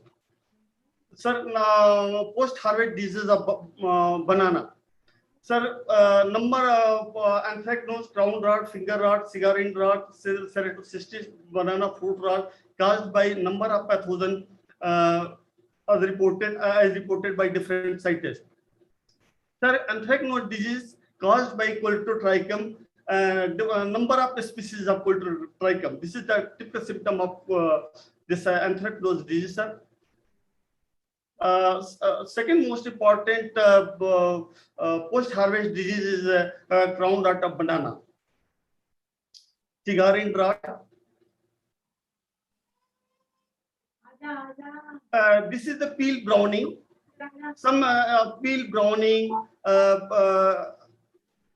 and peel brushing, peel cracking, finger drop, chilling injury, all are caused by abiotic factors or physiological disorders. In papaya, sir, number of post-harvest diseases are reported, like anthracnose, rhizopus rot, black spot, stamen rot, escocyta, botrytis, trichothecium, powdery mildew, decay causing pathogens. This is the typical symptom of this post-harvest disease of papaya caused by Coltotrichum.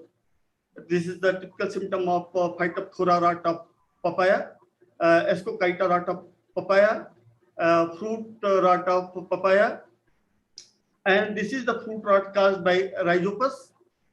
Fruit rot caused by the Formosus caryki papai. And this is the physiological number of physiological disorders also found in papaya, like skin freckle, pulp softening, pulp plus jelly, hard lump in pulp, chilling injury.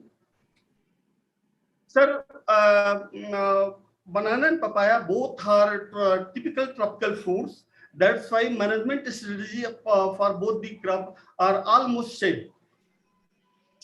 Management strategy of post-harvest disease of banana and papaya. Most of the post-harvest losses are due to fungal attack in tropical and subtropical food. Chemical control of post-harvest disease is widely used to maintain food quality.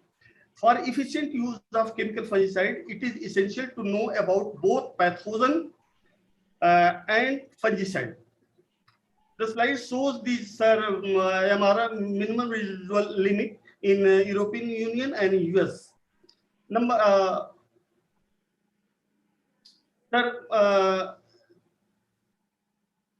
The list thiabendazole, imazole, imidazole, thiabendazole. Number of fungicides are for management of most of diseases are based on chemical in India, and the application of the fungicide divided into two parts. First, pre-harvest and post-harvest, and this is the list of fungicide used in pre-harvest in banana. And this is the list of fungicide used as a post-harvest in banana. And likewise, this is the list of fungicide used as a pre-harvest in papaya. And this is the list of fungicide used in papaya after as a post-harvest treatment. Sir, my topic is alternative eco-friendly management in control of post-harvest decay of papaya. There are so many papaya, banana and papaya. Sir, there are number of tools are available for management of this post-harvest disease. The excessive use of the agrochemicals in tropical and subtropical has led the discovery of new natural products, environment friendly and non-toxic to humans. Several workers reported that these chemicals are dangerous to human health as well as environment and ecosystem. Sir, physical in alternative method of alternate method of disease management, physical treatment is one of the most important. In banana, physical method is not so popular as in other fruit crops like papaya and mango. But some workers reported that the crown rot disease was managed with this hot water treatment. And as I have already discussed, the banana and papaya both are tropical fruits, hence should not store in refrigeration at below 10 degrees centigrade. It is ideal to store banana and papaya both above 13 degrees centigrade with 95% relative humidity. And this storage extending the shelf life of banana. Packaging of banana in modified atmosphere at 1 to 2% oxygen and 12 to 40% carbon dioxide, crown rot disease was managed as reported by different workers. Sir, please keep up the time. Sir, time manage kariye. Sir, hot water treatment is popular, and disease was successfully managed. Ultraviolet radiation C, also with the help of ultraviolet radiation C, stem in rot and the fruit rot of papaya was successfully managed as reported by Karuna Naik. And Ketothan, the excessive use of agrochemicals in tropical and subtropical fruit has led the search of new natural molecules, eco-friendly and non-toxic human. In several investigations, ketothan has proved its efficacy for controlling several post-harvest diseases. Sir, ketothan is a natural polymer, biopolymer from crab cells that is known for its biocompatibility, biodegradability, and bioactivity due to its low toxicity. It was the first basic substance approved by European Union for plant production, even in organic agriculture and integrated pest management. When applied to plant, ketothan show triple activity, induce resistance in host, also have antimicrobial property and film formation on treated surface.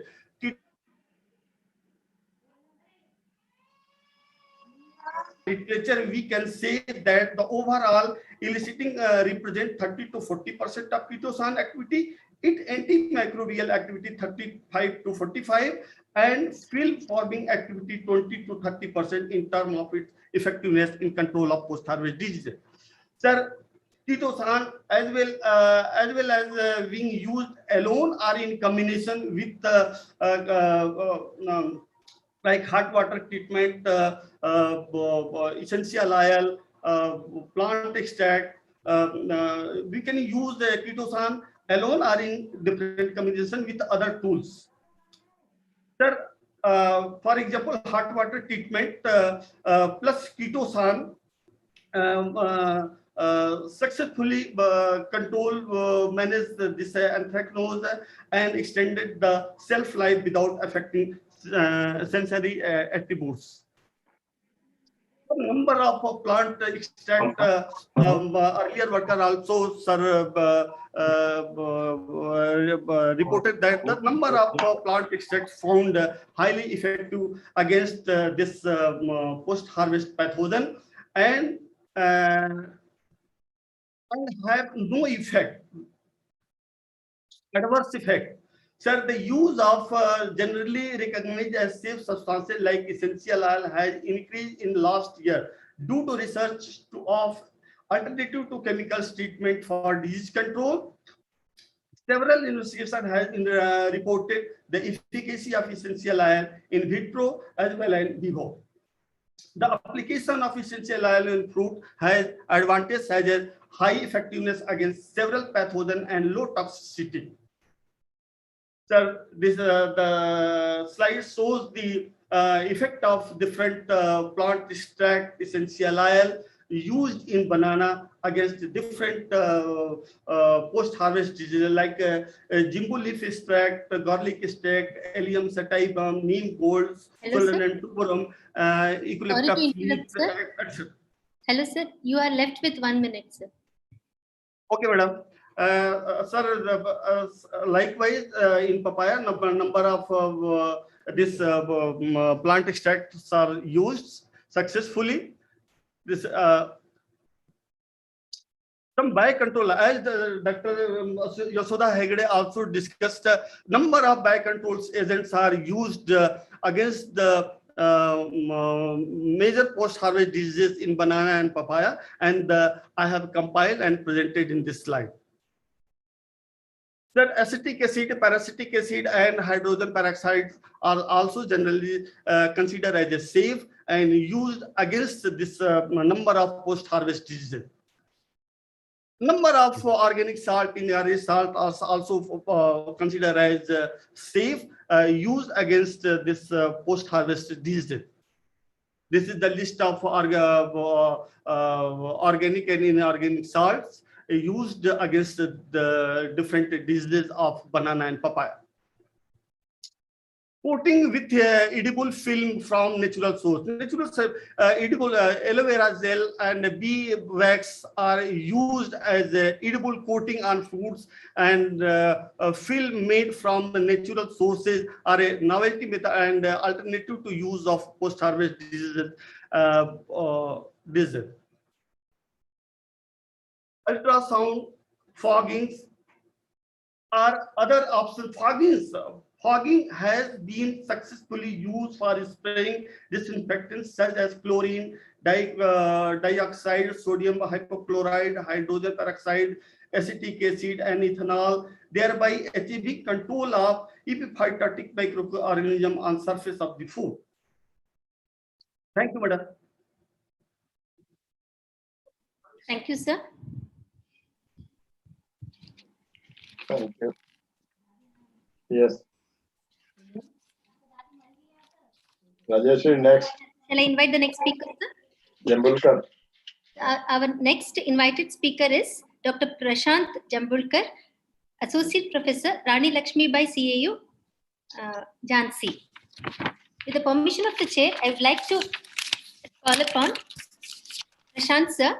Yes, sir. Yes, madam. My slide is visible. Yes, sir. You start sharing, sir. Dr. Prashant I have shared. Is working as Associate Professor and Head, Department of Plant Pathology, Jhansi, He has worked extensively on development of Trichoderma and Pseudomonas fluorescens bioformulations from native Trichoderma isolates. He has published 32 research papers and 13 book chapters and is a fellow of many societies and recipient of many awards. Sir, we are very glad to have you with us as an invited speaker for this session, and your slides are visible. You can go ahead, sir. Thank you. Thank you, madam. Thank you. I will not take much time. I will initiate my invited lecture on the post-harvest management of diseases in mango using non-chemical measures. Just a while back, we have heard Dr. S.K. Singh. He has also mentioned some of the non-chemical measures for the management of diseases in papaya and banana. So about mango, as we all know, we have two lectures back, we have heard about many major diseases in mango. Among them are the anthracnose, which is being caused by the Coleotrichum gliosporides, and it's a very major disease, as you all know it.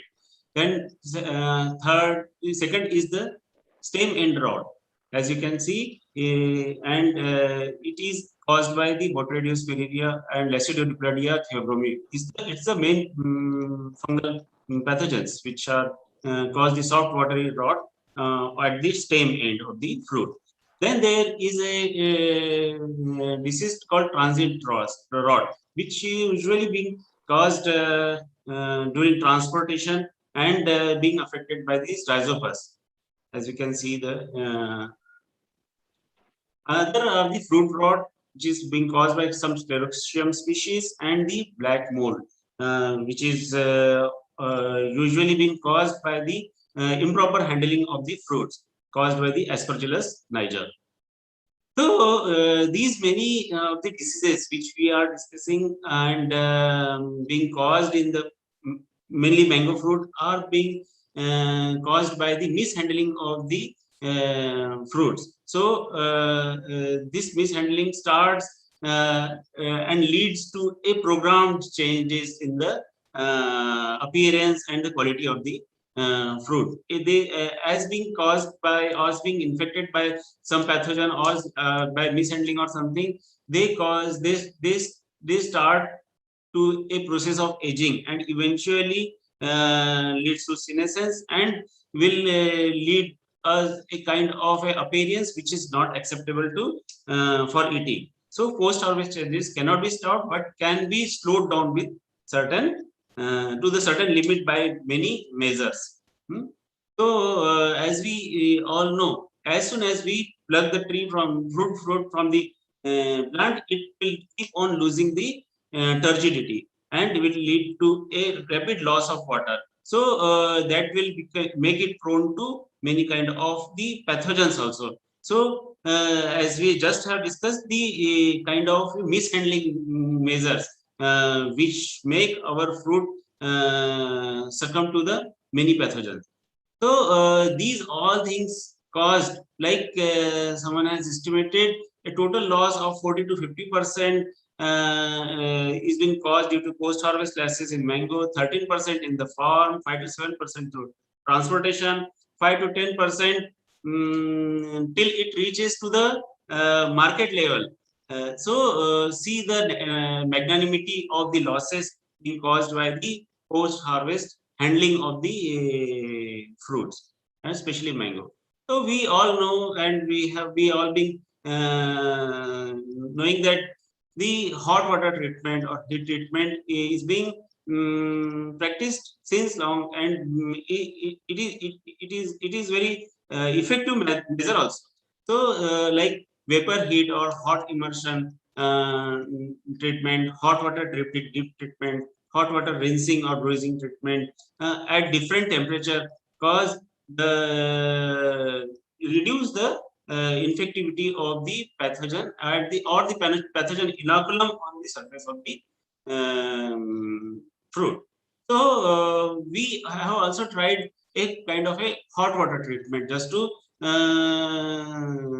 assess the various reports that this temperature is sufficient for this much time period. We have studied around 4 temperatures and found that the 50 degrees centigrade for 30 minutes was effective to bring down the infection level of the anthracnose as well as stem and rot in the mango fruit. And we have also found that the fruit fly damage, as we all know that in the orchard we usually get these fruit flies which just peers and damage the fruit. We never know, we cannot figure it out, even we after pluck the tree from fruit from the tree, but the infection has already been done, and it will be appear once the fruit is being under storage or under transportation,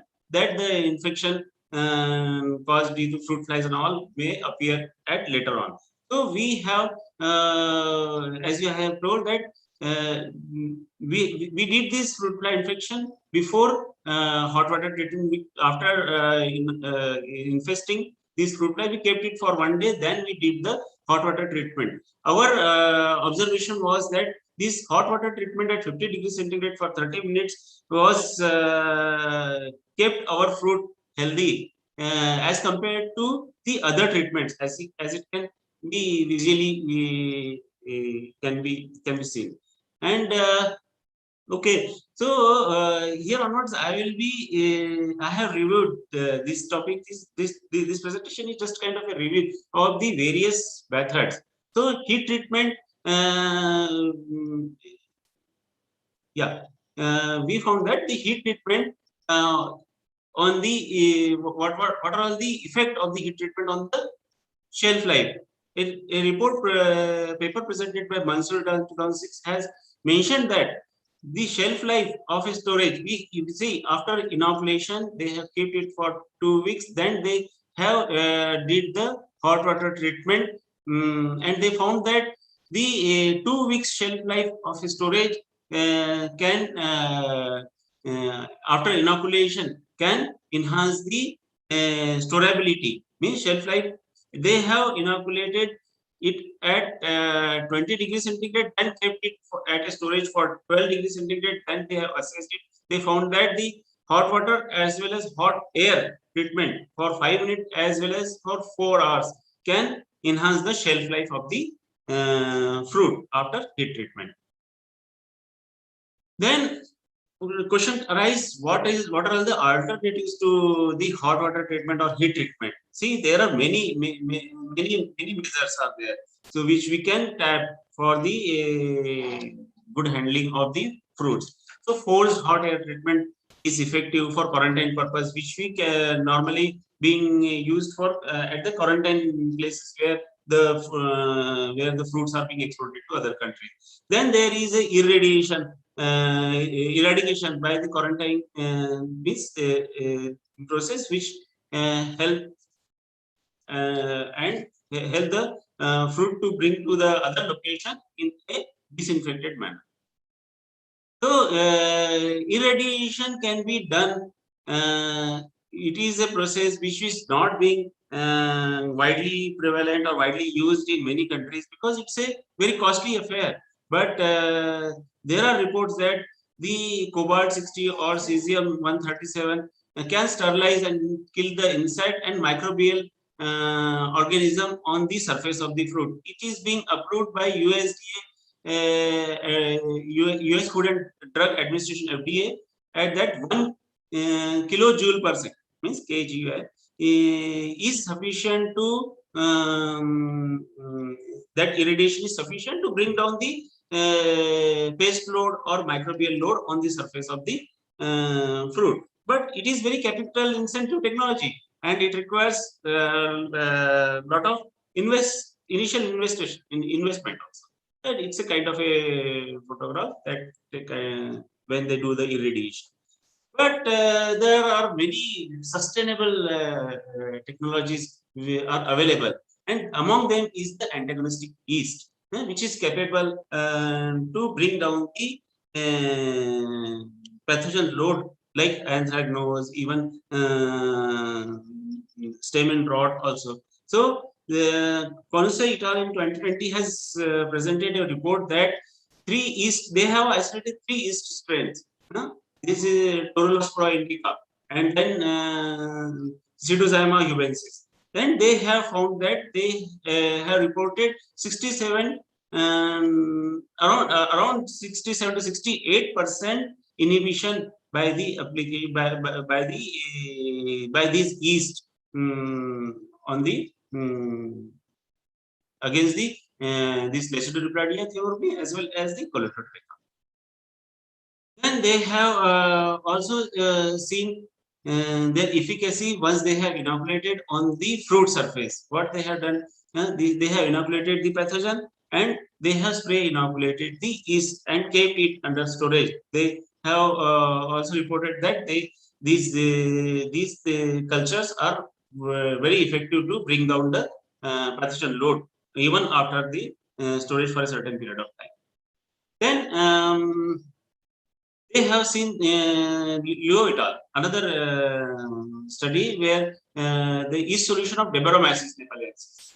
It has the Dr. Dinesh sir also has mentioned about its efficacy against the citrus.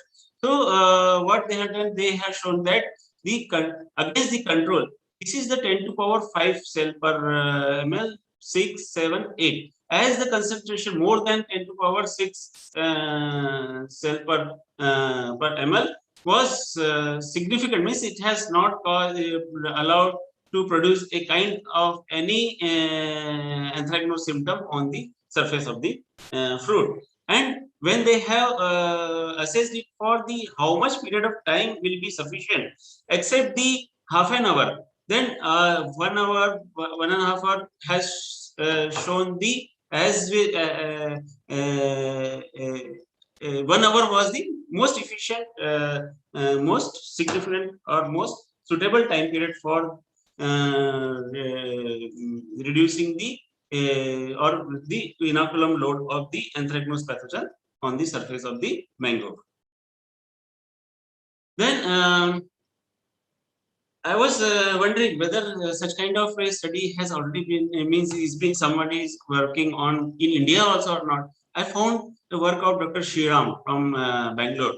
He has isolated from the fruit surface of the mango and around the 5 strains he has mentioned. But among them, these Candida tropicalis and alkaligenes, it's a bacteria, bacterial antagonist. These two were found very effective at even at the 10 to 12 days after storage period, soon after the treatment with this yeast as the bacterial antagonist.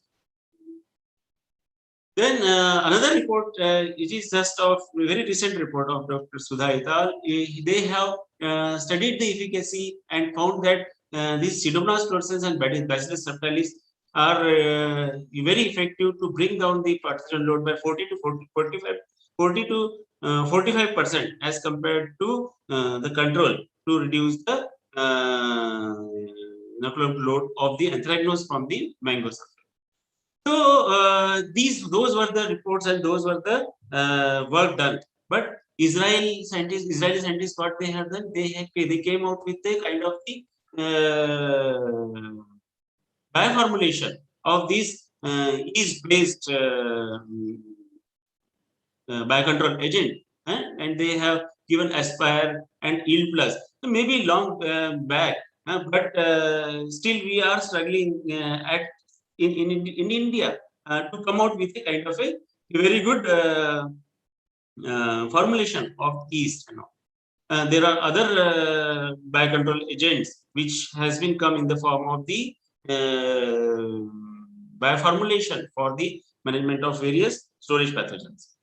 Apart from that, salt solutions like benzoate, silicate, carbonate, sorbate have other potential effect which we can tap for the post-harvest decay of the fruit. Their solution, like a study has shown that how long at how much temperature, this is salt plus the temperature, salt treatment, and when we put that salt treated fruits in a certain temperature for a heat treatment will be effective. So this study has showed that it was a sodium carbonate solution when the fruit has been dipped in the 20 degrees centigrade and 25 degrees centigrade. We can see. Yeah, just 2-3 minutes. A minute, sir. A minute. Yeah. That 45 degrees centigrade as well as 20 degrees centigrade. That at different for different hours, 2, 3, 4. See, 3 to 4 hours means 0 to 2 hours was not enough, but when we treat it for 3 to 4 hours was sufficient to reduce the load. Then there are many essential oils also. Just now we have listened to Dr. Singh, and there are also the vapors of the essential oil has also an efficacy to ward out the pathogens. So this is also a very cheaper and effective technology. We can just spray, inoculate, or dip the fruits before the storage in the essential oil, can manage the pathogen. Yeah. There was some kind of a study, and this is very pertinent, that induced resistance. Many of the bacterial antagonists as well have a capacity to induce the systemic resistance, and methyl jasmonate has been shown to induce systemic resistance in post-harvest pathogen. So methyl jasmonate, how does it improve the bioefficacy? The study has been proved by Go et al. In 2014 that it has increased the polyphenol oxidase, peroxidase, catenase, and multifold once treated along with the yeast. See, this is the third bar can show the efficacy of methyl jasmonate. When methyl jasmonate plus yeast treatment we give, we get the better result. So my point is that, see, lot of work has been done in the out of India, and some work has been done in India also. So we should go for the biocontrol measures for the post-harvest diseases by using yeast. For that, we need to screen and study the mode of action and come out with a wonderful formulation in India to bring out, because as we all know, these fruits are readily edible. So chemicals should not go in our stomach. We should go ahead with this technology. Thank you so much. Thank you, sir.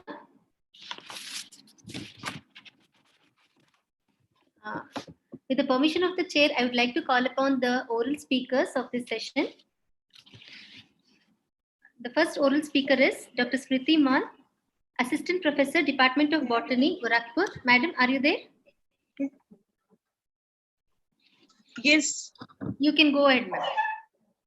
Okay. Thank you, madam. Respected chairperson, convener, and distinguished speakers, a very good afternoon to all of you. Good afternoon. Today, I'm audible. Madam, your slides are not shared. And you have 10 minutes, ma'am. Okay. Please stick on to the timing. Am I audible, ma'am? You're audible. You have to share the slides. Your screen is visible. Yeah, it is visible now. You can proceed. Okay. Okay, today my presentation topic is pre-harvest impact of phytoplasma diseases on vegetable crops in India. As we all know that phytoplasmas are small minute bacteria belongs to class molecules characterized by lacking the cell wall with pleomorphic shape that inhibits plant phloem seed tube elements. They are associated with more or less 600 plant species worldwide, and with a noticeable impact on agricultural economics. First, phytoplasma was discovered by Doe et al. 1967 in Japan. Now come to the phytoplasma disease status in India. Well, at present, 200 plant species have been reported from India that are associated with phytoplasma diseases, and phytoplasma shows a wide host range that includes vegetable crops, spices, medicinal plants, oil crops, ornamentals, cash crops, palm species, fruit trees, and weed species. There are 33 groups of phytoplasma that are already established on the basis of host range. Among that 33 groups, 916 SR groups of phytoplasmas are reported from India only. And the 9 identified groups of phytoplasmas in India belongs to 7 international recognized species of Candidatus phytoplasma. For phytoplasma classification, since phytoplasmas are non-culturable, that's why we use the term Candidatus for its classification. And the 7 international groups are Candidatus phytoplasma asteris, Candidatus phytoplasma pruni, Candidatus phytoplasma josephi, Candidatus phytoplasma trifoli, Candidatus phytoplasma solani, Candidatus phytoplasma orezi, Candidatus phytoplasma phoenicium, Candidatus phytoplasma aurantifolia, and Candidatus phytoplasma australacea. These are the 7 important groups of phytoplasmas that are very much reported from our country. Among that, aster yellow 16S, our first group, is the most prevalent and dominant group. Around 25 diseases of phytoplasmas are caused due to this single group only, followed by rice yellow dwarf 16SR 11th and Bermuda grass white leaf group 16SR 14th. This 16SR 11th group, that is commonly called rice yellow dwarf, also associated with sugarcane grassy shoot disease of sugarcane. And there are few diseases that are the major phytoplasma diseases in our country. These are sesame phyllodes, brinjal little leaf, sugarcane grassy shoot, sandal spike, coconut wilt, and erica nut. These are the major phytoplasma diseases that causes huge economic loss to host plant at standing situation. Phytoplasma diseases are well documented from northern and southern part of the country, followed by remaining parts of the country. Here, these are the groups of phytoplasma, total 16 ribosomal groups based on 16S ribosomal RNA conserved region gene and 21 subgroups till date associated with vegetable crops worldwide. Now, some few historical backgrounds or interesting facts about phytoplasmas. Here, 6 diseases are mentioned in the slide. The one is a root wilt disease of coconut, first reported from Kerala, South Kerala in 1874. Sandal spike reported from Karnataka in 1899. Yellow leaf disease of erica nut reported from Central Kerala in 1914. Brinjal little leaf disease first reported by Thomas and Krishna Swami in 1939. So very old these diseases are, but still persist and shows reoccurrence. Sesame phyllodes first reported from South India in 1930. Sugarcane grassy shoot disease first reported from Maharashtra in 1949. So after this, several plant diseases of phytoplasma etiology have been reported and confirmed from India, but the historical background shows that phytoplasma are very older in our Indian continent. Hello, ma'am. Sorry to interrupt. You are left with a minute. Okay. Phytoplasma disease of vegetable crops. Vegetable phytoplasmas are associated with a few of the important families like Apiaceae, Asteraceae, Cucurbitaceae, Fabaceae, and Solanaceae. And other vegetable crops that are affected with phytoplasmas are potato, lettuce, French bean, chili, and mung bean. Here, these are the symptoms of phytoplasma on vegetable crops. Like the first one is little leaf of brinjal and big bud in tomato, which is broom in cucurbita pepo, flat stem in lettuce, which is broom in chili, and which is broom in cabbage, and flat stem in cowpea. A very typical and clear symptoms of phytoplasma are shown by all these vegetable crops. Other one is here, we did a detailed study of this brinjal little leaf phytoplasma. Here, this disease is very widespread all over the country. Thomas and Krishna Swami first reported this disease in 1939. This disease shows 40 to 78% incidence. Symptoms are basically little leaf and phyllodes, which is broom, and yield losses are recorded up to 80 to 90%. On the basis of molecular analysis by applying multilocus gene characterization, this disease, brinjal little leaf disease, is identified into mainly that phytoplasmas belong identified to 2 groups only, 16SR second and 16SR sixth. These 2 groups are highly widespread in our country. that are associated with phytoplasma and with subgroup D. But recently in 2021, we also reported a new subgroup associated with this disease, that is 16SR6A subgroup. And one natural vector is also there, that is Histimonas. Sorry, you have to wind up, ma'am. I'm very sorry. Okay.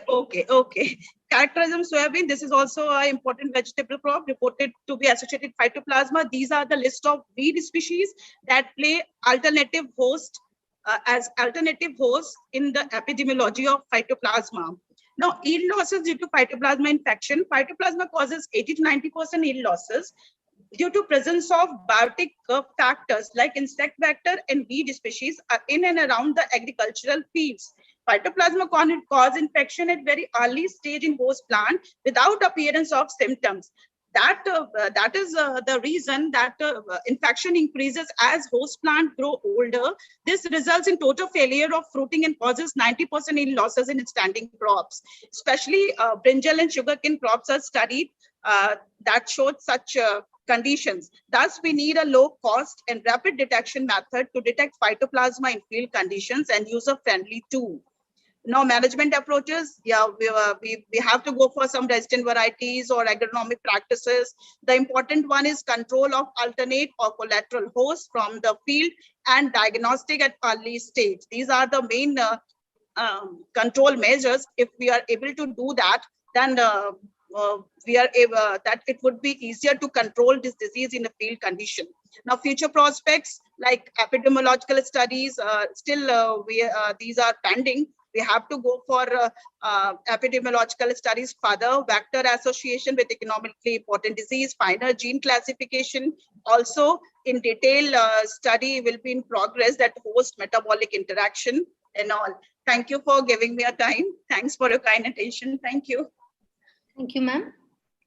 Our next speaker is Dr. DJ Patel. Sir, are you there? I don't think he's there. Are you there, sir? Am I audible to you? Yeah. You are audible. Am I audible now? Yes, sir. Am I audible? Yes, sir. You're audible. You can proceed, sir. Yeah. Your slides are visible. You can put it into slideshow mode and proceed. Yes. Respected Chairman Dr. Rawal, Convener Dr. Divappa, Reporter Dr. Singh, Dr. Taish, and maybe Coordinator Dr. Daristri and dear participants. I'm presenting a research paper for 2 years data that is on denicotinized tobacco dust, plant origin for effective management of common scale and root knot nematode disease infection on potato tubers in the field. In fact, this denicotinized tobacco dust is a waste product after extracting the nicotine from BT tobacco leaves. And we thought that let us try this waste material. It contains about 12 to 13% calcium and 2.2% nitrogen, 0.5% phosphorus and 0.4% potash. And besides that, very negligible amount of the nicotine, 0.2 to 0.4%. So we planned this study. For control of these important diseases. And it was also, located, we conducted on the farmer's field. Farmers is growing since last more than 20 years this potato, and he was having severe infection, facing a big great problem of these two diseases. Now, next slide, you can see that we tried the different doses of denicotinized tobacco dust, and right from 4, 6, 8, 10, 12, 14, 16, and a control without application of DTD. The DTD with denicotinized tobacco dust for incorporating the soil by broadcasting 2 weeks before potato seeding.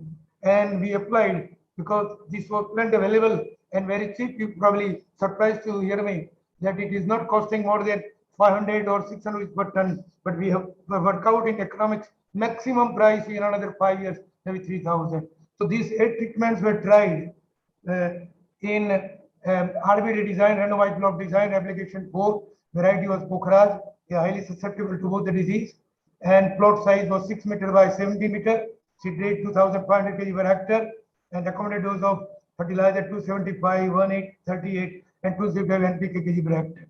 I tell you, such infected potato we tried, and in the infected field. And if you see the table, the population of nematode, of course, common scale is already there in the soil. Initial population was 183 juveniles for 200 grams soil. It is much, much higher. Normally it is 80 to 100. So it is 180 juvenile Melaleuca incognita. And we conducted trial for 2 years, that is 2019-20 and 2020-21.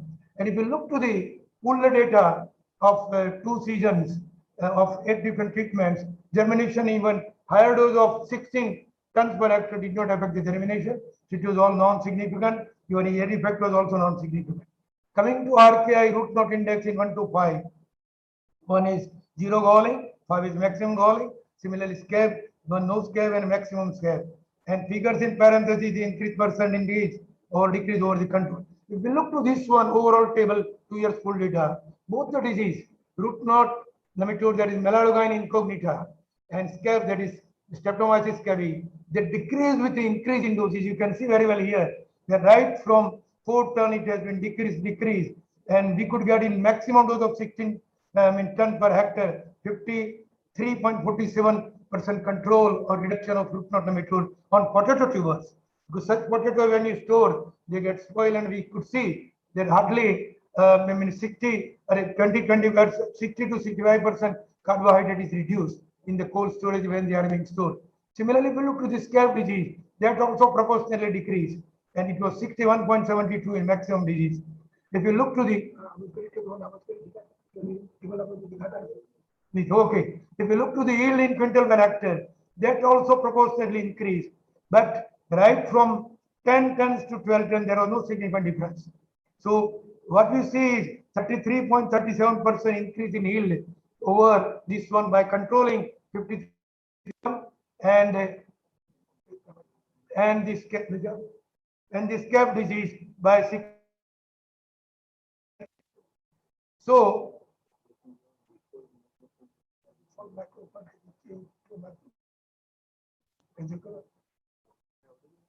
are you audible? Hello? Hello? Sir, you are audible. You're audible, Yeah, sir. I'm audible. I will complete in another 1 minute. Yes, 2 minutes. yes, sir. Yeah, if we look to the overall 2 years pooled data, you see that a very good control of root knot nematode on tubers, root knot control on very good on tubers, and even the potato scab disease, which is at least a problem throughout the country wherever potato is being grown. Root knot nematode, golden nematode is separate. And since last 8 to 10 years, we are getting infection. And of course, quality aspect due to study. If you look to the economics, we have worked out the economics.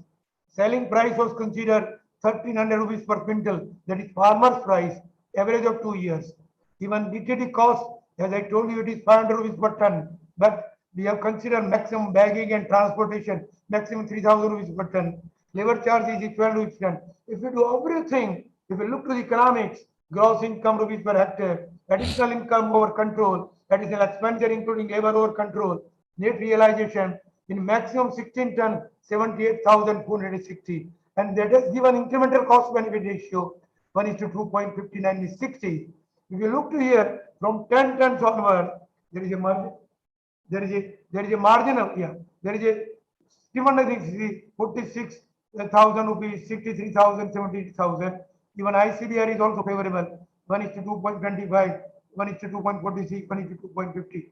So we advise the farmers to control these diseases, 2 diseases. They must apply at least minimum 10 tons of DTD per hectare, and it is even a very good result. They are going to publish in the scientific journal also. Now in future, what we are doing is we are going to conduct a large scale demonstration with 10 tons, 12 tons, 14 tons, or maybe 10 and 12 tons, and only no control. Control means no DTD application. All other recommendation practices were common fertilizer and everything. And on large scale, about 1 hectare area, we will do this demonstration, and we will work out the real economics, how much a farmer is there. And if you look to the final picture, you can see the central one is the potato from control. You can see scab, you can see swelling effect. That is just like a prickly heat of root knot nematode. There we have found eggs and different stages of root knot nematode Melaleuca incognita. If you look here, 12 tons, I think comparatively the potato are luster say, and they are shining. Even in 14 tons also it is like this. Unfortunately, 16 ton picture we have not taken for this. So in conclusion, I want to say denuclearized tobacco dust as a waste material, very cheap and very effective for control of both the diseases, common scab cause of Astronomus cabbage and root knot tomato, Melalogani, I mean incognita on the potato tubers. Thank you very much for patient hearing and giving me an opportunity to the organizer, giving me opportunity to, present my research of 2 years full data with economics. Thank you very much. Thank you, sir. Hello. Thank you so much. I now call upon the next speaker, Dr. Amar Bahadur, Yes, madam. College of Horticulture, Tripura. Hello. Sir, you can proceed with slide sharing, sir. I have just, Rajasri, I have one request. Yes, sir. Rajasri. Yes, sir. See, since 11 o'clock I am sitting here. Yes, my sir. request, I understand. My request to the Honorable Chairman in future, because without lunch I am sitting both. 11 o'clock I came, 11 o'clock time was there. So my request is kindly, in future, if we adhere to the time, it will be much helpful to the speaker. Thank you very much. Yes, sir. Thank you, sir.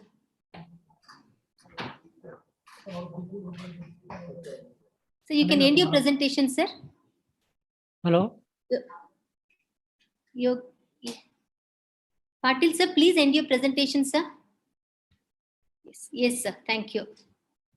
You can slide your upload your slides, sir.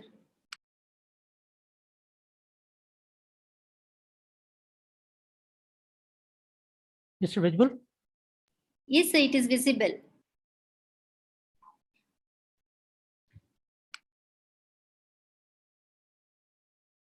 Okay. Thank you, Arjun, to given to this review paper is presentation in the seminar. Role of penicillium in fruit rot of citrus and their management. This in citrus fruit, most important species causing the diseases, post-harvest losses. There are several species in penicillium. Some are beneficial, some are harmful. There is a green mold and blue mold. This is most important in citrus crop. The economic losses already reported to 90% of the citrus, but the green mold, the major post-harvest diseases in citrus to cause 60 to 80% economic loss. But in the major post-harvest losses in the cold storage, this is Penicillium italicum, this is the blue mold. But in nuts region, there are 30 to 50% of in citrus reported loss. The symptoms, this look like the most common symptoms of post-harvest disease globally. This is the carcinogenic and mycotoxic production, this is human. If it processed food, the product by the contaminated the fruit. And blue and green mold, the similar symptom, but there is spores of green and blues, we can identify the blue mold and green mold. There is some other country, whisker mold, and so there is a Kinno, there is Penicillium expansum and the Penicillium utilicum. This is the two species are not found that India reported not, but there is some variability on the Aspergillus species in the particular region. It's not shown here, but it may be found the several because they are causing the disease at several types of citrus species. So you can see here the symptom on this blue mold, and this is the green mold. And this is whisker rot. We can find here the some exudates of the after rotting. You can find this exudation. After rotting, we find some volatile compound, the aminones and ethylene, ethylene already find. You can find. Citrus in North India, there is 17 species, but 18 species are the locally. In Mandarin, the most important citrus variety in India, but Kasi Mandarin in North India is most important. There are some species are there, but they are going in different states. This is green mold. This is the actual causing intimate temperature maximum 20 to 30 degrees centigrade. And green mold not in nesting fungi, not in nesting fungi. If we infected by food, the particular that's the rotting is there. Particular this fruit. And the blue mold, this is spreading in the box. There the spores producing the enzyme, disrupting the absorption, the infection of the fruit in the box. This is production of the ethylene, this large amount of ethylene. This is tolerant to cold or storage. You can see here there is spore and this mycelia.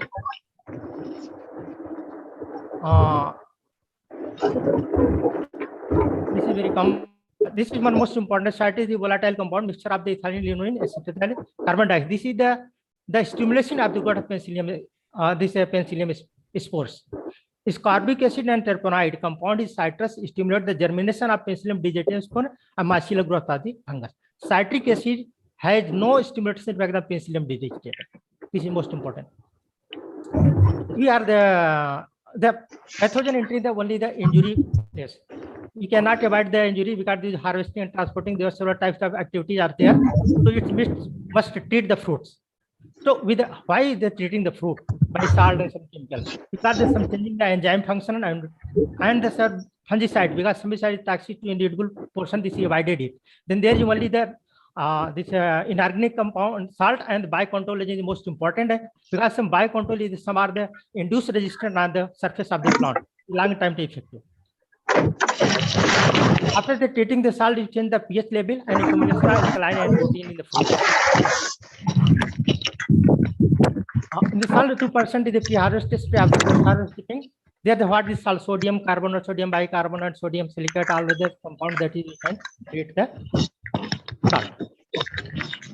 You see here that after the treatment, hydrogen peroxide and nitric oxide, we can see here the what the change in the fruit.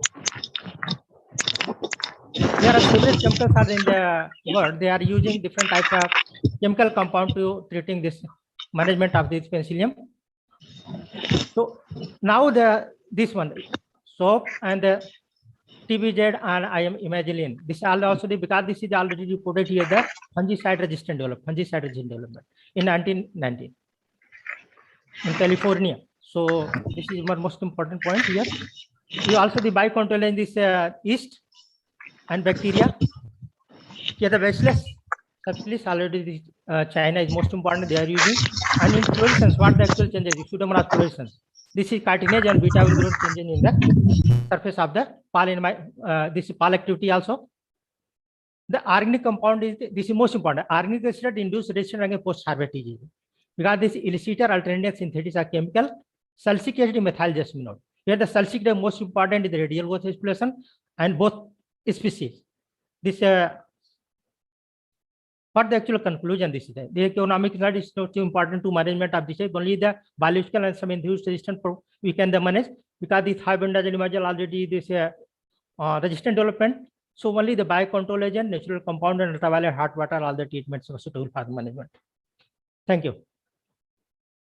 Thank you, sir. I call upon the next speaker, Dr. M. Vijay Lakshmi from Rajendra Nagar, Hyderabad. Ma'am, are you there? Vijay Lakshmi, ma'am, are you there? I now call upon the next speaker, Anshul Bhatia from IIRI New Delhi. Sir, are you there? Ma'am, I am Anshul Bhatia and I am from Guru Gobind Singh Indraprasth University, not IIRI. Okay. Okay, ma'am. You can share your slides and go ahead. Yeah. Good afternoon, everyone. One second.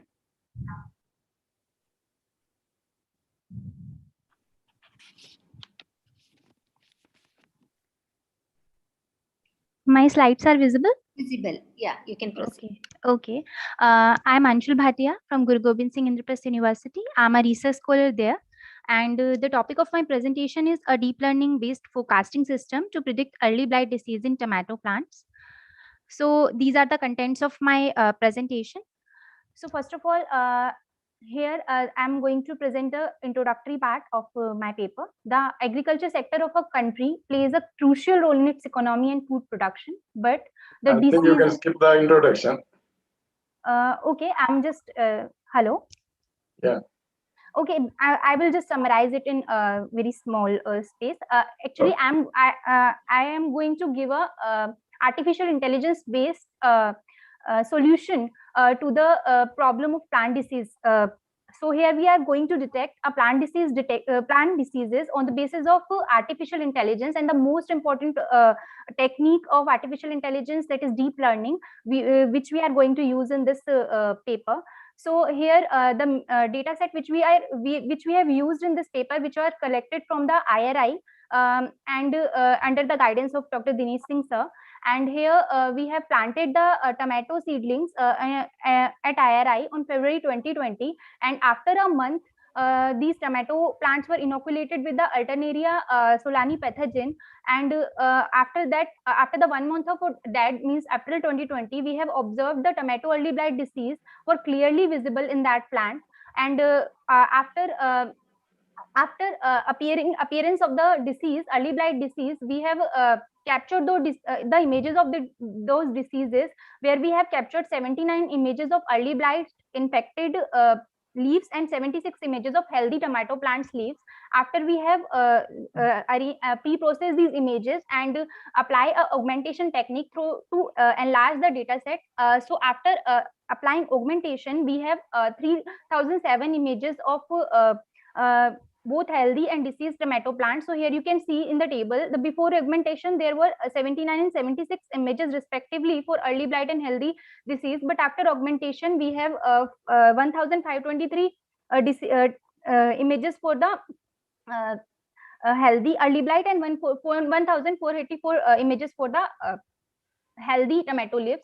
So these deep learning classifiers which we have used in the in this paper, MobileNet V2, NestNet Mobile and DenseNet 121. I'm not going to explain it in very detail. I'm just going to tell you that it is a convolution neural network architectures in which worked on the layers concept. Here we have 3 layers: input layer, hidden layer, and output layer, and there are various layers in these architecture, and but there are only their architectures are different and number of layers are different, but they all detect they all have the one work to detect the images or to detect the plant diseases from the images.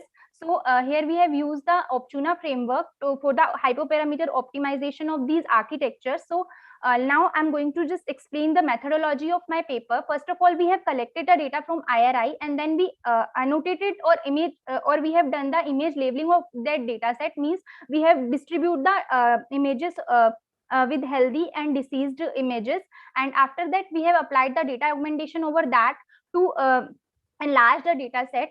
And after that, we have applied the 3 models over that: NestNet Mobile, DenseNet 121, and MobileNet V2. And after that, we have applied a classification layer which will classify the diseased and healthy leaves for us. And the parameters of this fully connected layer has been optimized using the Optuna framework. So here you can see the after applying this model, we will get to our model will detect that if we giving that model a image, then it will tell us that the particular image is healthy or diseased. So in this way, we can create a automatic model for the farmers or agriculture experts. So here you can see the results of my paper. Here you can see the we have get the highest accuracy of 99.67% with DenseNet 121. Means if a farmer or agriculture expert will give a image, and then our model will accurately identify that the particular image is a diseased image or a healthy image. So in this way, we have calculated we have developed the automated image model for the plant disease prediction of early blight disease in tomato plants. And this model can be used for the other crops also. Only we have required a data set for that. And as the conclusion in the conclusion, I'm just want to tell you that the DenseNet 121 was the highest accurate model in our study, and we have also calculated the other performance measures, lower set1 score, precision and recall for the same. And this model will be very helpful for the farmers and agriculture experts, where they can identify the disease on the basis of the images only. And in the future, we can develop a mobile application or web application by using the results of these models, and it will be these are the references which I have used in our study. Thank you. Thank you, ma'am. I now call upon the next speaker, Dr. Chanda Kushawal from Bihar. Yes, I am here. Yes, you can share your slides and proceed, ma'am. Yes.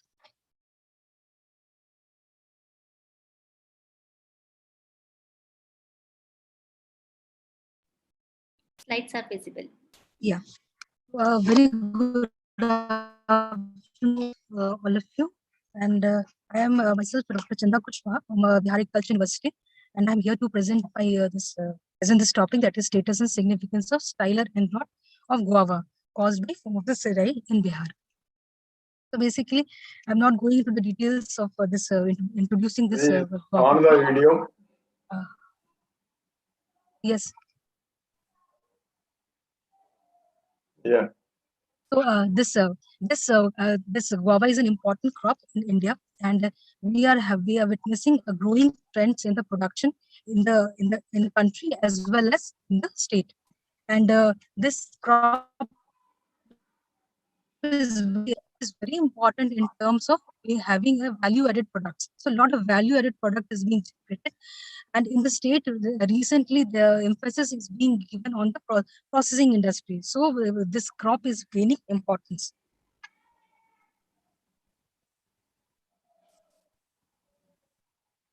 So, so we had conducted surveys regarding with regards to production. The production is having a lot of constraints. So among those, I am just concentrating upon the disease aspect.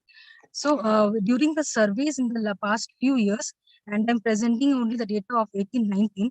So we witnessed that on the fruits there are two major diseases that showed occurrence. That is the anthracnose, that is already known, and recently we are witnessing the incidence of styler and rot. So the surveys were conducted three times in a year, and we found that styler and rot was coming next to anthracnose fruit. Here I have presented the data from 2016 to 2020. What it was prevalent from the February, May, and June to September. So in all these during these months, it was prevalent, and uniformly we found, and consistently we found that during June to September months, the incidence of styler and rot was quite high when compared to its occurrence during February to May. So, and this symptoms, that is the very typical symptom of browning at the calyx end. So this was this was the most prominent symptom that we could see, and we could confirm it by the presence of the pycnidial structures and the pycnidial spores that could be observed under the microscope. What we found that all various stages of the guava fruit was found infected with this phomopsis. So when the infection was quite early in the stages of the fruit development, we found that there could be the complete loss in production of guava. So that production disease is having an early onset, and if it is having a later onset, then the quality of fruit is getting degraded. So this is going to fetch a lower market price, and thereby the loss is incurred, economic loss is incurred. Apparently, we collected some of the fruits that were healthy from the fields, and when we had gone for storage for up to a week, so after 4 to 5 days, we found that there is development of this typical symptom of phomopsis, right, on those fruit. So this disease can have a post-harvest significance also when it is going for far of marketplaces, and under the situation where the appropriate transportation facilities are not available. So under those conditions, this disease can cause significant post-harvest losses. So this is just a correlation, just to an indication how weather parameters might affect. So the temperature, rainfall, temperature maximum, and rainfall, just during those periods we have just compiled, and we found that definitely the warmer condition and the higher humidity. So during this period, been quite high. So higher humidity and warmer temperatures, both minimum and maximum, contributed towards the development of more amount of this disease in this crop. So during our sampling procedure, we found that there were interactions. It was not that the disease is only found independently. So it is also associated with, we found that if there is occurrence of styler and rot, and it was also associated with the fruit borer incidence. So once their wounding is there somehow, then this disease can become prominent.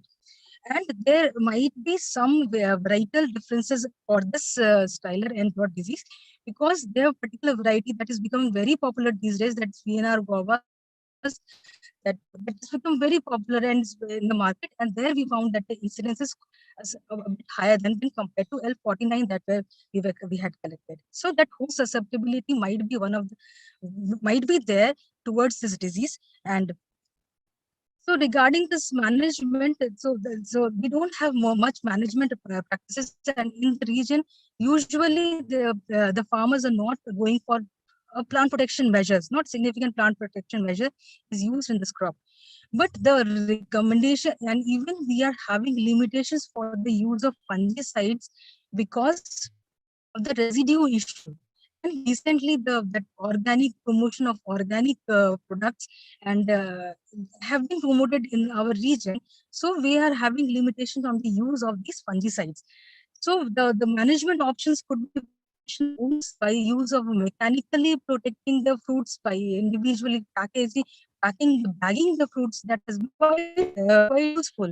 And then some of the pre-harvest spray quite early during the fruit development stage is also good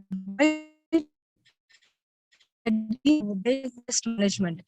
So the use of fruit traps or thing could be a measure that can manage this disease and reduce the subsequent post-heart losses. And lastly, the transportation storage appropriate that cool transportation facilities, if it is available, then definitely this post-harvest loss could be managed. So this emphasis, since the emphasis is given on the processing industry, and the disease is coming up in and is going to affect the production as well as can lead to post-harvest losses. So appropriate management strategies.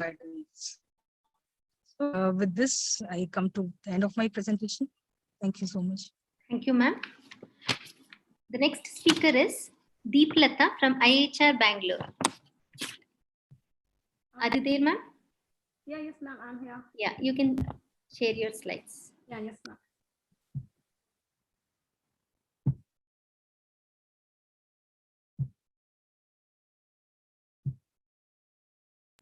Yeah, slides are visible. You can go ahead. Okay, ma'am. A very good afternoon. My name is Deeplata, a PhD scholar at ICIHR, and my topic is effect of salicylic acid, chitosan, and ultraviolet C radiation. Just a second, ma'am. Actually, there is something I'm not able to see. The slides are visible. You can go ahead. Okay. And my topic is effect of salicylic acid, chitosan, and ultraviolet C radiation on minimizing the spoilage of white pearl dragon fruit.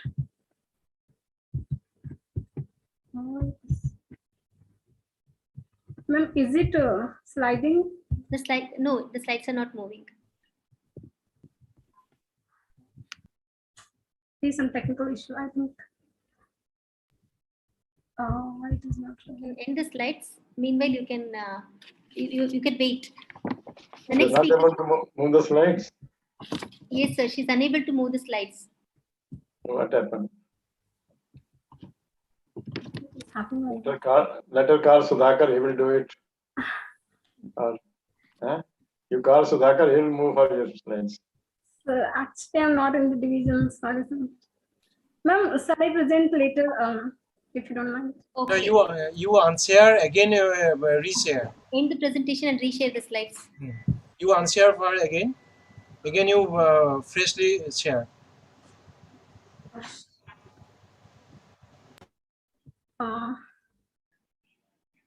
Put it onto slideshow mode. Yeah, yes, ma'am. Yeah. Yeah, now it's okay now. Sorry for the inconvenience. Dragon fruit, recently it has introduced in India and gaining popularity due to its potential health benefits and high economic value. And it is having a high export value. That's why this crop is gaining popularity nowadays. But the post-harvest decay is the major problem during this storage. Regarding this, chemical fungicides are effective, but due to the residual concern and the several export restrictions has restricted the use of these chemicals. So we need some alternative which can be effective in controlling the diseases, and as well as it should be eco-safe for using eco-safe in use. So keeping these points in mind, the current study was planned with the following objective. The aim of this study was to study the effect of eco-safe compounds salicylic acid, chitosan, and UVC on quality and post-harvest decay of white valve dragon fruit. For the experiment, sound and healthy fruits were collected from the research farm and then washed with the chlorinated water. Then the treatments of salicylic acid and chitosan, salicylic acid 2 millimolar and chitosan 1% was given by the dipping method, and then UVC treatment was given for the 7 minutes. Then after the treatment, fruits were air dried and packed in CFB boxes and stored at the 6 degrees centigrade temperature. And observations as I have given here, weight loss, antioxidant activity, phenols, and sugars, along with sensory attributes were recorded at weekly intervals till 28 days. The results, as you can see, till the second week of this storage, there was no disease symptoms in any of the treatment. But later at the 3rd week, symptoms were clearly visible, and it was highest in the case of control fruit and minimum in the case of salicylic acid. At the 28 days, disease symptoms were severe in the case of control. As we can see, more than 50% fruits were spoiled, but it was less than 20% in the case of salicylic acid. And weight loss was minimum in the case of salicylic acid, followed by the chitosan, because the transpiration and respiration losses were inhibited by the salicylic acid, and chitosan provide a better barrier for the moisture loss. And this weight loss was maximum, almost 10% in the case of control fruit at last day of the storage. And thesis was maintained highest in the case of salicylic acid. It happens because the less loss of the moisture. That's why soluble solid content was more in the salicylic acid. And followed by the UVC treatment, and it was minimum in the case of control fruit. It reduced from 12 to 8 degrees centigrade in the case of control. Fruit firmness and peel firmness were associated with the senescence. As the senescence proceeded, softness increased, but the softening was lesser in the least in the case of salicylic acid, followed by the UVC treatment, and it was highest in the case of control. It happens because salicylic acid was able to inhibit the ethylene biosynthesis, which is related with the senescence. And pulp color was expressed in LAV value, and L represents the brightness, B for the yellowness, and A for the red color. Lower value of the L and V is associated with the higher content of red color, and higher value of the A represents the more intense red color. In the case of salicylic acid and chitosan, it was almost similar, but here we can see UVC treatment, it showed the highest value of red color, highest value of L value, which represented the lower intensity of red color. And all the A value was maximum in the case of salicylic acid, and minimum V value was observed in the case of salicylic acid. And this was B value was highest in the case of control, which reflected that red pigment content was least in the case of control fruit. The acidity and ascorbic acid saw a significant decrease as the storage period exceeded, and the higher value of acidity and ascorbic acid was maintained in the case of salicylic acid. It happens because the respiration process were reduced in the case of salicylic acid, which was effective, and ascorbic acid is related to, as we know, it is the water soluble vitamin, and higher content of moisture was in the case of salicylic acid. That's why it was able to maintain the higher ascorbic acid. Total sugar content. Sugar content was drastically reduced as the storage period exceeded, and at the last day of storage, it was maximum in the case of salicylic acid, followed by the UVC treatment, and it was minimum in the case of control fruit, because all the deteriorated places which are responsible for the sugar consumption, it was least in the case of salicylic acid treatment. And spoilage, till 14 days, we didn't see any visible symptoms in the fruit of all the treatments. But as the storage exceeded and the 3rd week of the storage, it was maximum in the case of control fruit and minimum in the salicylic acid treatment. as it induced the resistance in the fruits. That's why disease symptoms were less. And at the 4 week of the storage, 28 day, it was more than 50, it was almost 50% in the case of control, while it was only 18% in salicylic acid treated fruits. These are the pictorial view of the fruits, spoiled fruit during the storage. And antioxidant activity, which is a major factor for deciding the control of the symptoms, and it was highest in the case of salicylic acid, because salicylic acid increase the activity of enzymatic and non-enzymatic antioxidant content of the fruits. And a similar pattern were observed in the case of total phenols, and total flavonoids was found highest in the case of chitosan treated fruit during the 21 and 28 days. It happened because there was some off-flavor development due to the anaerobic condition created in the chitosan treated fruit. While SA was able to maintain a higher amount of total flavonoid as compared to other treatment till the 28 days of the storage. And sensory attributes were taken during all the intervals, but here I have represented only the 21 and 28 days. And in the case of salicylic acid, till 28 days also is scored highest 8 for all the parameters, all the attributes scored highest. Even for 21 days it scored 8, while at the 28 days it was still more than 6. Like it was acceptable condition. While in the case of control fruit, it was least acceptable at 21 days, but 21 days, and it was unacceptable at 28 days. So we can say salicylic acid was effective in maintaining the organoleptic quality of the white pulp dragon fruit at till 28 days of the storage. I'd like to summarize my work as till 14th day there was no symptoms in the fruit for all the treatment, but later as the storage exceeded, symptoms will be visible for those all the treatment which were given to the fruits. Among them, salicylic acid was found. It scored highest for all the physiochemical and sensory attributes. And UVC treatment was also very good, but in the case of UVC treatment, there was some discoloration in the fruits, peel color. That's why it was not that effective. And the chitosan, it was able to maintain the weight loss, and peel color was also good in the case of chitosan. But due to the development of off flavor, which happened due to the creation of anaerobic respiration, we can't proceed with this treatment. So at the last day of storage for 28 days, spoilage percentage was maximum in control, followed by the chitosan treatment. It happens because of that creation of anaerobic respiration, anaerobic condition, and salicylic acid was able to maintain the less spoilage with only 18%.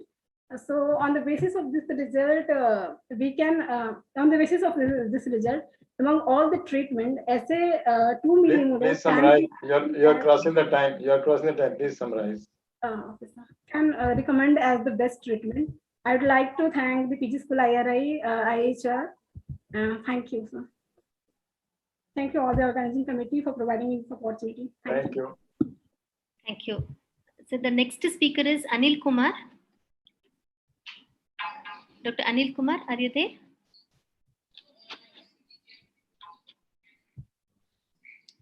Okay, the next speaker is Ramakrishna from MPKV Rahuri. Ramakrishna, you're not there.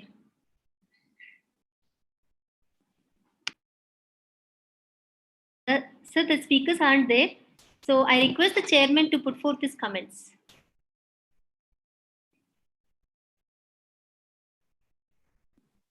Hello, sir. Sir, yes, sir. We have finished the oral presentation. Yeah. In nutshell, I will summarize the progress of technical session 2A. Yes, sir. Out of both two lead lectures were delivered by one by KP Singh, another by Dinesh Singh. Among invited papers, out of five invited lectures, only four were delivered by that is by Yeshu Nabi, PK Shukla, Sanjay Kumar, Dr. Yashoda Hegde, and Prashant Jambulkar. There were in all in oral presentation 9 presentations.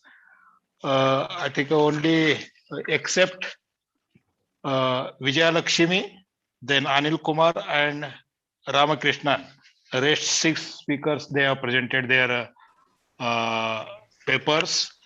All were nice presentations, especially on post-harvest disease management. And I must acknowledge, I am very much grateful to the entire team of this technical session 2A, especially Dr. R.D. Rawal, then the convener Dr. Devappa, and rapporteurs H.K. Singh and S.S. Wes. Thank you. Thank you, madam. Thank you, sir. Yes. Thank you so much. We are very much overwhelmed with your kind suggestions and wrap up, sir.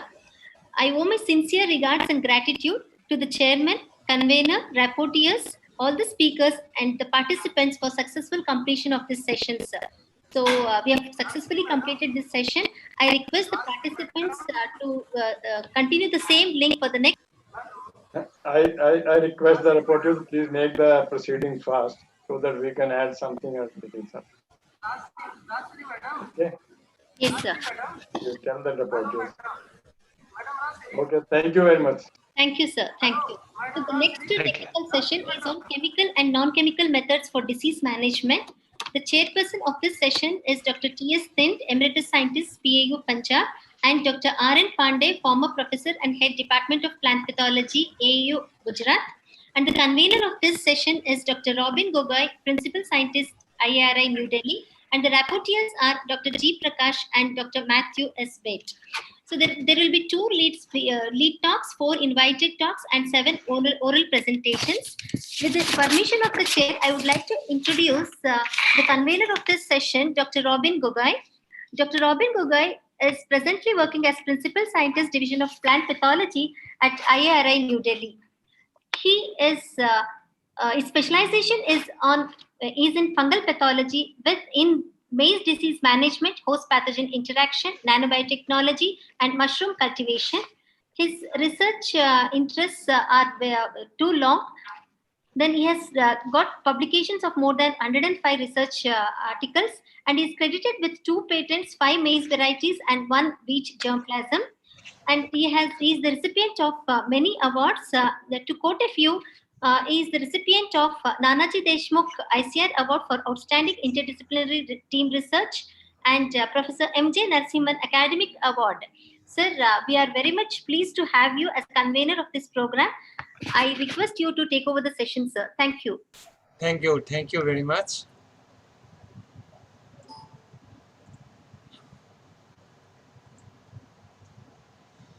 So at the outset, I would like to thank the organizer to give me the opportunity to convene the very important this session.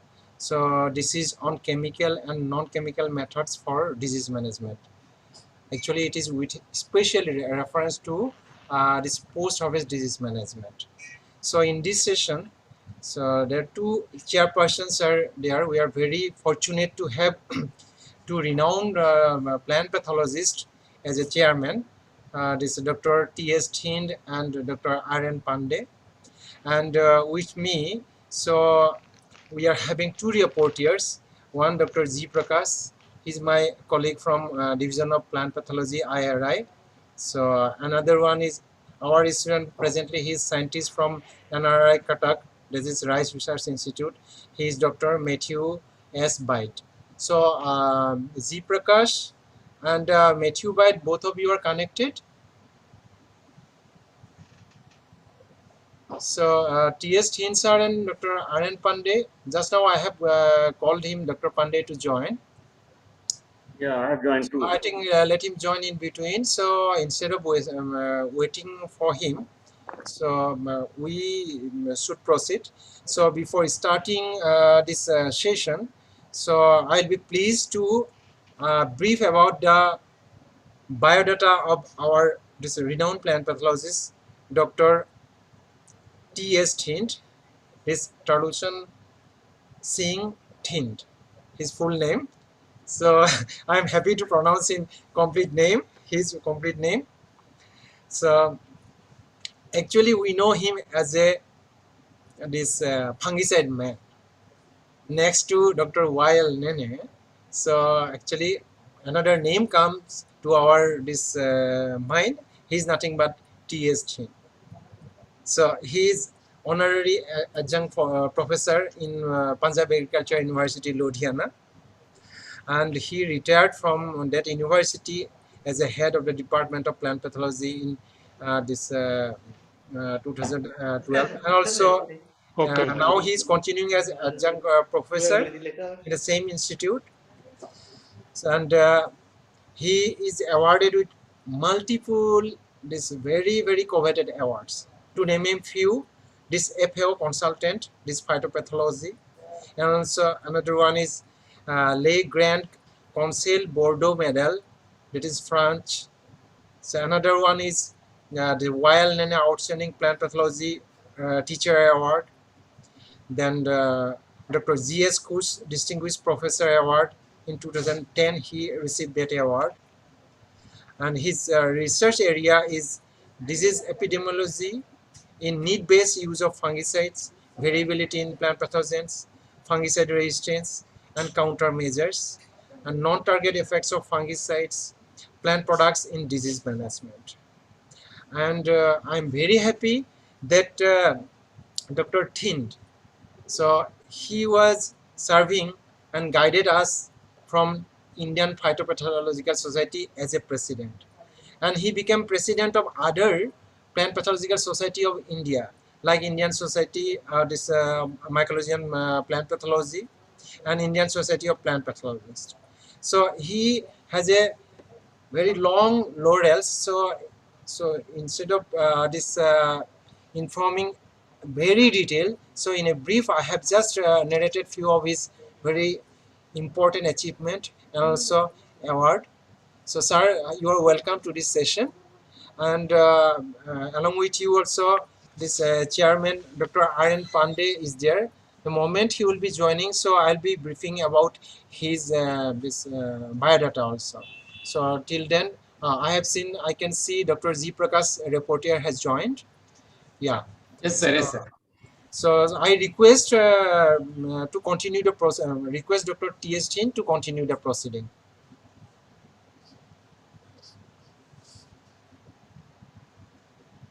Thind sir, unmute. Yes. I am already unmuted. Yeah, yeah, you're audible. Yeah.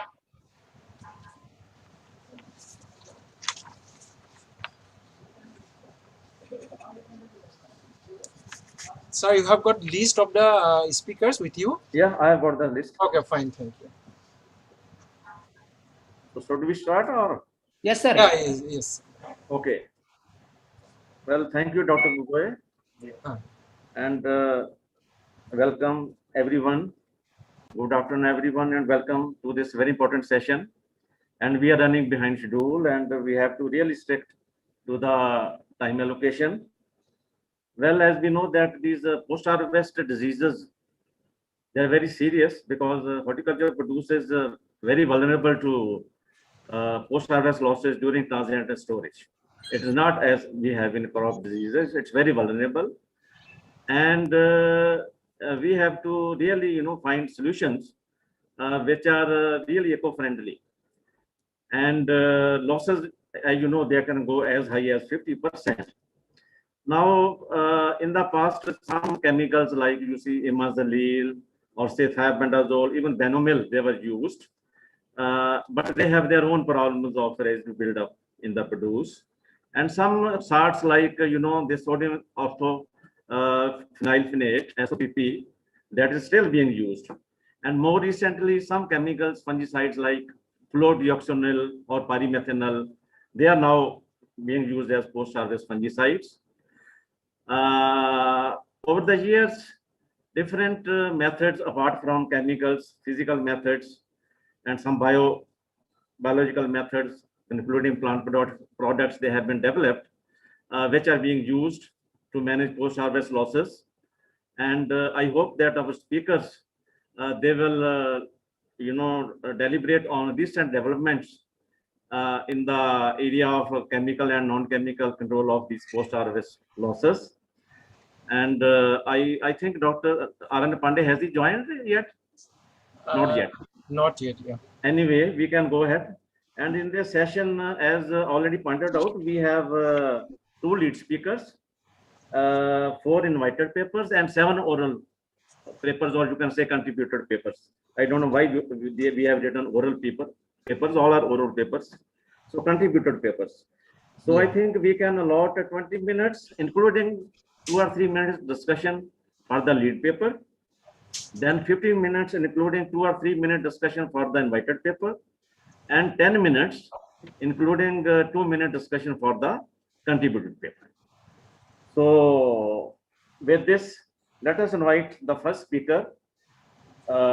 He is a renowned pathologist from Spain. He is Dr. Luis Palo. He is heading Post-Harvest Technology Center at Valencian Institute of Agriculture Research in Valencia, Spain. And he has been working a lot on managing post-harvest diseases in Mediterranean fruits, including citrus, stone fruits, pomegranate, and persimmon. And above all, he is concentrating on alternative methods to chemical management of these diseases. And I hope Dr. Palo is there. Is Dr. Palo there, please? Yes. Okay, good, Hello? good.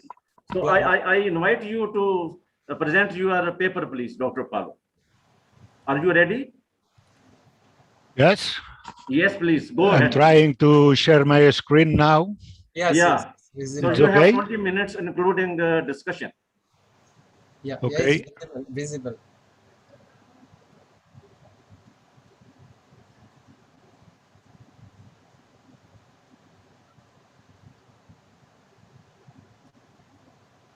Can you see the screen well? Yes, sir. Yes. it is available.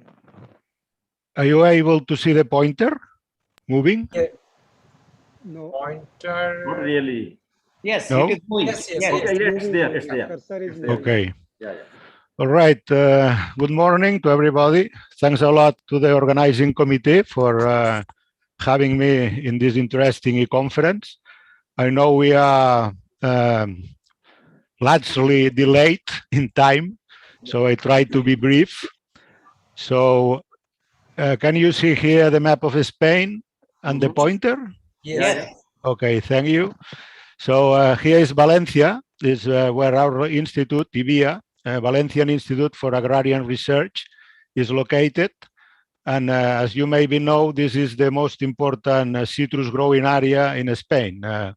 And one very important orange cultivar has the name from our city here, Valencia oranges. So this is the outline of the presentation. I will briefly talk about the post-harvest diseases, epidemiology, and the purpose of the talk, the alternative methods to conventional fungicide, which, depending on their nature, it can be divided in physical, chemical, and biological. And of course, they can be combinations of them. So this is green mold and blue mold, Penicillium digitatum and Penicillium italicum, the most important post-harvest diseases of citrus fruit in Spain, and I would say worldwide, I guess also in India.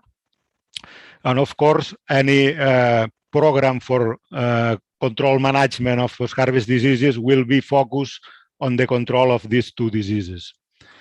Other important post-harvest diseases, depending on the area or the season, can be black rot, caused by Ternaria, rhizopus rot, caused by Rhizopus stolonifer, brown rot caused by Phytophthora cytophthora, gray mold caused by Botrytis cinerea, anthracnose, especially important in first early season cultivars, which have to be degreened with ethylene, and then Coletotrichum glosporius is more important in that fruit. And sour rot caused by Geotrichum citriaurantii, which is also an important boon disease in some seasons. The epidemiology, as you may know, this is a general disease triangle, which works for field diseases, but also for, of course, for post-harvest diseases. And in each vertex, the pathogen, fruit host, and the environmental conditions, the relationship between these three vertex of the triangle is what is giving us at the end to development and colonization of the disease. In the case of pathogens of citrus fruit, post-harvest pathogens of citrus fruit, we can differentiate between two main kinds, what we call boon pathogens, which the disease triangle is mainly located here between harvest and post-harvest handling. Right here is where the interactions between the three vertexes is given or not, depending on these interactions, the disease. In contrast with more complex latent or quiescent pathogens, which we can call of pre-harvest infections, in which we can talk about two different disease triangles. One is happening here in the field. There is the first interaction, interaction between the host and the pathogen right here in the field. And then the infection is produced, but the development does not occur until we move to here now, to after harvest, when a second disease triangle is deciding if it will be or not the final disease development. Examples of both pathogens, penicillium, of course, Geotrichum and Rhizopus, they can be considered the boon pathogens, and latent pathogens, many of the other important, like Alternaria, Botrytis, Coletotrichum, Phytophthora. These are latent pathogens which infect the fruit in the field. Moving to the disease control strategies, of course, the main one here in Spain, and I would say even worldwide still today, is the use of conventional chemical fungicides. But as you know, there are many problems related with the use of these fungicides. Chemical residues in on the fruit and release of residues to the environment, proliferation of resistant pathogenical fungal strains, the problems for the companies to develop new active ingredients, and of course, the limited access to particular markets, I would say markets with limited MRL limits, and also the increasing importance of organic markets. So in front of these problems, we can take into account what we can call non-polluting integrated disease management, and NPIDM disease management, in which is based in the knowledge of pathogen epidemiology and all pre-harvest, harvest, and post-harvest factors that can influence the incidence of disease.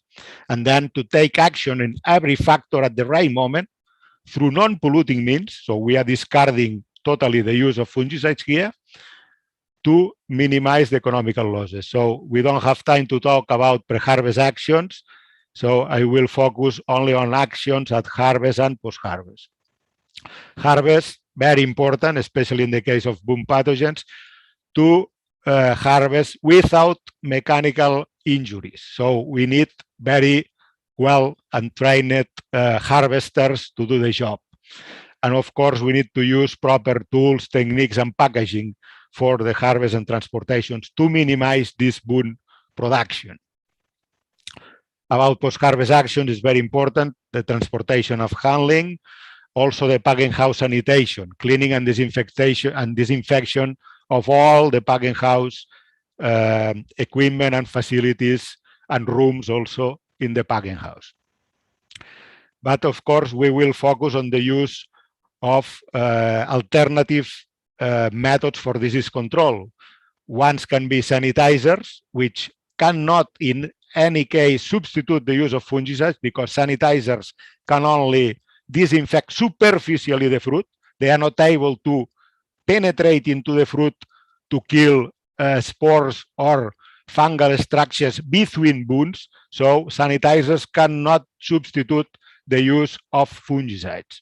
So to substitute fungicides, we need other alternative methods, which we are going to talk today. The idea of the talk is only to give a large general perspective of the different methods. Most of them, they are at the research levels. Others has moved into commercial levels, but their adoption, unfortunately, still today is low because most markets can still use fungicides. So it's cheaper and more cost effective to use fungicides for conventional production. So as I said, alternative methods can be divided physical, chemical, and biological according to their nature. So for physical treatments, we can talk about specific antifungal treatments like heat treatments or irradiations, and complementary treatments, which could be the cold storage in CA or in MA, or other ozonated atmospheres or other kind of atmospheres, which has more a physiological role, but complementarily can have an effect on the development of disease. So heat treatments, curing, is means to store the fruit under heat air, more than 30 Celsius and very high humidity for the fruit not to lose quality for about 1 or 3 days. This is a very good antifungal treatment for penicillium decay control, but it's not used because it's not practical. We cannot have the fruit stop in big rooms for 3 days. So hot water tries to do the same effect with very shorter and more practical treatments. So we are talking here about immersion, 5 minutes in hot water, usually at more than 40 Celsius. But even in hot water, rinsing and brushing, lower time over rotating brushes in the packing line, but higher temperatures, even until to 65 Celsius. Problem with heat is the narrow range between conditions which will be effective and conditions that will be phytotoxic, that will injure the fruit because of the heat. Irradiation, most of the prototypes of UVC light apply application on the packing line. So experimental prototypes, but need to be integrated in the packing line, which is not easy, it's difficult. Other irradiation treatments, many research on them, ionizing radiation, pulsed light, radiofrequencies, microwave, which are not currently adopted by the industry, but people working on research with these treatments. Chemical control methods, we are talking here about natural or synthetic compounds with known and minimal toxicological effects on mammals and the environment. Natural compounds, food additive, and grass, generally regarded as safe compounds. This is an American classification. Disease resistance inducers, or one of our main line of research in our lab right now is antifungal edible coatings. Natural compounds, of course, volatiles, essential oils, plant extracts, many of them from the nature, let's say. Even peptides and proteins can be also natural or can be artificially synthesized, depending on the compound. And there is many research on many of these compounds. So the general problem here is that they are very good in vitro. When we use them in plates, in PDA plates, they work very well. But when you move these treatments from in vitro to in vivo to be applied in fruit, they don't work as well. So it's a lot of problems is to bring the effectivity from in vitro to in vivo. There are many different causes for this. I don't have time to go into deeper explanations. Food additives, inorganic salts, carbonates, bicarbonates, especially of sodium or potassium or ammonium also in some cases, organic salts, sorbates, benzoates, parabens. We are talking about here about dips in salt solutions. And some of these treatments are currently adopted by the industries. For example, here in Spain, potassium sorbate is in some presentations from different companies, so you can find in the market. Also food grade nanoparticles, as I know in this conference, it has been some people talking about these nanoparticles. Resistant inducers, we and other people have tried as post-harvest treatments, but they don't used to work well as post-harvest treatments. So because of the fruit has been already, the metabolic activity of the fruit is very limited after harvest. So probably this kind of treatments would be more worthy to apply in the field to generate resistance while the fruit is still on the tree. And antifungal edible coatings, so we can use edible coatings to substitute the wax coatings, the commercial wax coatings, which are not edible and can have some problems on legislation in different countries, for edible coatings in which we can try to add the antifungal ingredients. And these antifungal ingredients are many of the ones that I just mentioned before. So the antifungal ingredients can be additives, grass compounds, natural compounds, essential oils, or even biocontrol agents. And also this would be synthetic antifungal coatings. And some can be natural, like chitosan or aloe gels, that can be, they are natural coatings with inherent antifungal activity. So about biological control methods, there is a little bit controversy here. Some people is calling biological to some natural compounds, but the main current of thinking is that biological is a name that should be restricted to antagonistic microorganisms, to yeast, bacteria, or even filamentous fungi, which applied as biocontrol agents. This is a post-harvest application of a living microorganisms to fight another living microorganism, which is the pathogen causing disease. So many work in the last, let's say, 40 years on biological control of post-harvest diseases, but unfortunately, the number of products in the market is very limited because of many problems about inconsistency, excessive specificity, lack of curative activity, and of course, and especially important here in Europe, is the strict regulatory issues that prevent registration of biocontrol agents. So combination of treatments, of course, standalone treatments, unfortunately, in many cases, they are not able to give the same effectivity and the same persistence than fungicides. So for that, many research has been focused on the combination, looking for additives or synergistic effects, complementary effects to obtain both curative and preventive activity, for example, or also in other cases, the implementation of effective treatments that are too impractical, costly, or least as signal treatments. One example could be the use of curing. As I said before, curing is very, very effective, but you need to have 3 days the fruit, the oranges in your room at that 35 Celsius.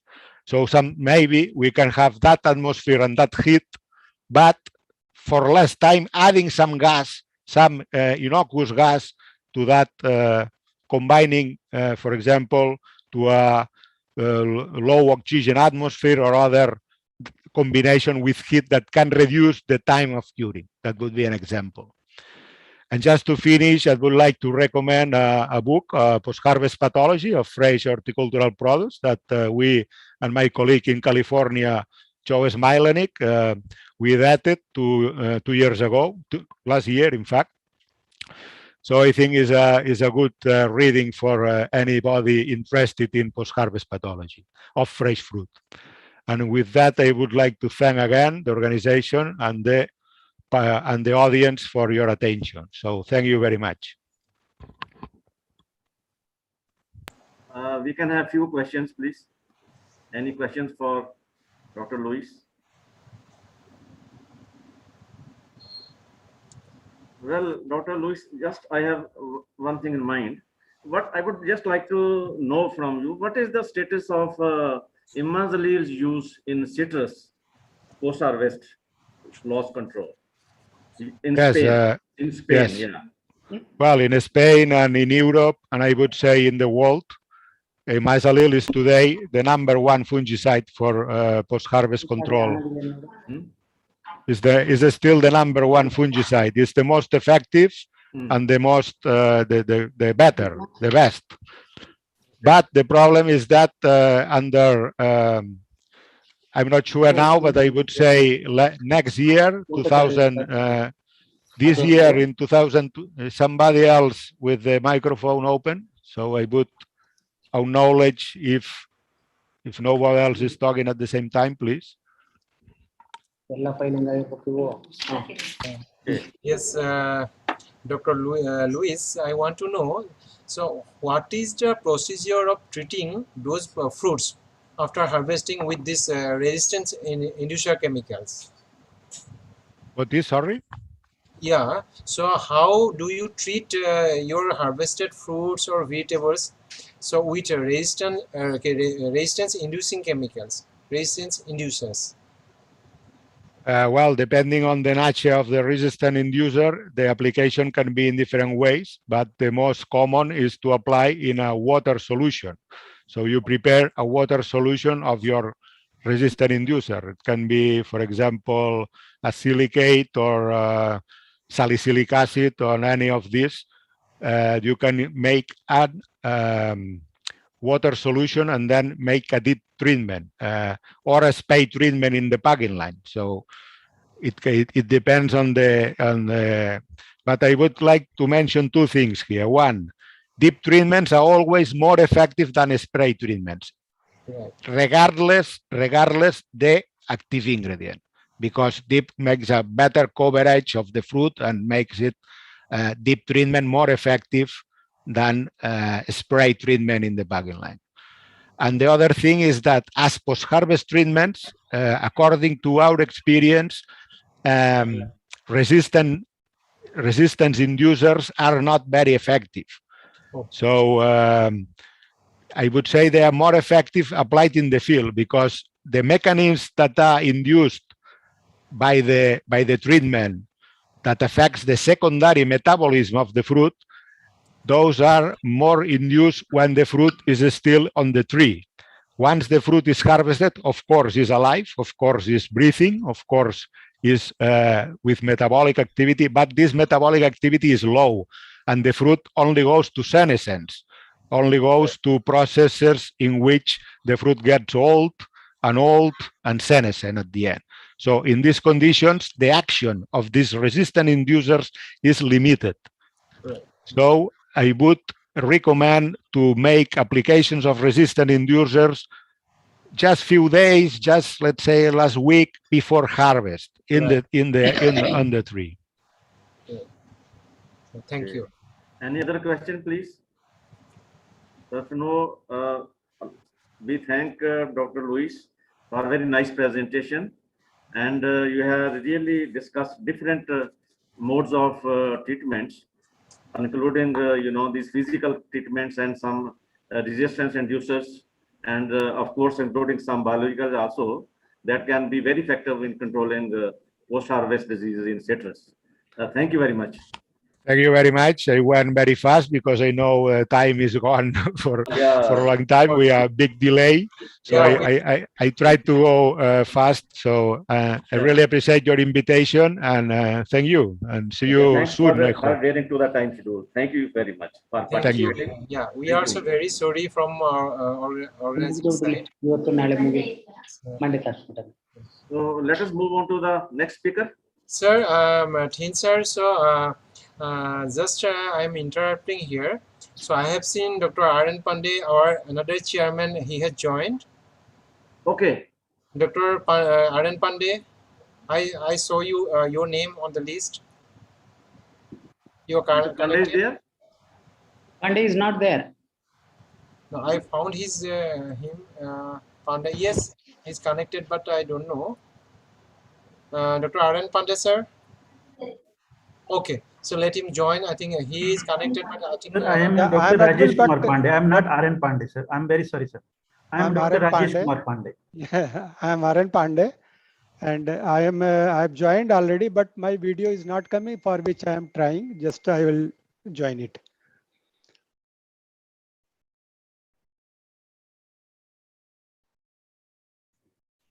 Sir, unmute yourself. Ravin sir. Yes. So let me introduce Professor Arun Pandey. He's also chairman of this session. So Dr. Professor Arun Pandey, he retired from the Department of Plant Pathology, Anand Agriculture University, Gujarat, as a head, and so he is having vast experience in teaching and research work. So far he guided 15 MSc students and PhD students, and number of research paper he published in in the journals of national and international repute. And he completed during his service period 28 research projects and recommended 28 different technologies which are applicable. And I was very fortunate when I visited their institution, so to see his contribution to their university. So he established state-of-art lab, especially for the trichoderma production, and also for molecular characterization of the plant pathogens. And Professor Pandey, so he was panel of the expert of different state agriculture university, ICR organizations and other institutions. And he also guided us for Indian Phytopathological Society by occupying the prestigious post president. So, and also he is the recipient of many coveted awards. So importantly, Zishanity Award, and also fellow of different scientific organizations. So this is about the brief biodata of Arun Pandey. Sir, you are welcome to this session. Yeah, thank you, Dr. Gogoi, and good afternoon to Dr. Thind Sahab and Dr. Devappa, who are good friend, and my mentor, Dr. T.S. Thind. I had been to his laboratory for one summer school long back when he was associate professor in the department. So I was trained by him. So he is my mentor. Thank you very much.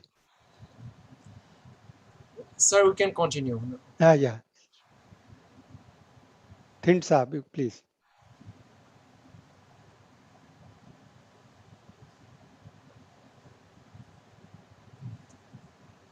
Dr. Thind, unmute, please. Yeah. So our next speaker is Dr. H.R. Gautam. He is heading the Department of Plant Pathology at Dr. Y.S. Parmar University of Agriculture and Sciences at Noni Solan. And he is a well-known plant pathologist in the country and has worked a lot on diseases of fruit crops, temperate fruits, and won many awards and honors. So he'll be speaking on potential of botanicals and green synthesis of nanoparticles against post-harvest diseases of apple and citrus fruits. Dr. Gautam, please. Namaskar, sir. Namaskar, Dr. Gautam. Please go ahead. So please try to adhere to the time schedule. We are already running late. So will it be possible for you to finish within 15 minutes? Dr. Gautam? Yes, sir. Now please try to finish in 15 minutes. Yeah.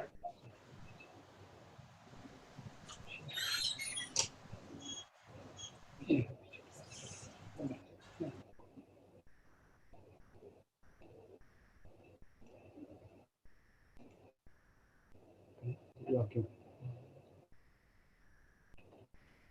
Good afternoon to everybody. I will be talking on potential of botanicals and green synthesis of nanoparticle against post-harvest disease of apple and citrus fruit. We can see that there is a lot of movement of these horticultural crops throughout the globe. We can see that Excuse me, sir. Sorry for interruption. Sir, can you please put on to the slideshow mode, sir?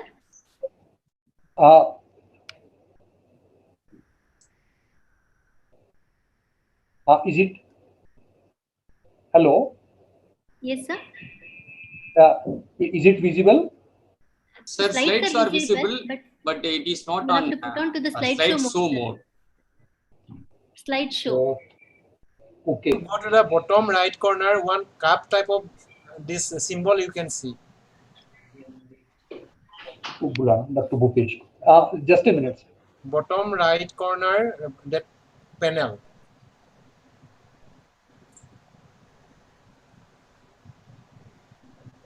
Okay, sir, go ahead, sir. Okay, that's fine, Dr. Gautam. Please go ahead. It's Okay, visible. These importance of these horticulture and impact of plant disease. Globally, the total amount of horticulture crops, including these produced, estimated to be 3.5 million tons, of which fruits comprise more than 34%. Several studies have estimated that around 30 to 50% of horticultural products never reach the final consumer. So this is a very alarming figure, and about 1.3 billion tons of foods are globally wasted or lost per year. So in India, out of total production, 30% is annually lost. These figures are quoted by various distinguished speakers, and diseases of horticulture crops continue to cause losses of about 10% of the crop yields, with more than rupees 15,000 crore. The major decay-causing disease organisms which damage fruits are blue mold, green mold in citrus, pome fruits, these stone fruits, grapes and berries, gray mold in pome fruits, stone fruits, grapes, alternaria rot in pome fruits and stone fruits.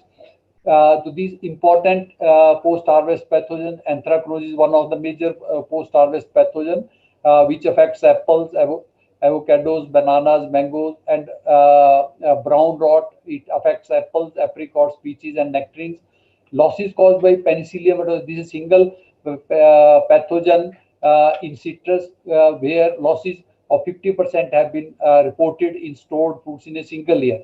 In pome fruits, post-harvesting fruit losses range from 5 to 20%, which can reach up to 50% in susceptible cultivars. These African Union member states have gone even further, pledging to halve the post-harvest losses, keeping in view the losses which occur in these crops. For example, because I have to talk on apple and citrus, in apple, if we see that bull eye rot is the main disease of stored apple in Poland, which can cause 30 to 40% of post-harvest losses in susceptible varieties. Similarly, bull's eye rot and bitter rot have been reported to cause. Sorry to interrupt. The slides are not moving, sir. Not moving? Yes, sir. Hello? Yes, sir. It is not moving. Yeah, slides are not moving. Okay, that's a different. Just a minute.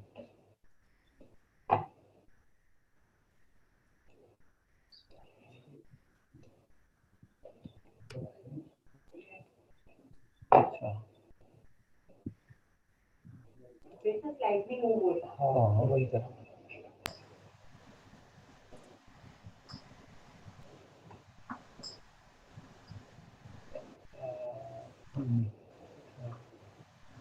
उससे है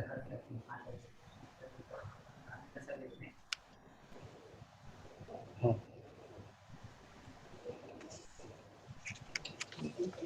ये हाँ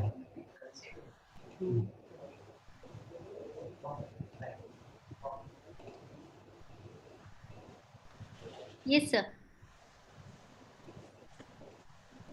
ठीक है You can sorry, sir. Similar now it is okay? slide mode, sir. Slide mode. Slideshow mode you just have to put, sir. Slideshow. Okay. Now it is okay? It is moving now? No, this is text mode and slideshow mode. If you see, sir, you see the bottom panel, bottom right corner, one cup symbol you can see. Slideshow. Slideshow it is. That symbol is. Okay, okay. पूरी screen पे क्यों लिखा हुआ है?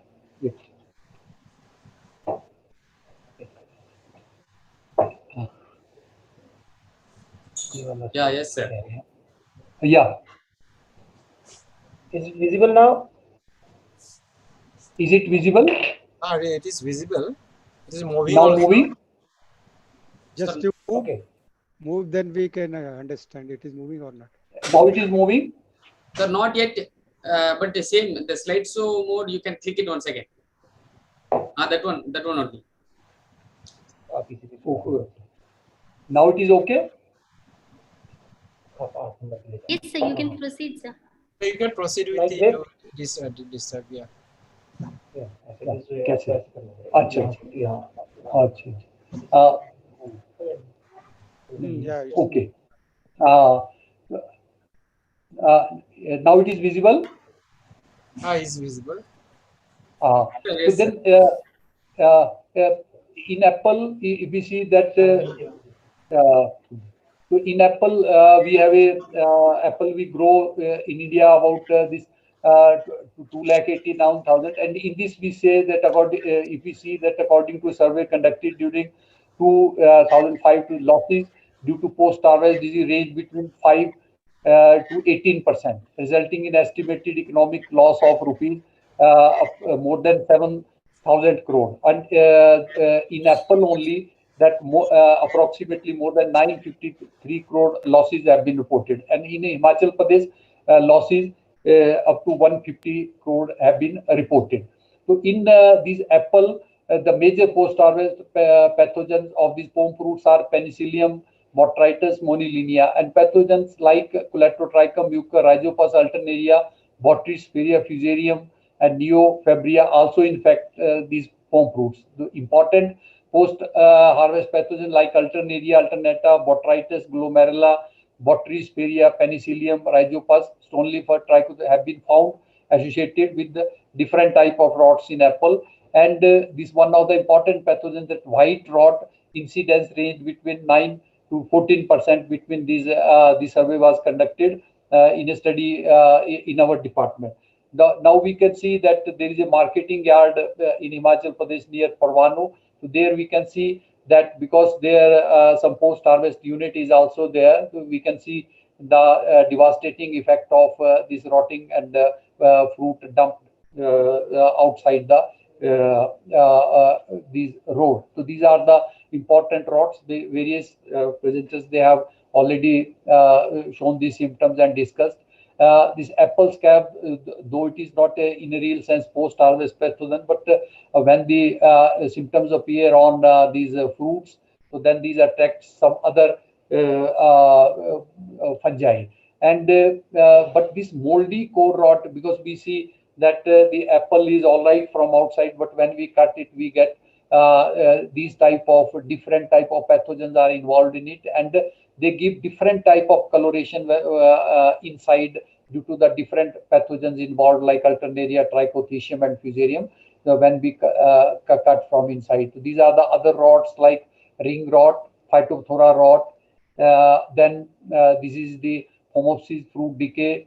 Then this is white rot, and then in the citrus we can see that this is also a photograph taken in one of the marketing yard in district Kangra of Himachal Pradesh.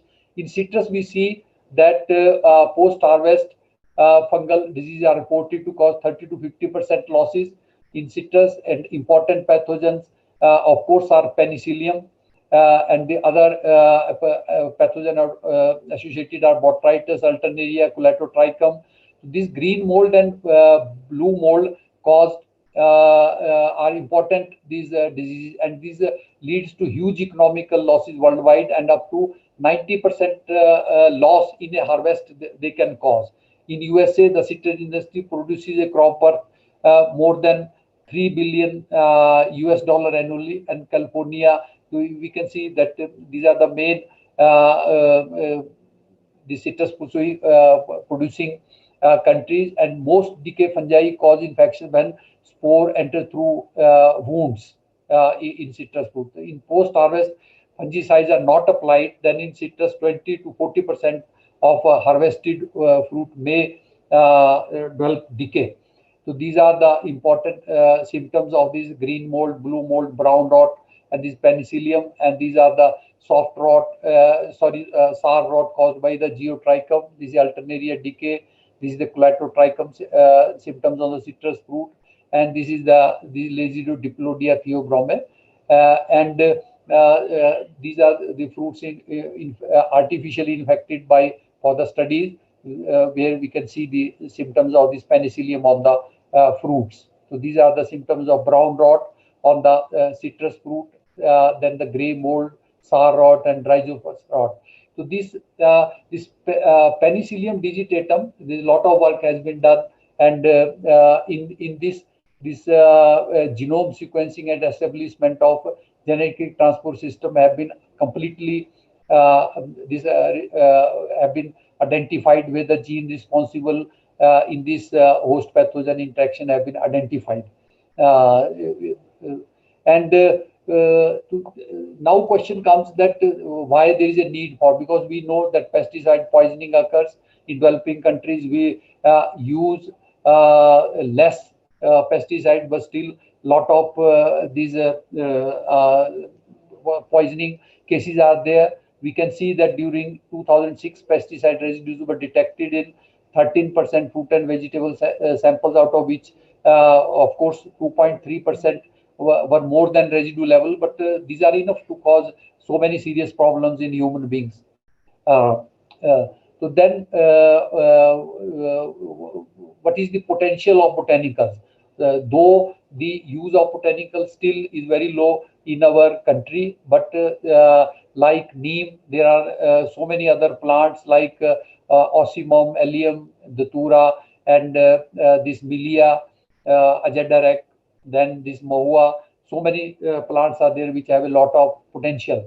India is a lucky country where we are having more than 18 million trees of neem, which has a capacity to produce this 85,000 metric ton of oil. And as we need that, the total consumption of pesticides in our country is approximately 50,000 metric ton, and this single tree has a lot of potential to take care of the major pests if we harness its potential effectively. So this neem, lot of work has been done in India and other countries also, particularly China and other countries. They are also much interested, and a lot of plantation is occurring in there.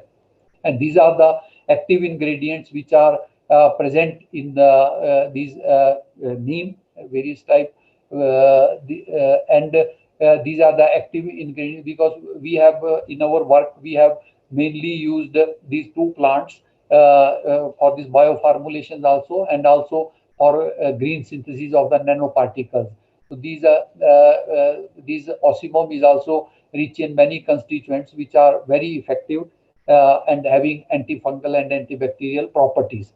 What is the mode of action of these botanicals? So this mechanism of action of these on fungal cell is thought to be it can cause granulation of cytoplasm, then it can cause member rupture in cytoplasm, and inhibition of inactivation of intracellular and extracellular enzyme synthesis can also occur. So these actions can occur singly or in combination, and the other constituents which are present, they are also having the antifungal actions. The presence of phenols, because in plant product is considered to be a potential toxin for the growth and development of fungal pathogens, and these phenolic metabolites function to protect the plants from biological and environmental stresses, and these are effective against the fungal and bacterial pathogens. And these mechanisms can be in the form of direct prevention the disease by inducing some biochemical reaction in pathogens, and there can be indirect prevention of diseases by improving the product's tolerance to pathogens.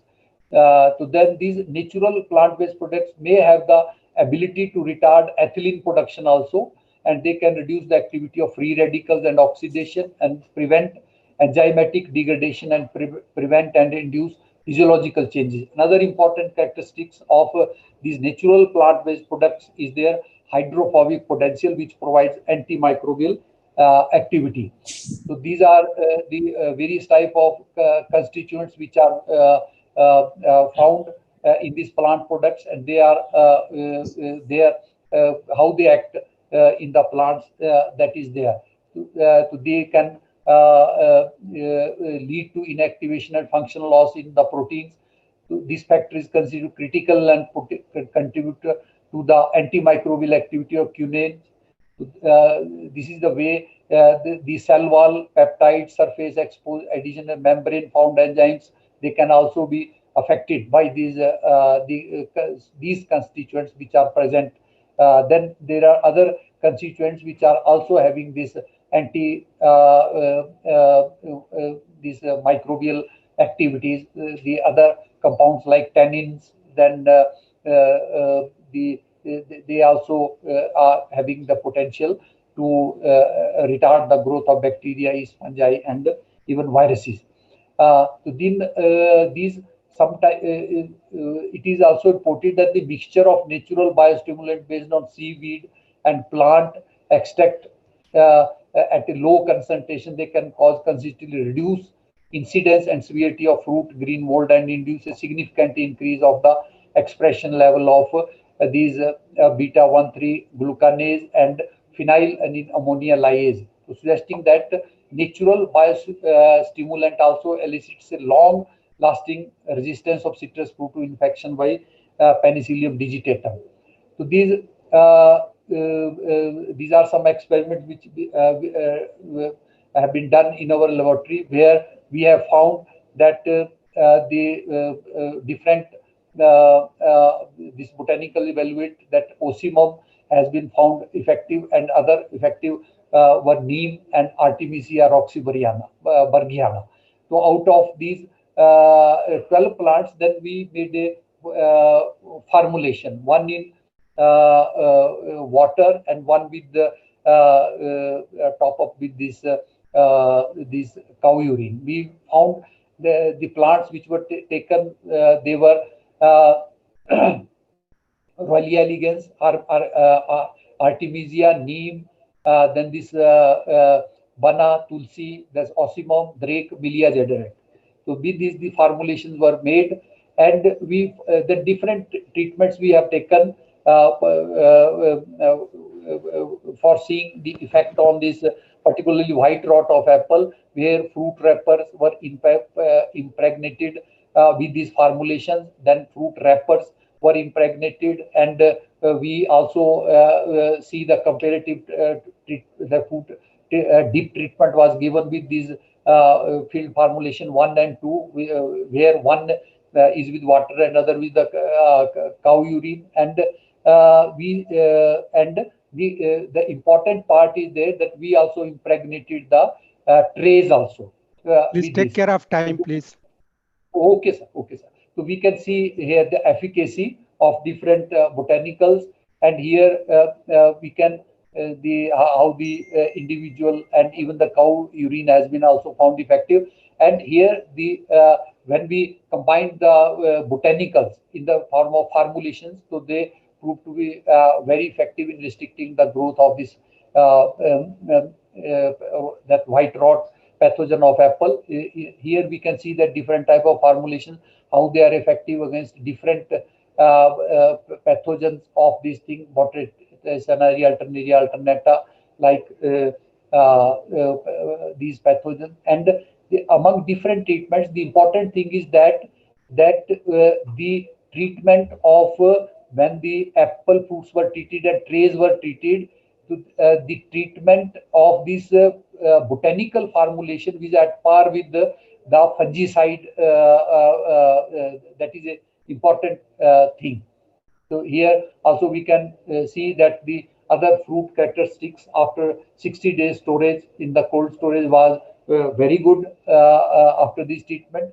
And important thing is that when we impregnated these fruit trays, we directly give a fruit dip, but the treatment was very effective when we are not giving direct treatment to the fruits, but we are impregnating the trays. So that also provided a very effective control we can see there. These are the impregnated fruit trees, and with a slight increase in cost, the fruit saved is much higher. In a we can with a 20-30% rupees hike in a price of a tray, we can save 4 to 5 kg fruit in a 25 kg of pack. So these are the different treatments that wax field formulation experiments done in the field. And one important thing is that we also notice the effect of these different formulation on the surface microflora which is present. And we used to see that the surface microflora with botanical pesticides were very less in comparison to control. We can see this botanical formulation one, that microbial count was very less in comparison to control. This is the microbial count, surface microflora with this field formulation 2. So this is almost similar as we get in case of treatment with the SAF fungicide. So these, to some of the in our laboratory, we try to this green synthesis of these nanoparticles also with these different type of extracts, and we saw in different fungi that these nanoparticles, the efficacy was 100 to 10,000 times more than the crude botanical formulation. That was a significant finding. We can see that leaf extract of tulsi at 50% resulted in 58 to 50 approximately this percent reduction, and SNP at the same resulted in 80 and 74% mycelial growth with the 100 ppm. At one place we are using 50% concentration, at another we are using 1000 ppm only. And that characterization of these particle was also done. And these are the characteristics of these nanoparticles. So these mode of action of the silver nano, presence of phytochemicals in plant extract like terpenoids, flavonoids, ketones, aldehydes, amides. These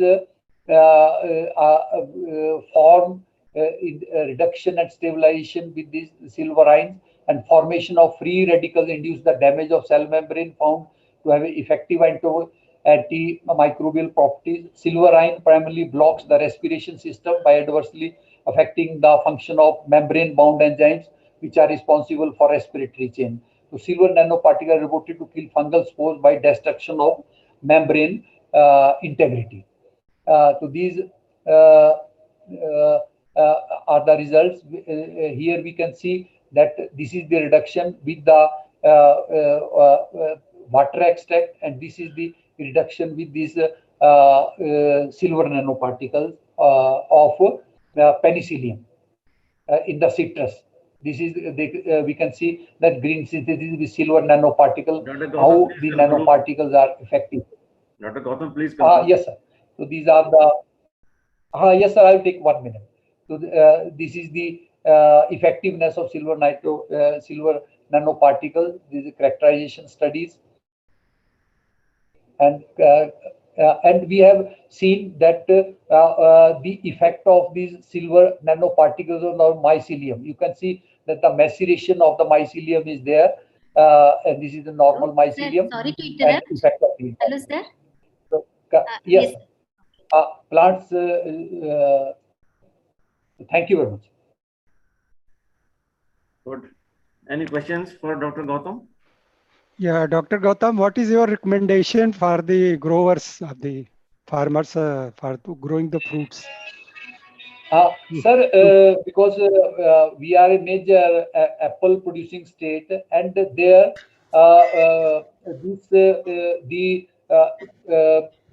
the apple tray which we have developed, sir, with the impregnation of these botanical formulations, that is very effective. That, as I told, that if the cost impregnated tray, the cost will increase by 20 rupees, but in a 25 kg apple box, that is going to save, because we have done different experiment. So 4 to 5 kg of apple rotting is reduced, sir. Okay. Have you commercialized this? Have you commercialized this? Sir, we have taken up with this the national NRDC, sir. Okay, nice. Thank you. Yes, sir. Yes, sir. Yeah, Dr. Gautam, you have used silver nanoparticles Yes, sir. against citrus rot, right? Yes, sir. This Yeah. penicillium Now regarding, you see, these nano formulations, we have to be very cautious because they can be little bit hazardous to the users because they can Yes, easily sir. Yes. penetrate the. There is a lot of debate going on these days regarding nano formulations of pesticides, so they can Yes, easily sir. penetrate the skin also if they are Yes, sir. left Yes. exposed to that spray drift. Yes, sir. Yes, sir. We have to be very careful in using nano pesticides or nano formulations of. Yes, sir. Yes, sir. Actually, sir, because till the government deal and because we cannot recommend it to the farmers because safety issues, as sir you have pointed out, are still there. Yeah. But this is a field and this data we have to generate that whether the efficacy of this thing is there or not. But for farmers, I think we don't have still a formulation which we are recommending to the farmers. Okay. Any Yes, other sir. question? Well, if not, thank you very much, Dr. Gautam, for such a wonderful presentation. And thank you very much. Thank you, Let's sir. move to the next speaker. We have now 4 invited speakers. Yeah. And our first invited speaker is Dr. B.L. Attari. He is principal scientist in Directorate of Mushroom Research at Chambaghat, Solan. Is Dr. Attari there, please? Yes, sir, I am here. Yeah. So he'll be speaking on post-harvest management of different mushrooms for quality and shelf life. Please go ahead. But sorry, sir, I am to say that this topic has been scheduled in the technical session 6A also. Okay. So where you want to present? I don't know because you are listed in our session also. Your topic is listed in our session also. So no, same topic if is you are there. interested, if you want, you can present your here also. I have prepared for that, sir. I will present in that 6A. Okay, thank you. Thank you very much then. Thank you. Well, then you have saved our times. Yeah, thank you very much. Now, our next speaker, Dr. Bhanu Prakash. He is assistant professor in Department of Botany, BHU. Is Dr. Prakash there? Yes, sir, I am here. Okay, so he'll be speaking on green chemicals for food safety, prospects and challenges. Dr. Prakash, please. Hello, sir. Yeah. Dr. Prakash, sir, please kindly restrict your time to 15 minutes, sir. Yeah, 15 sure, minutes. Ma'am. Sure, ma'am. Sure, Yeah. I'm doing. So the slide is visible, sir? Yeah. 12 minutes presentation and 3 minutes for discussion. Yeah. Sir, this is for invited speakers. 10 minutes time only allotted. 10 or 15 minutes invited. 15 minutes, sir. 15 minutes. Okay. That's Okay. including discussion. Please. Including discussion. Okay, sir. I will do that, sir. Okay. Thank you. So, very good afternoon to all of you, and I shall brief my lecture on green chemicals for food safety. And also, in this lecture, I shall talk about the role of food safety in their sustainable life and also the promoting of health and also the major insect pests, microbes and associated toxins that causes the harmful effect of the food and that make them become unsafe and how the green chemicals can be used for the preservation of that. So in 2018, 7th June has been declared by the United Nations as the World Food Safety Days. This day is dedicated for the strengthening the efforts that the foods what we are eating are the safe and it does not cause any harmful effects when we are consuming it at the end of stage. But as per the report by the World Health Organizations, nearly 1 out of 10 people become sick after consumption of the contaminated foods, and it may causes more than 200 diseases that is ranging from diarrhea to even the deadly diseases like cancers. And this unsafe foods may cause the malnutrition and also infect the infant's growth, young children's, elderly and sick peoples.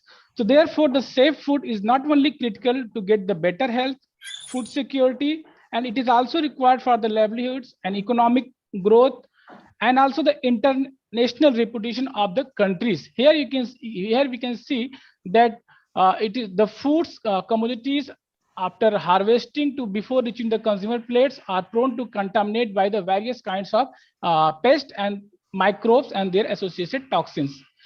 And nowadays, this food is not only used for the as a hunger suppressant, it is also used to as a booster of the immunity systems that will help to fight against certain kinds of disease. Even during these pandemics, the Food Safety and Standard Authority of India has recommended certain kinds of foods that induce the immunity, and it helps in the fighting against this pandemic disease. But why to think about the food safety? Because in United Nations Sustainable Goals set up that the end hunger by 2030. So if we are really interested to achieve these goals, we have to address about the losses of food that occurs during the post-harvest storage. Because here, as per the reports, the population is going to increase day by day, and it is expected that more than 9 billion by 2050. And to feed such a huge populations, we have to increase the production 70%, approximate 70%. And we all know that it is not possible because we are lacking the agricultural lands, water availability for the segregation, and also we require excess amount of the pesticides that may causes the harmful effect of the overall biodiversity if you are intended to increase. But on the other hand, if you preserve the losses of the foods, then we can do the some extent to the help the end hunger target by the United States. If you see the global hunger index, our country's situation is very serious in conditions. Here you can see we are in very serious conditions, and as per the recent report of global hunger index, the India situation is at 94, which is very serious country. While our neighbors country like Pakistan, Nepal, they are far better than us. So if you see the post-harvest losses and estimation of the production and the losses, the maximum losses of the food and food commodities and their agricultural products are reported in case in our countries during the post-harvest stages. Here you can see in South and Southeast Asia, the maximum losses of the food grains are associated during the post-harvest storage rather than the consumption stages and distribution stages. And as per the report, nearly 20% food commodities are losses. So if you talk about the real culprits, there are the four, like the first one is the insect pests, the rodents, fungi, and bacteria. So my lecture is particularly focused on the insect, fungi, bacteria, and their management by the green chemicals.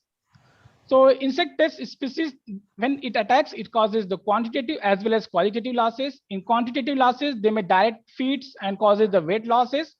And they may also cause the decrements in the nutrients and germinations.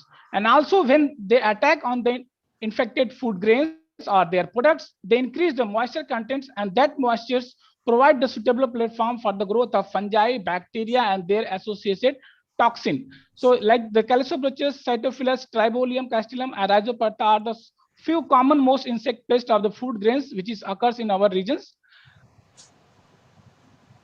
If you look at the climatic condition of the countries and the optimum range required for the growth and proliferation of the insect pests, here we can see there most of the post-harvest storage insect pests they are required temperature range between 26 to 37, and this condition is available in our countries. So they are more prone, the food commodities are more prone to attack by these insect pests. Among bacterial food poisonings, as there are more than 6 or 7 species which are more causes the bacterial food spoilage, and after consumption of the contaminated food by the bacteria and their associated endotoxins, the people will become sick. And among all, the Clostridium and Bacillus has been paid more attention because they are forming the spores which are heat resistant, and sometimes they are present even after the processing stage of the food. Another toxin, that is a mycotoxin, which is secreted by the fungal, which is associated with the storage food commodities.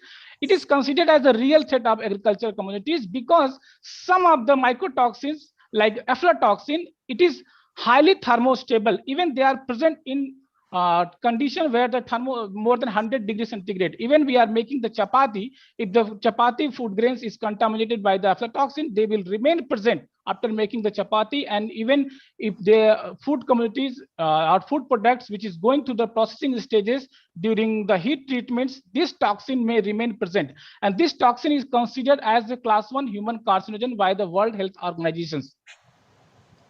And there are the various permissible limits for this aflatoxin B1s. I am not going to much details, but as per the United States of Food and Drug Administration and also the Food Safety Standard Authority of India, to 20 ppb is permissible limits. So this 20 ppb is very low. So that shows that at very low amounts, this toxin may cause the harmful effects or the carcinogenic effects if we consume this.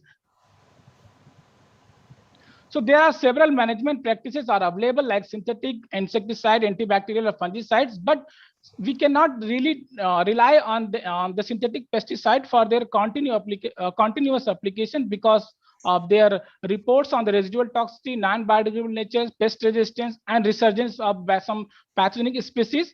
And say for example, the DDT, when it is introduced in 1940, it is having a very good attraction for the management of various kinds of insect pests in agriculture as well as for the farmhouse. But after the reports of the Silent Spring, this DDT is completely removed from the words. And the father of Green Revolution of India, MS Swaminathan, has recalled to change the Green Revolution to the Evergreen Revolution, where the synthetic pesticides or antimicrobial could be the integral part along with the natural one. So since our country is a traditionally rich country and we are having a large number of traditional knowledge about the application of various kinds of plants chemicals which is obtained from the traditionally raised plants, and these plants chemicals can be used as a safer alternatives of the health hazardous pesticides. And these chemicals is a plant also using these chemicals to repel their enemy in the fields. Here in this sea, the wild tobacco plants, when it is attacked by the caterpillar, it secreted certain kinds of the infochemicals, and that infochemicals attract the natural enemy of the caterpillars. In this way, the plant protect themselves.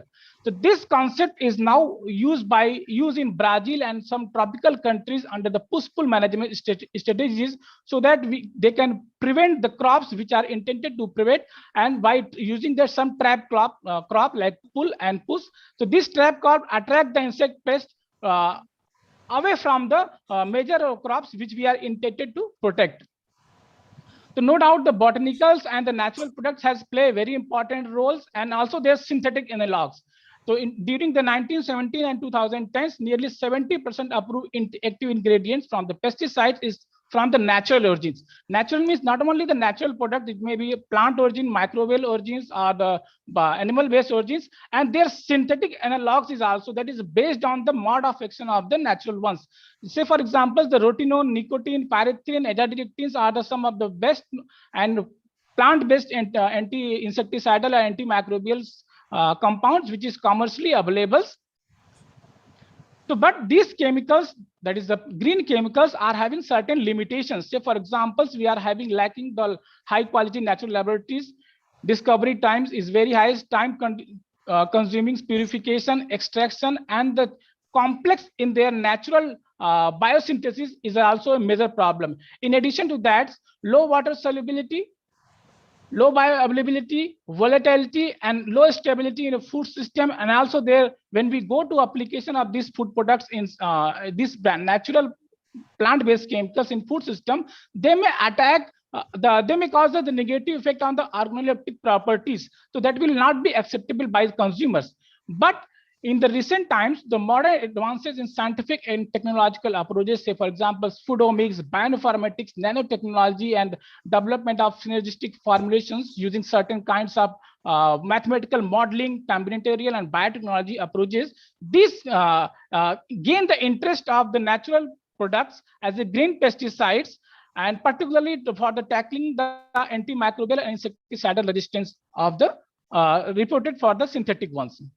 So foodomics approaches like genomics, transcriptomics, proteomics, and metabolomics, these techniques are widely used for the in food science, so that by using these techniques, we can identify the presence of the pathogens even before the visual appearance. based on their genomic structure and the metabolites which has been secreted by the pathogens inside the foods. And also the bioinformatics roles has played very important for the deciphering the mechanism of actions and their target site of actions of the natural products which have been developed and designed. And further, the nanotechnology it is used as a carrier agents so that we can deliver the natural product, green products at the target specific delivery, and we can control their relays, and we can also use to improve the bioactivity of phytochemicals by protecting them against the in vitro, intrinsic and extrinsic factors of the food system. So this is the outline of R&D activity which we are doing. We are working on the traditionally used plant products, and we are also accepted some compounds or essential oils. Thereafter, we characterize them, and we have made the several novel synergistic and engineered formulation using the certain mathematical modeling. After that, we encapsulate them and we perform the bioactivity against the test fungus, pathogen, insects, and we also elucidate the mechanism of actions. So this is the examples. We have developed one synergistic formulation that is based on the combination of thymol, methylcinnamate, and linalool. And we have developed the 10 different formulations using the mathematical simplex mixture design essay. And among the 10 different formulations, we found that the ratio of 1:1:1 of thymol, methylcinnamate, and linalool, so the minimum inhibitory concentration against the Aspergillus flavus, which is the toxinic in nature also, and again other fungi which is associated with the during storage in the food products. Since the formulation which we have developed is volatile in nature, so they may lose in their efficacy during the food systems. So we do the encapsulation using a chitosan and cinnamic acids. After encapsulation, we characterize them through the FTIR and XRD analysis. Here we can see the low molecular weight chitosans shows the characteristic peak at 340 or 370, 3370 wave numbers, and this and the TML formulations presents large number of functional groups, and this large number of functional group of TML group is also present when we do the nano encapsulation using the chitosans. And we also characterize by the XRD. In XRD patterns, the crystalline nature of chitosan is decreased after the encapsulations.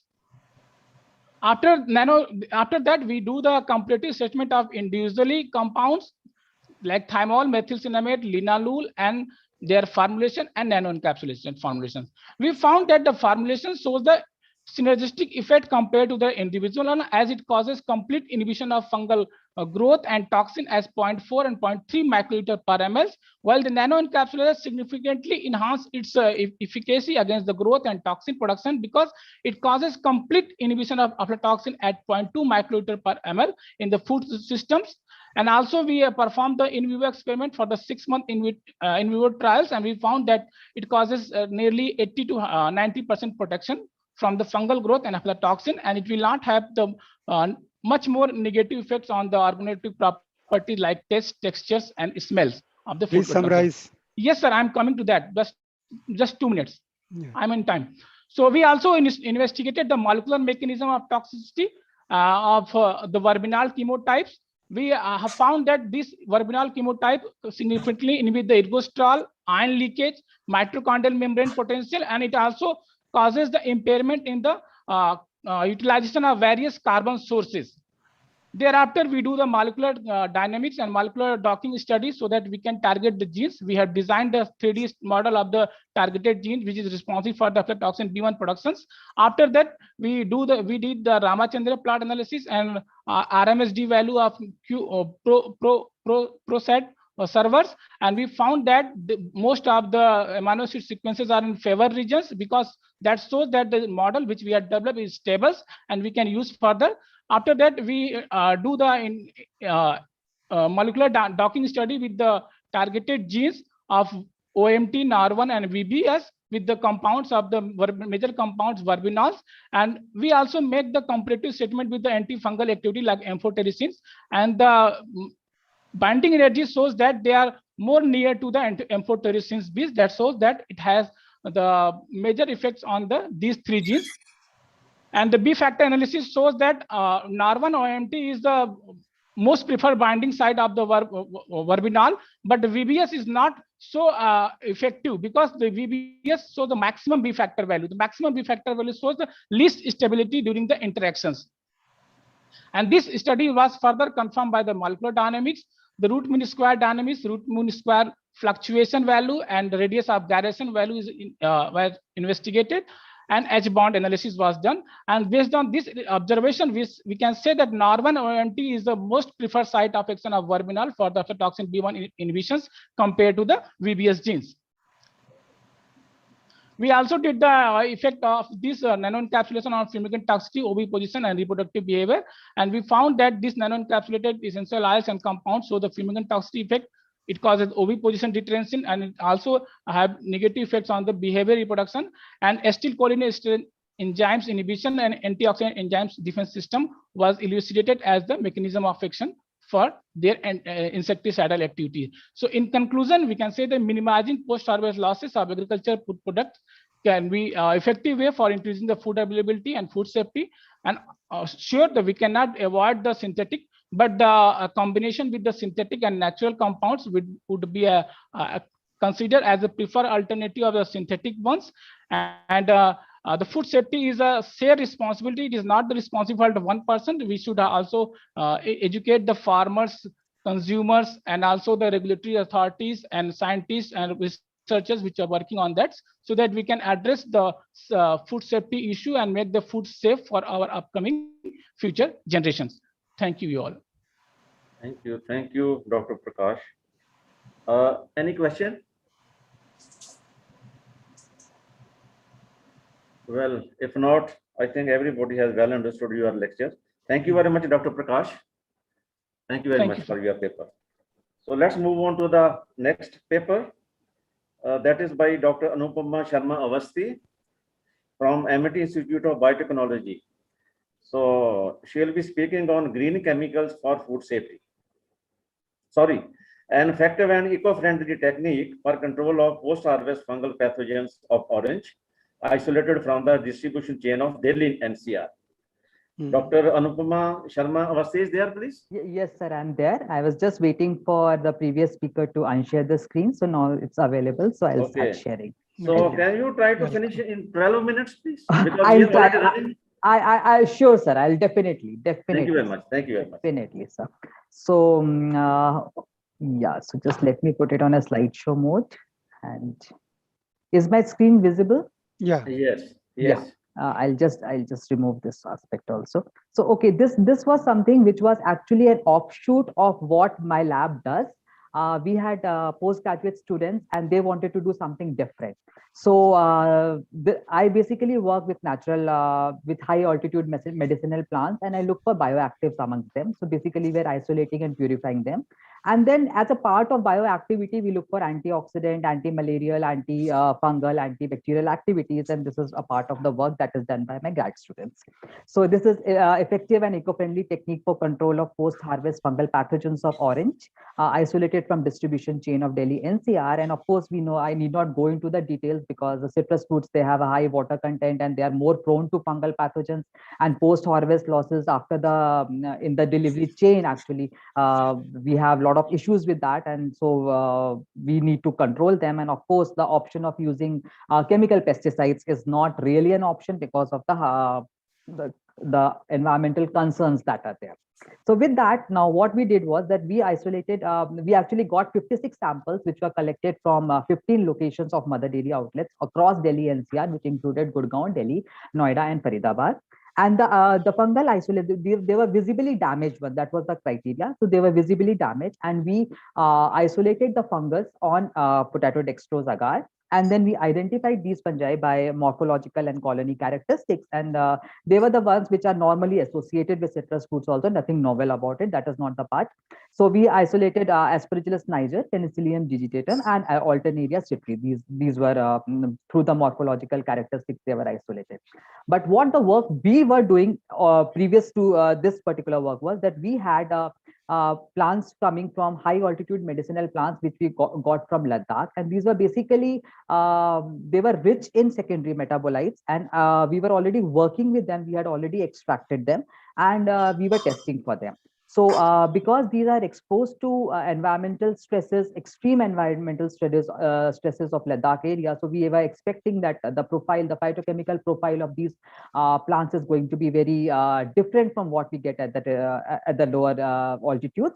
And we were also very intrigued by the fact that the Amchi system of Tibetan medicines, they are using these plants as a root or as a decoction, or mixing it with some minerals, and they are consuming it, and that is a part of their this Amchi is basically something which is a mixture of actually Ayurveda and the Chinese medicine.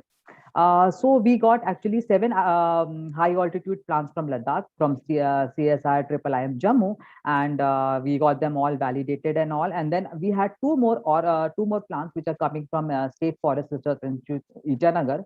And actually, these were our collaborators in the DST and the DBT projects. All voucher specimens, of course, I belong to the chemical biology lab, so all voucher specimens were available. And these were the profiles from where we collected, the altitudes that we collected, and the voucher specimens. So we collected Nepeta, these Nepeta, like rhodiola and all the plants are quite worked upon. But Nepeta longibracteata, there are some which are not so much worked upon. Echinacea purpurea again is something which is very well worked upon. So these were the plants that were just the images of that. And what we followed was we took the whole plant material, because these were herbs and they had a seasonal life cycle. So we took the whole plant material rather than taking a specific part. So we powdered it. Then we extracted with methanol water 4:1 overnight. This was repeated 5 times. And then they were partitioned with solvents of increasing order of polarity. So at the end of that, what we got was N-hexane fraction, DCM fraction, ethyl acetate fraction, and aqueous residue. These were the yields that were obtained.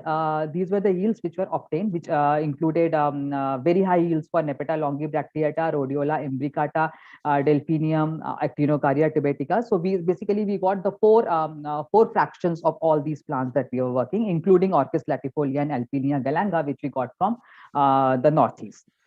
When we looked at the phytochemical analysis, we saw something. They were rich in secondary metabolites, and these were the secondary metabolites are the one which are responsible for many of the biological activities. So we looked at them, and they found that terpenoids are rich. They are rich in saponins. They are rich in flavonoids.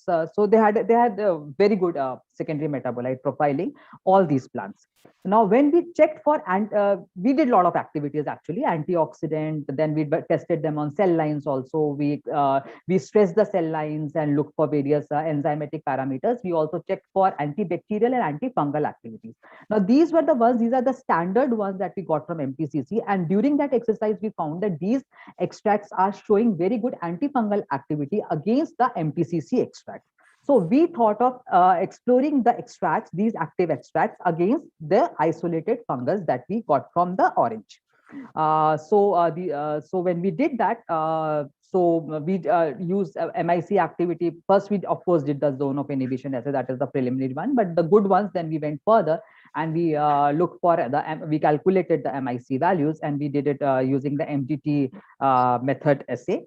And these were the values that we got for against our isolates that we got, Niger, digitatum, and citrate. Now, as per the convention, anything which is less than 125 or 250 is considered good. Anything which is higher than 500 is not good. So based on that, we did get some key some key insights that we can look for these compounds further. So these application can be like as a part of that, we were thinking that this application of these plant extracts can prevent the post-harvest losses in the distribution change. But then these are again very preliminary stages, and mechanism and mode of these extracts is not very well characterized. But what we got, like there can be many possible mechanisms. Now the students are still working on that. They are studying both in silico also, because of the pandemic now. Many of the things are not being done in the lab. So they are studying the molecular mechanisms also in silico. Apart from that, they are also, what we did was that many of these activities that we got, they were from the hexane fraction. So that kind of, prompted us to probably look at the GCMS profile, and this is what we did. And when we did the GCMS profile, we realized that it's the same fatty acid and methyl esters which were there in the maximum amount. Of course, there were a lot of other compounds also, but the majority of these were coming from this same esters and acids and all. So probably that is one possible mechanism by which we can say that these compounds are acting upon, they are forming probably a protective coating, and then they are also interfering. They are also pathways also are getting inhibited. So some of these actually from this particular extract, I have already in our lab, we have already worked and done some SEM analysis also, and we have seen for bacteria, not for this particular fungus. And we saw that, yes, it was interfering, it was disrupting the cell membrane structure. So we realized that in particular, it's the N-hexane fraction for which I just showed you the GCMS. So N-hexane fraction of this particular plant, Nepeta longibracteata, and N-hexane fractions of Tibetica and Purpurea, they were good. And of course, gingiber is something which we know it's got a lot of antibacterial and antimicrobial activities. So, but chemical activity for Nepeta longibracteata, yes, we have been able to identify those as per the GCMS criteria. We have been able to isolate and identify the bioactives that are involved. For others, the work is still going on. We are in the process of looking at the profile, but we were very much interested in Nepeta longibracteata for the simple reason that this is the plant which has not been studied that much. And in fact, for other activities, we got very good results with it. I think I have managed well within my time. So this is my lab. Dr. Shabri Ghoshal heads the lab. Then we have had PhD students, which include Manisha and Nandan. And these are the two students, Gayatri and Geetu, the graduate students who were there in the lab who did this work. And then these are my collaborators who are looking at the in silico work also. So I think, sir, I have managed well in time. So yeah, well done, Dr. Sharma. Really, you have finished well for time. Yeah, I'll just. Any questions for Dr. Sharma's presentation? I am not. Yeah, stop share. Yes. So, madam, what is the practical point of view really regarding the commercialization of your studies? Yes, sir. So now we are planning to, that is what our next stage is, because I was going through the presentations which were taking place since morning and even in the poster presentation session, also in the other sessions. And now the next stage, what my students, they have already set up the experiment now. So they are going to inoculate the plant, and with that coating, so we're going to have different controls actually. One we'll have control, and then we'll have inoculated one, and then the one which is having the extract plus the inoculation, and let us see, hopefully we should get good results, and then we will go in for. So just one suggestion, Dr. Sharma. Yes, sir. Yes, then sir. You see a lot of scientists, they are evaluating or screening different botanicals against yes, sir, diseases, including post-harvest pathogens. Yes, sir. So we must keep one standard control. Yes, sir. Along with our treatments, Yes, so sir. you have screened different botanicals, their extracts. Yes, sir. At that time, I was using standard, antifungal. So I was using amphotericin and the other one, I'm not ketoconazole that I had used. Amphotericin is really not standard. But for these plants, I have not used. But for these citrus, I have not used anything. Okay. So, for example, for citrus pathogens like, you have isolated Penicillium digitatum. Digitatum, yes, sir. Okay, it's a very common citrus fruit rot fungus. Yes, sir. And another you have not properly found, that is Penicillium italicum. That causes the blue mold. That causes blue mold on we did not get, sir, this time. So we should have some standard treatment. Yes, sir. Then I was just looking into one of your slides that you are trying to explore the mechanism of activity of these extracts. Yes, and you are thinking on the line of probably they induce resistance. They induce resistance. Yes, sir. And I would like to just say that because this citrus, after we harvest it, it's not a complete plant. Yes, sir. It's just a fruit. Just a fruit, sir. So any inducer, as you have listened to the lecture by Dr. Luis also from Spain. Yes, sir. So it works well. This mechanism works well only with the plant. The entire plant. Yes, sir. But when we pluck the fruit from the plant, the same response may not be there as in not be there. So you have to see what kind of other mechanisms could operate. Yes, sir, definitely, sir. Yeah. So thank you so much, sir, for your valuable inputs. Since, sir, it was really, I mean, you are kind of giving me the direction to the way forward, actually. Yeah. Thank you. Thank you very much. Thank you very much, madam. So, and any other question for Dr. Sharma? Okay, if no, thank you very much, Madam Sharma, for your nice presentation. So let's go ahead with our next speaker. He is Dr. Rajesh Kumar Pandey. He is the associate professor in the Department of Botany at Bundelkhand University, Jhansi. So is Dr. Pandey there, please? Yes, sir. Dr. Yes, Rajesh Kumar Pandey. So he'll be speaking on eco-friendly integrated management of biotic stresses of underutilized vegetables for doubling of income to the vegetable growers. Dr. Pandey, please try to restrict to the time schedule. Yes, sir. Will it be possible to conclude in 10 minutes? Yes, Is sir. it I will possible? try to complete in due course of time, sir. Okay.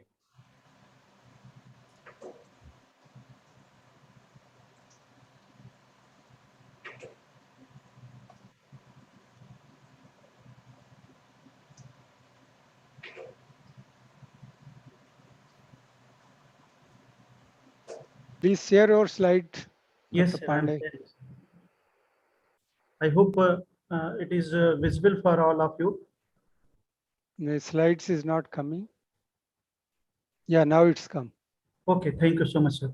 So now I'm going to present my topic, eco-friendly integrated management of diseases in underutilized crop.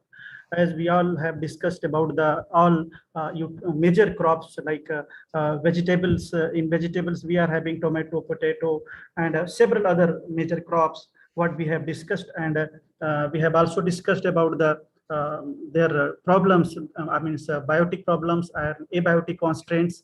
Now I'm just going to talk about a little bit more about the underutilized crop, how we can improve their produce by popularizing, by suppressing the constraints occurring on the underutilized crops by different suggestions and our goal. Thank you, sir. Now I'm proceeding in next slide. Here we are having one crop like broccoli. This is very common, and next to the we are having some like cooker bits crop. These crops are very much prone for different biotic constraints like mildews, either maybe powdery mildew or downy mildew. Even like some major diseases, soil-borne diseases, they are destroying our crops like cucurbits. Root knot nematode is one of the very common disease nowadays occurring on our cucurbits crop. And we are having shock target of the that particular broccoli after the harvest. I mean, post harvest, there are a lot of problem are nowadays reported on the broccoli crops. So next one we see here in the slide is pine guard and chow another that very less popular, very less popular crop among the peoples, but it has very potential. It has a very, it's a sure taste for in eating, and almost everyone nowadays getting the supplement of spine guards from the market during the winter season. So another underutilized crop I am going to share this one, both chow and spine guard. Winged bean, another very important vegetables, and it's come under the category of underutilized. It has several important nutrients, important micronutrients. So now we are seeing on the screen short bean. This is the one of the important beans. This is very common in Bundelkhand region. People are cultivating, and it's require more popular. It's require more attention for popularization among the other among other regions of the country. See the another leafy vegetables, poi, bacilla rubra. This is the another very important crop. Used for the different snacks, different curries. This is the normally harvested in northeast region, Bihar, West Bengal. They are very they are like to eat such vegetables. Another crops I would like to take attention of everyone on diascoria.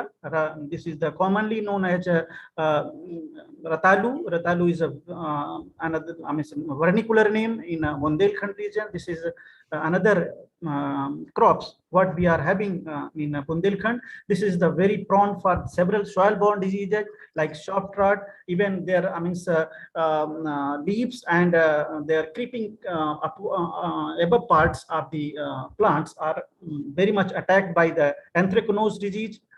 Now everyone knows about the our lotus stem is very common, very much like to the peoples. This is also another important crops grown by the different peoples in Bundelkhand. So I also focusing on the disease, disease and biotic constraints occurring on these crops around our area, and how we can suppress these constraints and for increasing our production. Now, important crop we are talking about the velvet bean. Velvet bean is another very important crop, and it has a very good medicinal value. Our neighbor China is very much focusing on these crops, and they are publishing so many papers on velvet bean. So velvet bean is also required more popularization among the peoples for wide cultivation, and they can gain their benefit from the this crop. Now, ginger is also very much grown in Bundelkhand region, and it's require a lot of attention after post-harvest, because normally we can see the ginger is attacked by several shock rot fungi on the surface. Their half surface is deteriorating, destroying by the different fungi, and due to this reason, their market value is very much suppressed. Very much the farmers or growers are getting very much less price. Now, a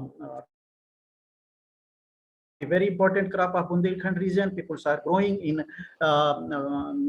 outskirts of the Jhansi and some region of the Lalit.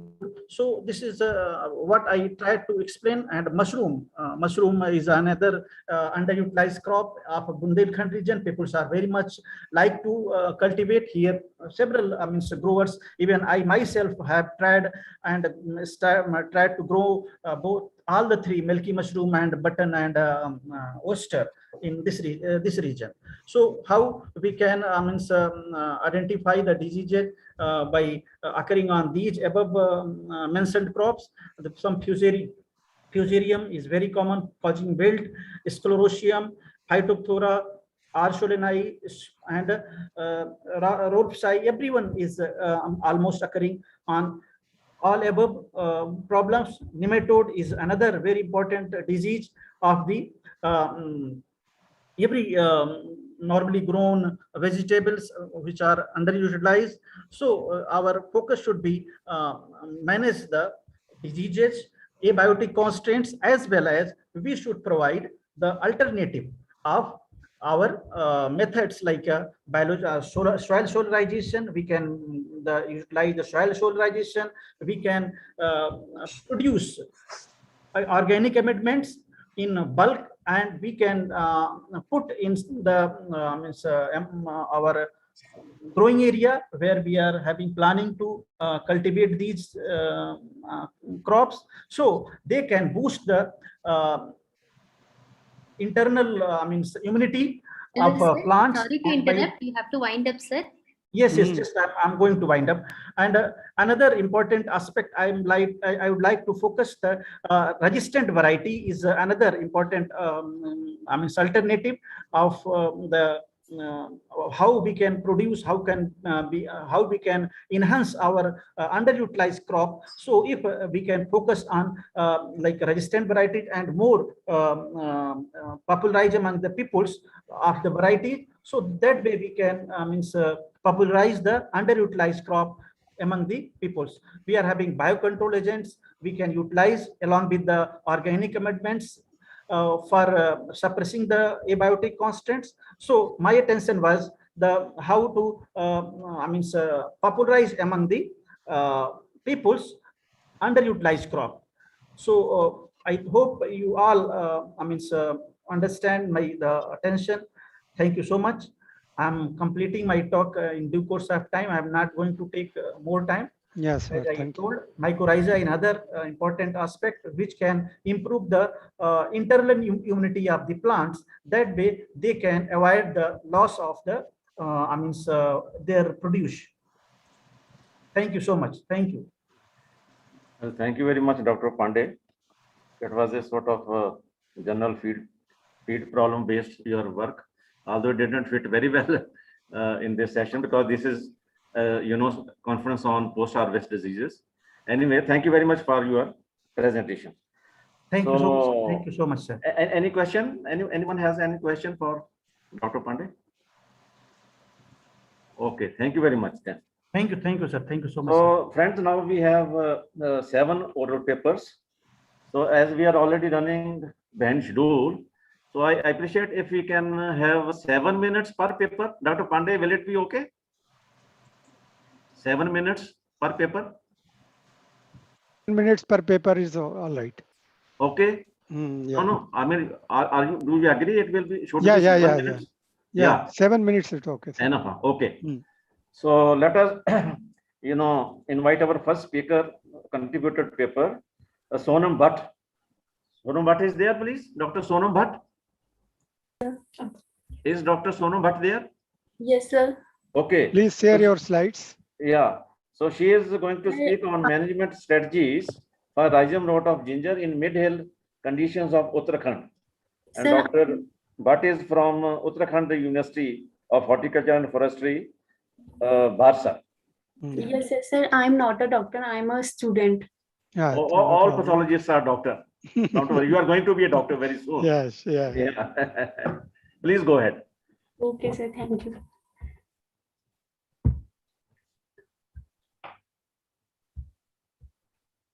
Please share your slides. Yes, sir. Screen. Share screen.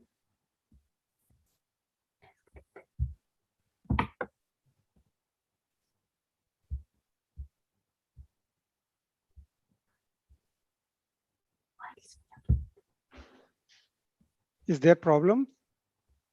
Yes, sir. There is a green signal here. Yeah. Share screen, then you click on that and you will share your screen.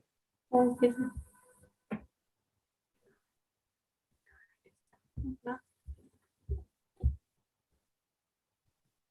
Yeah.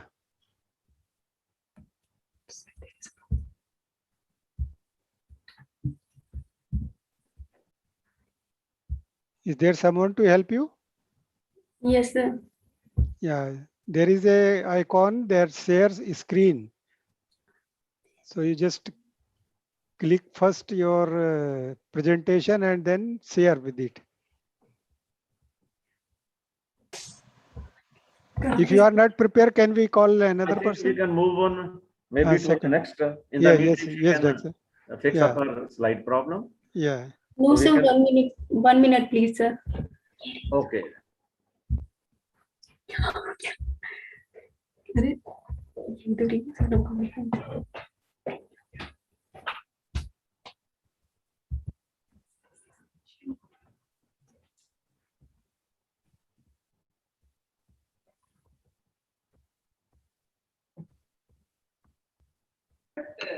Madam, please share the.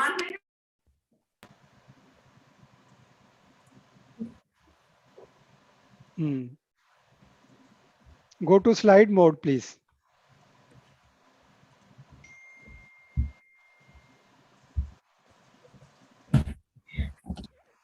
Very warm. That's fine. A very warm and healthy good afternoon, one and all present here. My name is Sonam Bhatt from College of Forestry, Ranichari. Today I am here going to present oral presentation on the topic management strategies for rhizome rot of ginger in mid-hill conditions of Uttarakhand.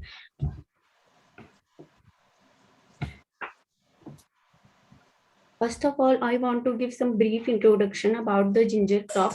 The botanical name of the ginger is gingiber. Don't write all these things. Everybody knows. You just give the present table only. on your topic. Don't read a botanical name, etc. Everybody knows it. Please briefly describe everything. Otherwise, you will not be able to complete within 7 minutes. Okay, sir. This is the data of India and Uttarakhand in area and production of ginger. Ginger cultivation area in India is 160 million hectare, and India occupies first position in the world with the production of 1,118 million tons. Now, this is the data of top 10 ginger producing state. Among all the states, Assam is the leading producer of ginger, while Uttarakhand ranked 10th position with the production of 19.07 million tons. Rhizome rot, also called the soft rot of ginger, and it is caused by Pythium species such as Pythium affindermatum, Pythium erythrolium, Pythium vexans, and Fusarium species. For example, Fusarium oxysporium formas species gingiberry and Fusarium solani. It was first reported in India by Mehrotra in 1952. Is a major bottleneck disease causing huge losses to crop. Rhizome rot is known to destroy huge crop losses up to 70% in a cropping season. There are many supporting factors such as wound, insect, and nematode damage tissue, etc. that aggravate the disease. Pathogen responsible for disease is both seed and soil-borne. Now, the favorable condition for the pathogen in case of Pythium species, the temperature requirement is 30 to 35 degrees Celsius and relative humidity is 85 to 90%. While in case of Fusarium species, the temperature requirement is 20 to 30 degrees Celsius and relative humidity is 60 to 70%. Now, the objective of the present study is to evaluate the efficacy of different fungicides, bioagent alone or in combination, and herbal kunab gel for plant growth promotion, yield and its contributing trade, and in suppression of rhizome rot, disease of ginger under field condition at hotspot region. Now, this is the detail of treatments that were used in the experiment. First one is the treatment. First was control treatment. Second was carbendazim. Treatment third was mancozeb. Treatment four was combination of carbendazim and mancozeb. Treatment fifth was combination of mancozeb and metalaxyl. Treatment sixth was combination of mefenoxam and chlorothalonil. Treatment 7 was copper oxychloride. Treatment 8 was propiconazole. Treatment 9 was hexaconazole. Treatment 10 was tebuconazole. Treatment 11 was trichoderma hergianum. Treatment 12 was Pseudomonas fluorescens. Treatment 13 was the combination of trichoderma hergianum and Pseudomonas fluorescens. And trichoderma 14 was the herbal kunab gel. Herbal kunab gel, it is a liquid organic manure, and these are the ingredients that used for the preparation of kunab gel. And now, this is the detail of material and method used for treatment evaluation during the course of investigation. The field experiment conducted at Vegetable Research Block, College of Forestry, Rani Chauri, and it was planted on 21st. Come to the results, please. No need of discussing detail of experimentation. Just elaborate your results. Now this is the results. And, in case of disease reduction and yield increase, the metalaxyl and mancozeb was found best with the percent of 88.67%. And in case of yield increase over control, it was also found best, that is the 36.66%. And it was followed by the combination of trichoderma hergiana and Pseudomonas fluorescens. And this is the design of experimental layout. And this is the view of field trial. And now these are the observations that are recorded during the study. And the first one is the growth parameter, second is disease assessment, third is yield parameter, fourth is the effect of treatment on disease reduction and yield increase. Now this is the disease severity scale which we have used in our study. And this is the formula through which we have calculated disease severity and percent disease incidence. Now, this is the symptoms that we have observed during our study. The first one, these are the some glimpses. The first one is showing the foliar symptom emerge as yellow to golden yellow color starting at the leaf margin. And the second one is showing wilting and toppling of the plant. And the third one is showing water brown lesion occur in rhizome stem intersection or collar region. And the fourth one is showing drying and death of the leaf. And this is the rhizome symptom. First one is the fungal growth on rhizome. Second one is watery and soft appearance of rhizome. The third one is showing decaying mass of tissue enclosed by comparatively tough reed. Now this is the result of growth parameter. Combination of metalaxyl and mancozeb was found best among all the treatments that were used in the present study, where germination percentage is concerned, that is 82.96%, whereas in terms of plant height, number of tillers per plant and number of leaves per plant, result were found best in Kunab gel. Now the disease assessment, which include disease incidence and disease severity. Combination of metalaxyl and mancozeb was found best with respect to disease suppression. It has shown minimum number of infected plant with 10.18%, followed by the combination of Trichoderma hergianum and Pseudomonas fluorescens, that is 10.83, which was statically at par. Now this is the graphical representation of the disease assessment. Now this is the result of the yield. Combination of metalaxyl and mancozeb was found best in terms of yield with the production of 34.5 kg per plot, which was followed by the combination of Trichoderma hergianum and Pseudomonas fluorescens with the production of 30.21 kg per plot. Now this is the graphical representation of yield in kg per plot. Now I would conclude. Now I would like to conclude. From the present study, we have found that metalaxyl and mancozeb was highly effective in controlling the disease as well as increasing the rhizome yield, followed by the combination of Trichoderma hergianum and Pseudomonas fluorescens. While in case of growth parameter, herbal Kunab gel has shown high efficacy, followed by the combination of metalaxyl and mancozeb. Thank you. Well, thank you very much. Thank you, sir. Sonam. Yes, sir. Well, I would just a suggestion for you that well, you are doing very good work. Yes, sir. But the chemical fungicide used by you in your work, they are quite old now. Very new chemistry, which is called green chemistry, and very safe chemicals have now come. Has been developed and released. And the metalaxyl, has a problem of resistance build up. It can develop, pathogen can develop resistance very easily to metalaxyl. In case Pythium, I think in your case, yes, and it has other limitations as well. So lot of, these anti-omotic fungicides of different chemistries, they are now available. So try to evaluate those if you are interested for still better disease control. Okay, sir. Of rhizome rot. Yes. And try to, evaluate also some, combinations of bioagents with the safe doses of fungicides. Okay. Sir, I have used the combination of bioagent. Yeah, Sonam, you have used it and that is giving good result. But how you use it? You have given the rhizome treatment or at the time of disease you have applied? Sir, first of all, I have given the seed treatment. After that, we have given the soil drenching. That's good. Yeah. Yes. And also you have to take care of the residue in the rhizome when you treat systemic chemicals like metalaxyl or similar chemicals. So you have to also, detect or study residue build up in the rhizome also. Okay, in ginger. Okay.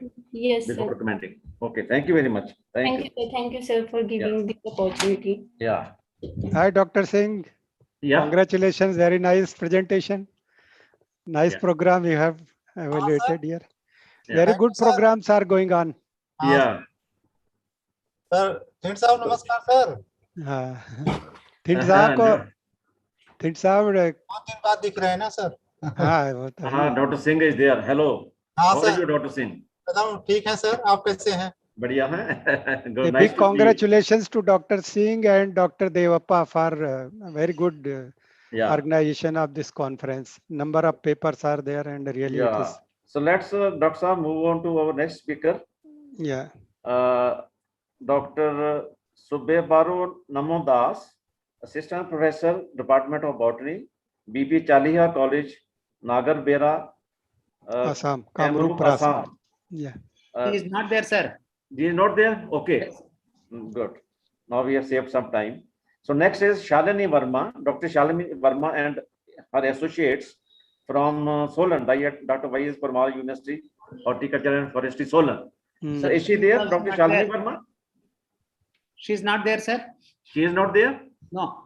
Dr. Gautam, is Dr. Shalini there? Dr. No, Gautam sir. was just, okay, she is not there. Then next is Gayatri Biswal and Dr. Dinesh Singh. So, Yes, sir. Sir, I'm present, sir. okay, Gayatri nice, Biswal, nice. you are presenter. So she Yes, is sir. going to speak on use of botanicals in the management of post-harvest microbial deterioration of fruits. Yes, please, Dr. Biswal. Go ahead, please.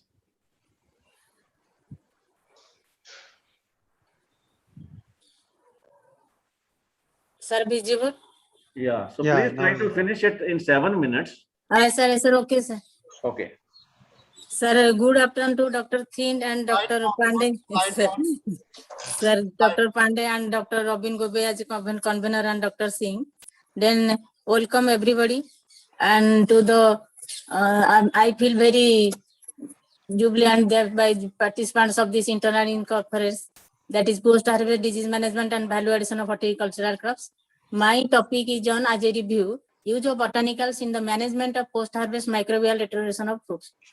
Already we are thinking about this that organic products. So organically, if we produce food, then we have to also prevent their deterioration in storage period by using the botanical.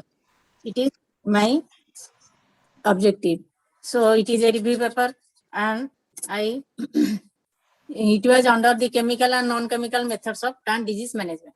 So overall fruit production, it is a million metric tons over the global production, while India is the second position, 97.07 million tons.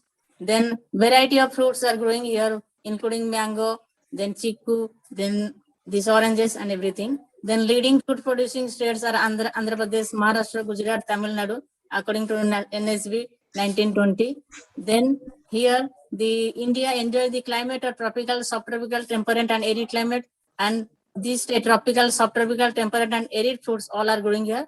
Banana, papaya and mango, major producers, 26%, 44%, 48% contribution to the world production. Here the temperate and tropical climates are enjoying in Andhra, Maharashtra, Karnataka, Assam, Bihar, UP. Then subtropical MP, Maharashtra, Bihar. Then temperate is which are growing apple, pear, peach, cherry, Himachal Pradesh, Jammu, Kashmir, and eastern hill states. Arid fruits, that is our date palm and pomegranate, are in Gujarat and Rajasthan. Then here the tropical fruit, jackfruit, papaya, dragon fruit, lychee. Subtropical fruits, mango, banana, papaya, citrus, guava, lychee, sapeta, apple, peach, pear, plum, cherry, apricot. And the arid fruits all are bear, pomegranate, castor, apple, date. The botanicals, use of botanicals is these crops are collected and sown. So overall post-harvest loss was it was a compilation of IIHR, Indian Institute of Horticulture Research Institute, that is including the microbial loss. It ranges from the 6% to 18%. Maximum is in guava, then followed by mango, apple, banana, and least is in citrus and banana. Then organisms are associated in this deterioration: Colotrichum, different species of Colotrichum, Aspergillus, Penicillium, Fusarium, Botryopodia, Rhizopus, and Macropomena. So it is a common practice of waxing and chemical coating of the fruits. But it is now we are just trying to avoid it and coating them with this plant extracts of neem, garlic, eucalyptus, and with essential oil, thyme oil, eucalyptus oil, rue oil, tree oil, and volatile oils like black pepper oil, clove oil, and also gels are developed, aloe vera gels, and latex are developed from Hevea brasiliensis, a rubber plant.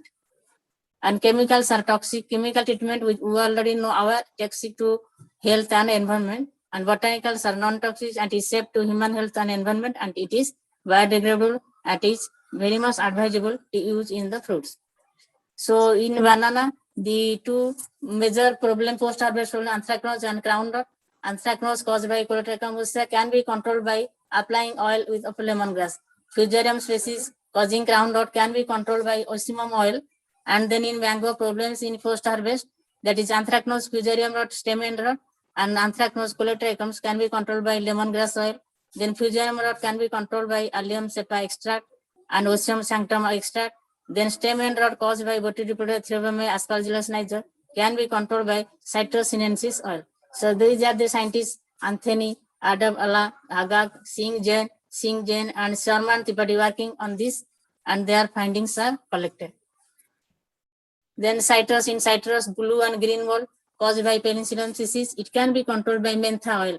Then in apple, brown rot was a problem caused by Sclerotinia fructigena. It was controlled by aqueous leaf extract of mentha. Then grape, soft rot caused by penicillium. It was controlled by aloe vera gel. Then pear, fruit decay caused by botitis and glomerella.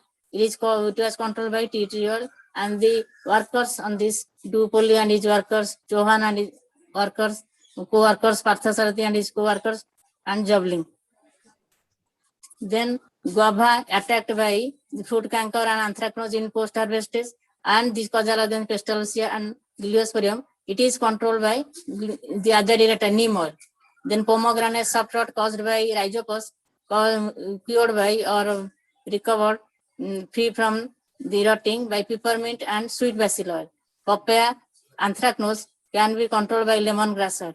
Lychee fruit rot caused by aspergillus can be controlled by Piper nigrum leaf extract. Cherry rhizopus rot caused by Rhizostomia stolonifer, Rhizopus stolonifer controlled by thyme oil.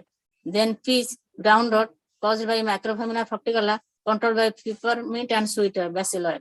So then jackfruit rhizopus rot caused by Rhizopus actocapri can also be controlled by peppermint and sweet basil oil. And it was the work of presentation of this establishment of a soil et al. 2008, and cherry work was done by Boskis and Molinia, and this lychee storage was studied by Muhammad et al. Then papaya was studied by Ali et al.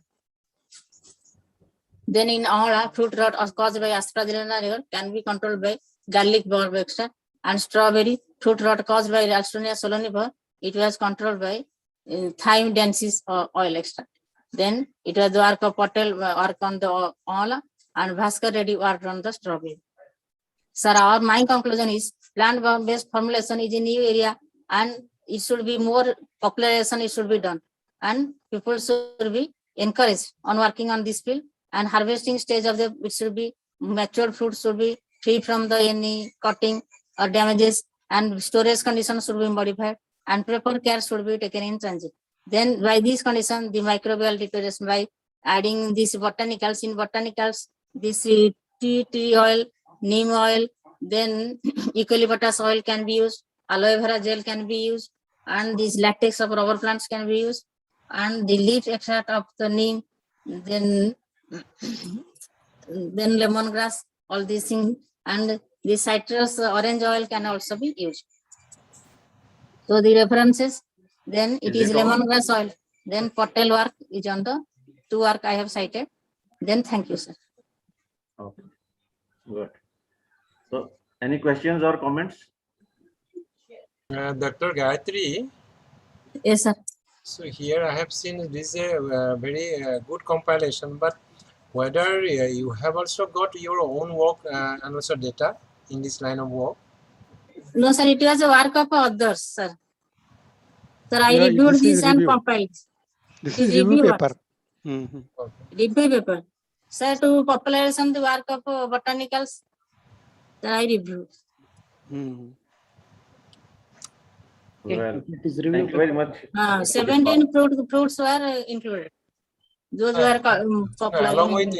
Along with others, this report also, personal reports also should be supplemented, according to me. Yes, you are right. Yes, sir. Right, yeah. Anyway. Oh, thank you very much, Dr. Yes, sir. Yes, sir. Thank you. So, well, we now move on to our next speaker, Dr. Uma Chaurasia and Sapan Patel from Jivaji University, Gwalior. Is Dr. Chaurasia there? Sir, Uma, she is not there, sir. Uma Chaurasia and Sapan Patel. No, they are not there. Uma is there. I think she has entered. Uma Chaurasia. She is there, but not active. Salini Verma has already come, so invite her. Salini Verma. Just enter that, no? Maybe she has some problem with the video or something like that. Maybe network issue. Shalini Yes. Verma is along with 5 other I'm authors. Yes, she is there. Shalini is there. Uma Chaurasia, she is there. Can you Both hear? are there, both Dr. are Uma there. Chaurasia? She is not present. Uma also there. She has Both are occupied, but present. not there. Anyway, I think in the meantime, we can go ahead and she can join us later. Yeah. Next, our speaker is Muhammad Amir. Is he Yes, sir. there? Muhammad Amir? Muhammad Amir, Sarvesh Pratap Yes, sir. Kashyap. Yes, sir. Okay, he is there. Yes, So sir. Muhammad Amir, Should I start, sir? there are so many Yeah. authors in this. They are 7 from authors. different institutes. Okay. So Muhammad Amir is going to speak on Trichoderma erinaceum biopriming modulates the working defense programming in tomato against Fusarium oxysporum glycopesticide challenge condition. Yes, Dr. Muhammad Amir. Please. Hello, start your good evening to all. I am Dr. Muhammad Amir, postdoc scientist, presently working at Division of Plant Pathology, IRI, New Delhi. So my work is basically highlighting the importance of biopriming with biocontrol microbes. And my work is how Trichoderma erinaceum biopriming regulates the transcriptional reprogramming of differentiated genes in plants. So before going into detail, I would like to highlight some backgrounds. So as you well know that tomato is most important vegetable crop and it is rich to the mineral, phenolics, vitamins. So what is the major objective of tomato breeding program here is the most important objective of tomato breeding program is to develop disease resistance against devastating pest and pathogens. And among them, Fusarium vascular wilt is one of the most devastating disease of tomato. And if we discuss about the economic losses due to Fusarium wilt, it is it Hello, can sir. go up to. Mohammed sir, can hello? you please put the slides into slideshow mode? No, sir, not enlargement. Go for slideshow, sir. On the top, On the after top, animations. on the top also you can see, and also bottom also you can see one cup type of symbol. On the top, home, insert, design, transitions, animations, slideshow. Can you see on the top of the panel? Is that sir? Top of the home, insert, design, transition, animation, Is that? slideshow. On the top, from left, top Yes, left sir. corner, you go on reading. Yeah, insert, design, right side, you just proceed right. Yes, sir. Now here, home, Yes, home, sir. then insert, then design, transition, Yes, sir. Yes, animation. Yes, sir. Next, slideshow. Slideshow, yes. Yes, sir. Now you click it. Yes, sir. I have clicked it. It's Yeah. okay, sir, now? No, not. It's not accepting. Insert, design, In transition, the bottom you animation. can try. In the bottom you can try. Or at the From bottom current also. slide, sir. From current slide. Down it is there in the slideshow from current slide. Top. In the slideshow icon, you have so many icons. In that Yes, sir. you go for from current slide. Second one. Yeah. Next. Yes. Yes. Yes, sir. Okay. So That's as true. I've told that Fusarium vascular wilt is one of the most devastating disease of tomato. And if we discuss about the economic losses due to Fusarium wilt, it can go up to 25 to 55% from various regions of India. So have been reported till now. And in condition of temperate climate or conditions, it can go up to I believe to 10 to 90%. So, what are the molecular approaches to understand the Fusarium tomato interactions? What have been done till now, and what are the strategies that have been used to deploy the defense against Fusarium wilt? The first is identification of contrasting genotypes and racial varieties. This is more common, and establishment of high throughput and robust hydroponics-based screening methods.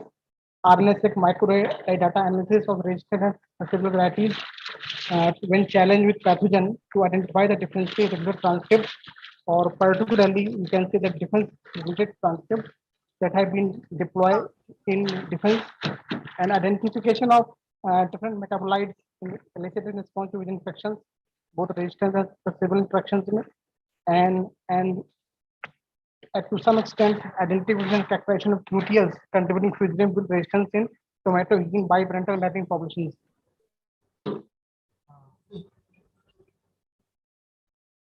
हाँ नहीं chairman से आपने लेकर के दिया जो आपका So he moved forward and management of fusion will be quite possible as a difficult approach. Fungus resides in soil for long. You can say that the fungus resides in soil for a long time, so its management is very difficult. And the classical methods are the use of disease varieties, crop rotations, and agrochemicals. Apart from such, there is some indigenous microbial system like biocontrol microbes present in soil that provides low effort, cost effective, and sustainable system for disease control. So microbial priming with trichoderma could result into change into expression profile of several genes that play a critical role in plant response to regulation of transcriptional events, regulation of various biotic and abiotic stresses, plant metabolism, and clinical transactions. So here are some solutions and control measures. So now I'm going to highlight what are the Virgi made a difference signaling. As you know that plant have some indigenous defense mechanisms, and out of them, one is the Virgi gene mediated plant defense signaling. Whenever a compatible plant pathogen interaction occurs, the host defense response is accompanied by transcriptional reprogramming of the transcriptome in multi-dynamic manner following the recognition of pathogen. The transcriptional reprogramming following the stress condition results in stimulus specific expression profile changes and occurs through multi-dynamic regulatory network, that whereas Virgi transitive factors function as an activator or repressor or therefore play a critical role in stress tolerance. And this is the some basics about what are the structures of Virgi proteins as they're composed of Virgi domain and having 60 amino acids that are the key functional moieties present in these proteins and occupied with a highly conserved short peptide WRKYGQ sequence. This WRKGQ sequences actually binds with the major group of the DNA to modulate the defense tuning. So these are the basics. So for going to detail, I have some isolate. First is establish the isolation identification of pathogen. This is the fusarium, and this is a hyphae, and this is the microfluidia and macrofluidia. So what is my approach? I have just evaluated the method RNA-seq micro data analysis of the resistance, particularly susceptible varieties of tomato, when challenged with pathogen to identify the differentially regular transcripts. In this work, what we have done, we have just studied the genome-wide differentially expressed Virgi genes that provide defense when tomato plant is attacked by pathogen by fall pathogen. So I have utilized this approach to study further. So what we have done, we have studied the expression genome-wide, transcriptome-wide data analysis, and we found that whenever a plant is challenged with fusarium, genome-wide, we have a list of defense-related Virgis that are differentially expressed. Because in tomato, there are 83 Virgi genes, but all the Virgis are not associated with defense.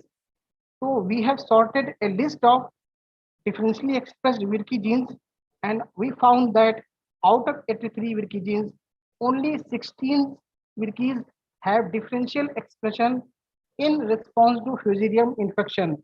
So this is the by clustering gene expression analysis software that reveal the differential expression of different Virgis. This is uninoculated control, and this is uninoculated control number 2, and this is the fall challenge samples. So you can see that here the green color indicates the down regulation in the uninoculated control, and the red color indicates the up regulation of the transcripts. So among the differentially regulated transcripts, we found 3 Virkeys. Among the 16, we found 3 Virkeys show clear-cut demarcation in pathogen challenge conditions compared to their control counterparts. So you can see that here, Virky 4, Virky 37, Virky 33. Initially, it was named as Virky 33, but today we know, as per the recent annotation, it has been renamed as Virky 31. So we found 3 Virkeys that have clear-cut demarcation in control as well as pathogen challenge conditions.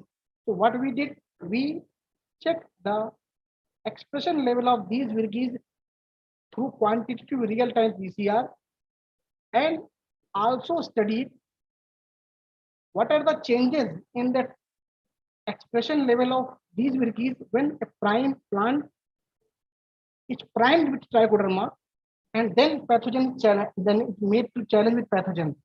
So here are the different values or expression values showing in decimal points. What are the expression level? This is scale. This is scale represent the color bar where the red color represent the up regulation and the blue color represent the level of down regulation. So here are the Virkeys.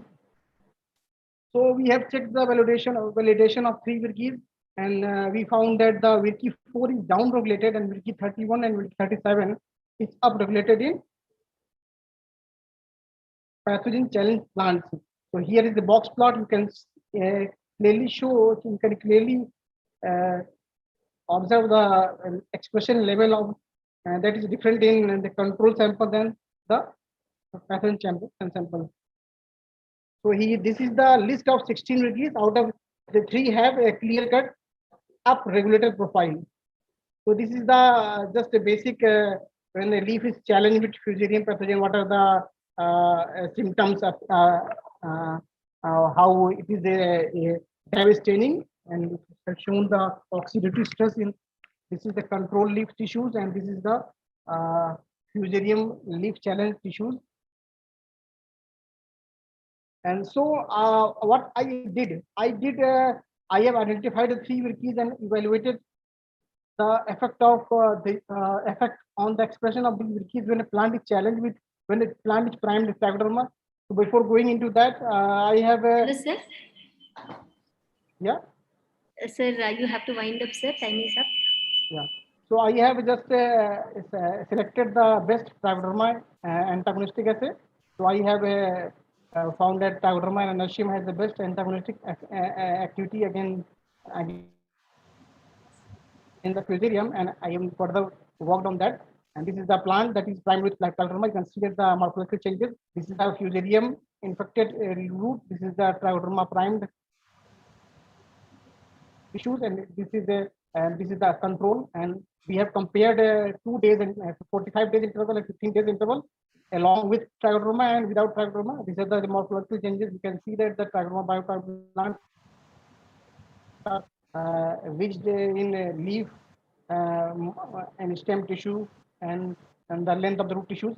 So we have further validated the our result with QRT-PCR analysis. We found that the result in case of the trichoderma inertium, the expression was found to be highly increased compared to fall challenge.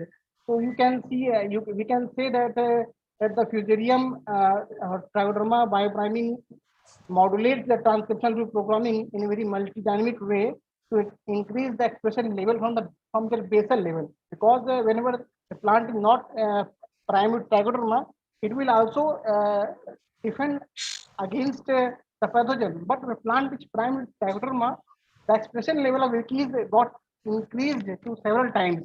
So you can see that here in this our result, this is the Virky 4, and you can see that this gene is down regulated compared to the Virky 31 and Virky 37. In this case, the fall plus T inertium sample have the higher level of Virky's expressions compared to Virky 4. So we can see that, we can conclude that Virky 4 is going to down regulate as a part of plant defense, as a part of bioprimed tissue, and Virky 31 and Virky 37 is going to upregulate part of microbial biopriming or transcriptional reprogramming to enhance the expression level. These are the heat maps showing the control tissues and the different samples. Here the color shows the up regulation and the green cluster with the down regulation or basal expression level. And so here are some examples of the SODs and zinc. We have also checked the expression of the good SODs and good cytosine peroxidase. Can you conclude, some please? basic work. Can you conclude, please, Dr. Amit? Yeah, this is the expression of PR proteins, chitinase. So this is the biochemical activities increasing in case of the plants challenge with trichoderma, plant bioprime with trichoderma, and then challenge with fusarium. And apart from I have checked the lignification content. So in case of tissue bioprime with trichoderma, the lignification increased several times compared to their wild counterparts. So this is the control sample. This is the fusarium challenge, and in the control sample, the fusarium challenge conditions, although lignification is occurring, but in case of plant, when a plant is bioprime with trichoderma, the extent of lignification is enhanced several times. So we can say that the transcriptional reprogramming or biopriming with trichoderma leads into increased or more aggravated defense response compared with basal defense response. So now I'm going to conclude my point. So mitovirkis plays an important role in plant defense against fusarium infections. Transcriptome analysis of the plant inoculated with fall pathogen and uninoculated control revealed the differential expression of genes following the fall pathogen conditions. So mitovirkis, particularly virki 4, virki 34, virki 37, play a significant role in plant defense against fall challenge condition as a part of host defense strategy against the pathogen. Microbial biopriming, particularly or cheap biopriming biocontrol microbial resulted into the transcriptional reprogramming of the defense-related transcripts. Increased expression of SOD, CAT, and PR protein in fall challenge as well as fall plus T N-Asium sample revealed that the T N-Asium biopriming aggravated the plant defense on basal level, providing more effective defense system against the pathogen. Increased cellular lignified layers in both fall challenge and fall plus T N-Asium sample demonstrated the effect of host defense against pathogen as well as more aggravated plant defense from the basal level in bioprime plants. So here are some publications. I would like to acknowledge the head of the department, Botany BHU, Professor Adarsh Upadhyay, my mentor, Professor D.K. Sharma, IES BHU Research Advisor, and ICMR New Delhi for financial support. Thank you for paying attention. Well, you have shared good information, real good information on how trichoderma can induce or modulate, defense programming in tomato against fusarium wilt. But again, fusarium wilt, as you know, it's a field problem. So your paper is very good, but really not, fitting well in this conference because it is exclusively, devoted to post-harvest diseases. Anyway, thanks for sharing very good information. Any question or comment for Dr. Yes, Amit? yes. Yeah. Muhammad Amir. Yes, sir. It's very nice piece of work, good in information generation. Yes, sir. So you had identified 16 worky genes. Yes, sir.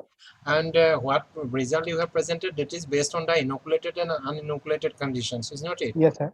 Bioprime with trichoderma. Yes, sir. So which actually tomato variety you took, whether it is susceptible to fusarium or resistant or any arbitrarily you took? Actually, I have first studied the list of the varieties that are susceptible to tomato wilt, and I have selected the best variety that is more that is having 98% susceptibility to fusarium wilt, and I worked on that. And that is the S22, that was selection 22 variety. Yeah, and I hope the same worky factors as well as genes, so they may behave differently in case of the resistant variety. Yeah. It might be possible that in case of resistant, the expression level must have or might have been increased up to several times rather than susceptibility. Right. Yeah. Because suppose in case of the susceptible varieties, it is going to 10. In case of resistant varieties, it might have been gone up to 50 or 60. But that's something like that. Okay, thank you. Okay, thank you very much, Dr. Amit. Thank you very much. I think Dr. Uma Chaurasia has shown her up. Thank you. You can see her hand. She is there, I think. Yes, sir. Okay. Dr. Chaurasia, please go ahead with your paper. Plant extracts act as a biocide to manage anthracnose disease in chili.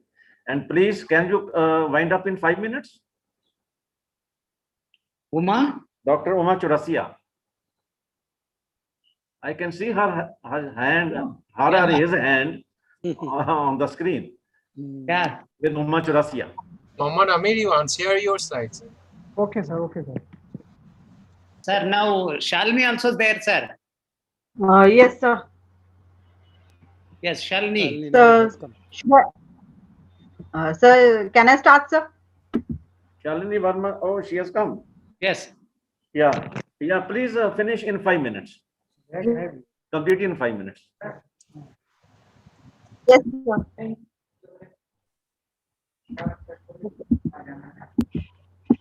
You all. Hello. Yes. This is my presentation. Okay, But thanks. your slides are not there. So I'm trying to share. There's one option share and other one is cancel. Shalini. So No, wait. We have already given share option. Okay, sir. Please already given. Yes, sir. Okay, you can share it. Okay, sir. Thanks, sir.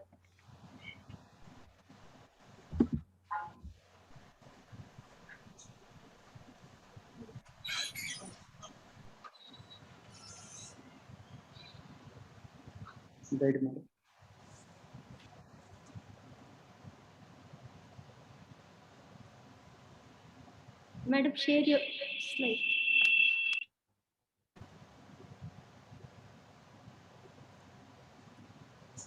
Can anyone help her? Madam, you have any difficulty in sharing the slides? Ma'am, it's not sharing from here. It is giving me option share and cancel. No, we have given the slide sharing option to you. First open your PPT, then you share. So I have opened my PPT. Then you go So for it's already open. Share screen. Then you click on share screen. Open the PPT, then share screen, then it will come. Let me try, sir.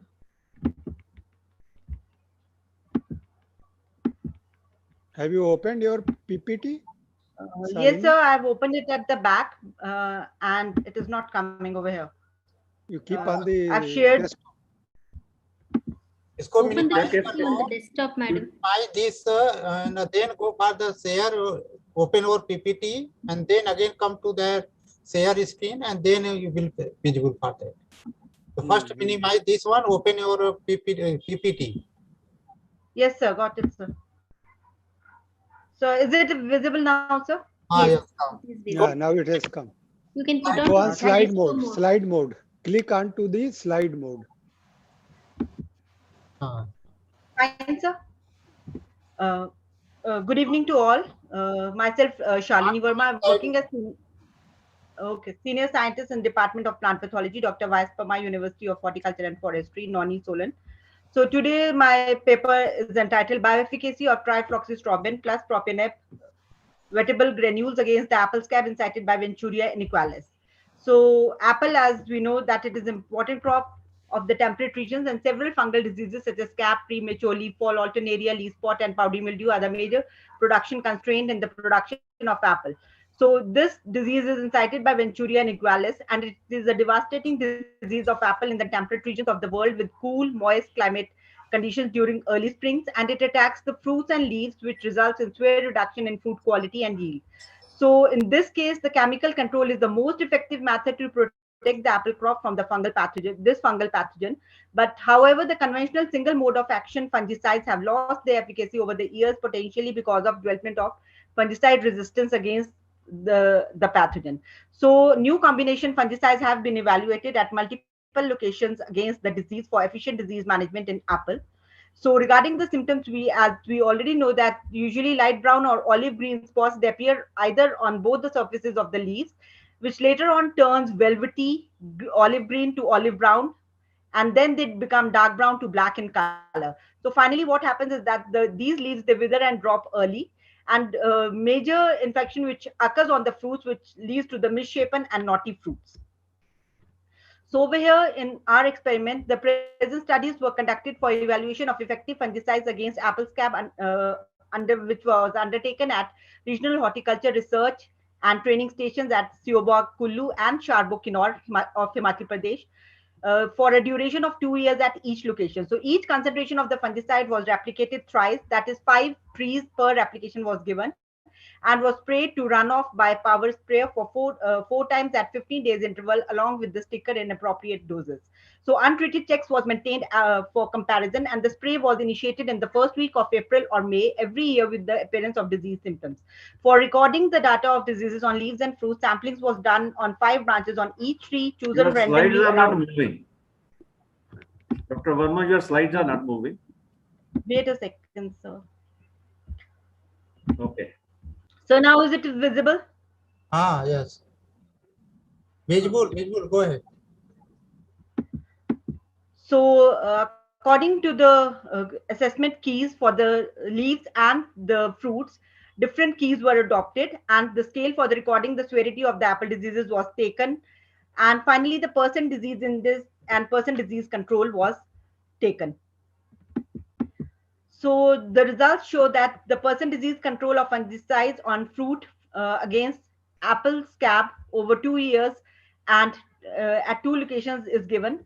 So in this case, it was found that trifloxystrobin plus propionib at the concentration of 0.2 showed the maximum percent disease control at Kullu as well as Sharbo. And it was followed by the same fungicide at a concentration of 0.175% as compared to the control. So similarly, in case of the percent disease control of fungicide on the leaves against the scab disease at 2 years and for 2 locations, it was again found that the trifloxystrobin plus propionib, it showed the maximum percent disease control with 92.57%. And in Kullu, whereas at Sharbo, it showed at 83.76% at Sharbo. So it was followed by the concentration of 0.175% in the Kullu and in the Sharbo locations. So it was finally concluded that it was recorded that all the chemicals were effective in controlling the apple scab with different degrees of effectiveness, and the maximum percent disease control of apple scab on the fruits and leaves, they were recorded with trifloxystrobin plus propionib at the concentration of 0.2%, followed by trifloxystrobin plus propionib at the concentration of 0.175% during both the years and at both the locations. So our investigations indicate that this new compound provides preventive, curative, and lasting efficacy against the apple scab. And this new generation fungicide is a ray of hope for effective management of apple scab for the apple growers. Thank you, sir. Thanks a lot. Thank you very much, Dr. Verma. Any questions? Thanks, sir. Yes, Dr. Shalini. Yes, sir. So just I want to know, this is a new molecule, a new product. Who is the producing company? This one? So, the chemical is Flint Pro. No, this is who is actually the buyers, or I think it's a buyer. Buyer, sir. Yeah. Yes, sir. And whether what do you think? Whether it can have a label claim? Sir, they have applied for the label claim for this product, so it will be included in the spray schedule this time. Okay. Thank you. Dr. Shalini. Yes, sir. Earlier you have been recommending the triazole compounds against apple scab in Himachal Pradesh, and I know that they are still working very well. And the plus point with triazoles is that they develop resistance very, very slowly. I hope you agree to this. Sir. And why you are going after strobilurins for apple scab control? Because strobilurins are known to be very risky from resistance development point of view in general. So are these triazoles have become ineffective due to some reason or the other? the combi products, they are showing the better results as compared to the individual single fungicides, sir. No, I mean, that's okay. Have you compared the efficacy of trifloxystrobin plus propinave with any of the triazoles? Yes. You have already recommended? No, sir, we have compared it with the Metiram plus paraclostrobin. No, Metiram that's a different. Metiram and paraclostrobin again is a, this strobilurin compound. I'm talking about if you have taken any standard, I mean, any triazole as standard compound. And by the way, what is the status? What is the status of apple scab in Himachal now? I mean, is it on the decline side or is it again increasing? It has re-emerged, and last year it was recorded from 3 to 90% in the orchards of Himachal Pradesh. Okay. So it has re-emerged. Last year it was very severe in the Himachal Pradesh in 2020. And what about that? What about that defoliation disease due to alternative species? That's not very important now. So premature leaf fall due to Marsonina, it is important. But last year, the apple scab, it has really caused havoc in the apple orchard. So it has again gained the importance. Okay. So please work out the economics also, because these trifloxy, this fungicide is very costly, this combination. Yes, that also I wanted to. So you have to also work out the economics of the, I mean, these treatments. Okay. Yes, and any question? Just I want to ask one question. Yeah. Madam, can you study about this? What is the shelf life and increase by using these fungicides during storage? Have any effect on that during the storage? You have studied or not?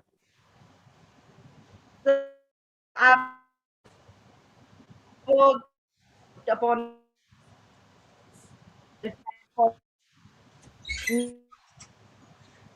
not yet, sir, but not audible. I'll try. Voice. Voice is okay. Take. Your voice is breaking. Okay. Leave it. Start new. Okay. Go for the next. Okay. Thank you very much, Dr. Verma, for your presentation. Now we move on to the last speaker, Dr. CM. Yes, sir. So Dr. Bhalia and his associates, they are from Department of Plant Pathology, Agriculture College, Junagadh, University Junagadh. So he is going to talk on effect of post-harvest treatments on stem end rot and fruit rot of mango. Please go ahead, Dr. Bhalia. And please try to finish it in 5 minutes, okay? Okay, sir. Yeah. PPT is visible, sir? Yeah, not visible. No, not yet. Just sharing. Yeah, it is visible okay, that's now. okay. Is it visible, sir? It's visible, yes. Start, please okay. Start. Good evening to all of you. Today I present my research work, that is effect of post-harvest treatment on stem and rot and fruit rot of mango, that is variety castor. And I'll try the experiments for this also, sir. Okay, is it audible? Yes. Okay, this is the background information. As we know, the mango, that is king of fruit, and it is important fruit for India as in all over world.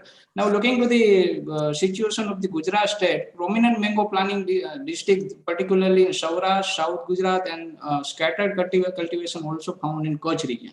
And very well known among them, Saurashtra region of the Gujarat state, that is well known for their Kesar mango. Now the geographical indication, that the GI tag is also given and name is given Gir Kesar, and which is famous for their excellent quality and pleasant flavor. As we know, the large number of pre-harvest and post-harvest diseases that affect the mango crop, among them, most of the post-harvest disease become the hurdle to the consumer, farmer, as well as traders in the domestic as well as in foreign trade. Among the different post-harvest disease, stem and rot, that is caused by Diplodia theobroma, and fruit rot, that is caused by Aspergillus niger, that is important post-harvest disease which directly affect the quality of the fruit and which become the limiting factor for the exporting of the mango into the another country. Now, looking to the symptoms of this both the disease, generally both the disease occurs at the time of ripening. And looking to the stem and rod disease, initiation of the disease is started from with purplish discoloration near the stalk end. Later it spread to downward and cover the entire surface of the fruit area. In photograph, you can see, see that brownish color discoloration is started, and later this turns into brown to black in color. And sometimes in infected parts of the fruit, it is splitting is also or cracking is also occur, and from this splitting, light brown color exudation is comes out. In case of aspergillus fruit rot, yellowish gray color spot occurs on the infected parts of the fruit. Later, it is turned into the brown color. And as we know, the aspergillus produce the large masses of black spore. So black conidial mass that is also found on the infected parts. In both the disease, the inner mesocarp is turns into black soap, and that gives the fermentative bad odor. And within the 4 to 8 days, entire fruit is rotted. Here in photograph, aspergillus fruit rot is also showed. This is the photograph of stem and rot and fruit rot. As I discussed, the black conidial mass is observed on the infected parts, particularly in aspergillus niger. This is the progress of the disease on the mango fruit. Generally, this disease is started, infection is started with the darkened pericarp near the base of the pedicel. Initially, the minute spot is developed at the base of the pedicel. Later, the infection is spread toward the lower portion of the fruit. And as the disease is in advanced stage, the infected fruit surface is cracked and light yellowish color ooze comes out. And in the last stage, after the fruit is rotted, then the sporulation of the fungi is take place on the infected parts. This is the pathogen, stem and rot, Lecidiplodia threophom, the cultures as well as in Conidia. This is the culture of Aspergillus niger that cause the fruit rot. Objectives of our experiment, as we know, the most of the farmer and traders utilize the chemical method for the control of the post-harvest disease in mango. By utilizing this chemical method, sometimes it becomes the hurdle because of the pesticide or chemicals residue problem. And as per the international standard, well and better quality fruit is required. So there is a need to integrate all the method, either it is a physical, chemical, biological, or cultural method, along with the chemical method for the control of post-harvest disease. Now, looking to this needs of the present investigation was formulated to find out the most effective treatment for the post-harvest disease management of mango during the storage period. This is the experimental detail. Location is our department, variety taken Kesher, experimental design taken CRD, and 3 replication is taken, 20 fruit taken in each replication. This is the treatment details. Total 8 treatment is taken. First, equal size fruit is selected, then it is harvested, and after the harvesting, it is kept for the 3 days at the room temperature. Then after the 3 days, the treatment is given. Looking to the treatment number first, that is a physical method, that is simply dipping of the fruit in a hot water, 52 degrees Celsius for 10 minutes. Now, treatment number 2, 3, 4, and 5, that is the chemical method. So here we take the 2 fungicide. First, that is carbendazim 25% along with mancozeb. That is a ready mix formulation available in market. And second fungicide taken, that is a mancozeb 75% wettable powder. So first we prepare the fungicide solution by utilizing the appropriate concentration. The carbendazim mancozeb, we are utilizing the 20 gram in 10 liter water. So after the preparing the fungicide suspension, fruit is dipped into the suspension for the 5 minutes. Now treatment number 4 and 5, that is also the chemical method, but slightly difference is there. After the preparation of the fungicide solution of the particular concentration, sterilized cotton is dipped into the fungicide solution, and this cotton swab that rubbing on the stem and region of the fruit, and fungicide is taken, similar fungicide is taken. Treatment number 6, that is a biological control, we can say, simply the coating of fruit with the mustard oil. So in case of the mustard oil treatment, with the help of sterilized cotton, we simply prepare the smear of the mustard oil on the fruit. Number 7 treatment, that is a cultural method, we can say. In this method, we harvest the fruit along with 5 to 10 centimeter stalk, and after the harvesting, we kept as such in a room temperature for the natural ripening process. In case of treatment number 8, this is combination of the physical method as well as chemical method. In this method, we take the hot water treatment, and this water is treated with disinfectant sodium hypochlorite for the 5% solution, that is 2000 ppm, that is 2 ml in 10 liter water. And after preparing this suspension, food is dipped into this solution suspension, then for the 5 minutes, then after air dried it and kept it for the natural ripening process. And this is the different photograph of application of different treatment after the harvesting. That is hot water treatment, hot water along with sodium hypochlorite, coating of the mustard oil, harvesting of the fruit with 5 to 10 centimeter stalk. And this is the rubbing of the cotton swab with fungicide on the stamen region of the fruit. Now, methodology, as we earlier discussed at the time of the treatment details, after the application of the each treatment, the fruits were allowed to air dry. After that, all the fruit were. Is it audible, sir? Hello. Audible. Go ahead. Audible. Sir Valia, go ahead.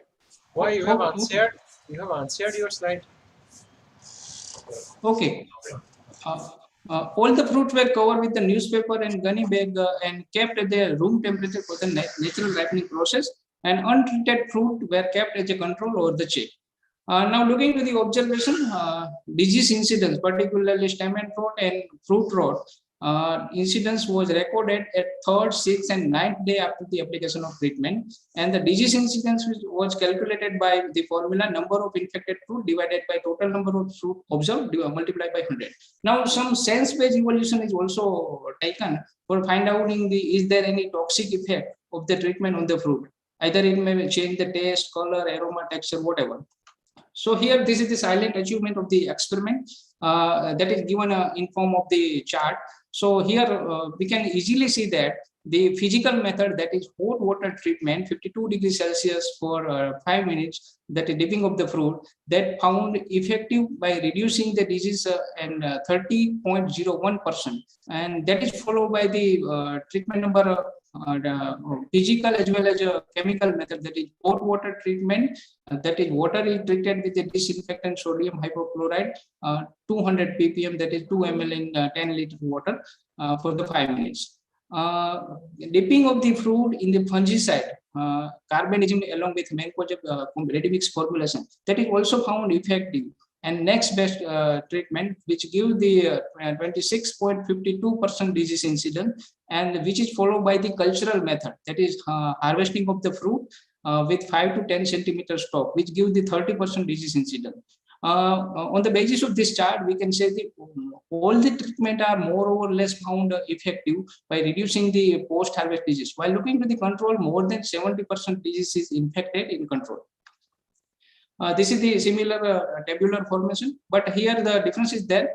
During the science-based evolution, most of the treatments show none of the adverse effect on the fruit in terms of taste, color, aroma, and texture, except the treatment number 6, that is the coating of the fruit with mustard oil.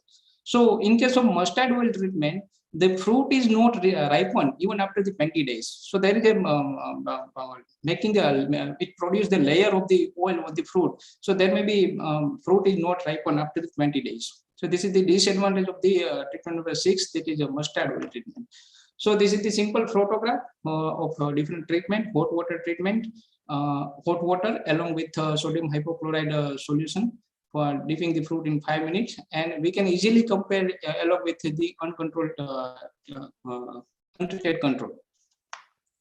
This is the photograph of dipping of the fruit in fungicide suspension for 5 minutes, harvesting of the fruit 5 to 10 centimeter, and uncontrolled untreated control. This is the treatment of the mustard oil, that is fruit is not ripened after the 20 days.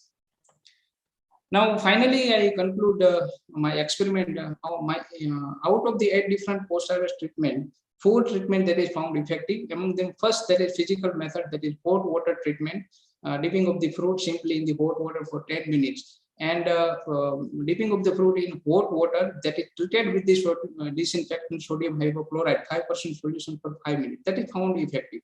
And fungicide suspension, dipping of the fruit in fungicide suspension is also found effective, which is also followed by the harvesting, cultural method, that is harvesting of the mango fruit along with 5 to 10 centimeters stalk. Looking to the all over region of the experiment, we can conclude that the physical method that is found to be safest and the best method for the management of the post-harvest disease in mango, that is followed by the cultural method. Chemical method is also found effective for the management of the post-harvest disease in mango, but there may be chances of the chemical residue or the pesticide residue which become the hurdles in the during the export or the international trade. This result will also play the lead role for the post-harvest disease management in mango, and it may be useful for making the export policy by the various agencies like APEDA, FAO, all over. So this is all about my experiment. Thank you. Okay. Any questions or comment? Dr. Bhalia, have you tried carbendazim alone? Because it degrades very quickly. No, sir. You have taken the combination product. Only one combination, carbendazim mancozeb, when mancozeb alone is taken. So what is your observation if you apply only carbendazim then? Sir, we not taking the carbendazim alone. That is carbendazim 50% wettable tablet. We What not is test. the report? Has anybody tried it? Generally, sir, review showed that the carbendazim, benomyl, thiophanate, methyl, this all fungicide that is found in many literature that is found effective against the post-harvest disease in mango. And in case of the APEDA guideline for the export of the mango, I think benomyl and thiophanate methyl is recommended. Because carbendazim plus mancozeb, so mancozeb is having the more concentration. So it may be residual effect may be there in the fruits. Yes, sir. Well, just a suggestion, Dr. Bhalia. Yes, sir. You see, carbendazim is now nowhere used as a post-harvest treatment in any of the fruits the world over. The reason, because it's byproducts, they are very, very toxic and cancerous. Even during its manufacturing, some certain byproducts are generated, like HCN, which is very carcinogenic. So I would suggest that we may not go for treatment of mango or other fruits as a post-harvest treatment with the carbendazim. Okay. So and then secondly, it will build up its residue also. I mean, undoubtedly, certainly it will have its residue problem also when we export to the other countries. Sir, we tried various azole group also in case of crusted apple. But when we had finally tested for the residue, so there may be problem of residue higher in azole group. So we are taking this mancozeb and carbendazim. Okay, but this fungicide itself is under question the world over. It's likely to be banned. Many countries have already banned it because of its this toxicological and other problems. Okay. Anyway, thank you very much. Doctor. Sir, is there any other substitute for taking the fungicide which have the lesser residue after the giving the treatment? Because this type, sir. Yeah, you see, there are some safer options also. In citrus, they are already using imazalil and thiabendazole. Thiabendazole, compared to, although it belongs to carbendazim group, but it is relatively safer than carbendazim. So you can try thiabendazole. Then fludeoxanil. Fludeoxanil is a phenylpyrrole fungicide. It's also now used as a post-harvest fungicide in general. So in mango also you can try fludeoxanil or pyrimethanil. These are two post-harvest fungicides which are more recently released. Okay. Because we are taking the same trial for the 3 to 4 years. For making the farmer recommendation or for making the recommendation for the traders. That's why I am asking. Okay. So thank you very much, Dr. Bhalia. Okay, thank you, sir. So I think Dr. Pandey, with this we come to the end of our session, I suppose. Sir, Dr. Uma is there. She is Uma is there. Oh, where he is? She is there, sir. I'm not able to locate him. Yeah, she is rising hand. Oh. Russia. Yes. She is there? She is there. Chaurasia? Sir, we already discussed there is some problem with the mic most probably. Yeah. Yeah, we will end up the session. I think better to end up. Yes, sir. Please. Well, we had very interesting presentations, and the speakers they elaborated their discussions over a wide range of crops and using a range of control methods, right from physical methods like radiation, like hot water treatment, heat treatment, etc. Then chemicals, then biologicals, then plant products.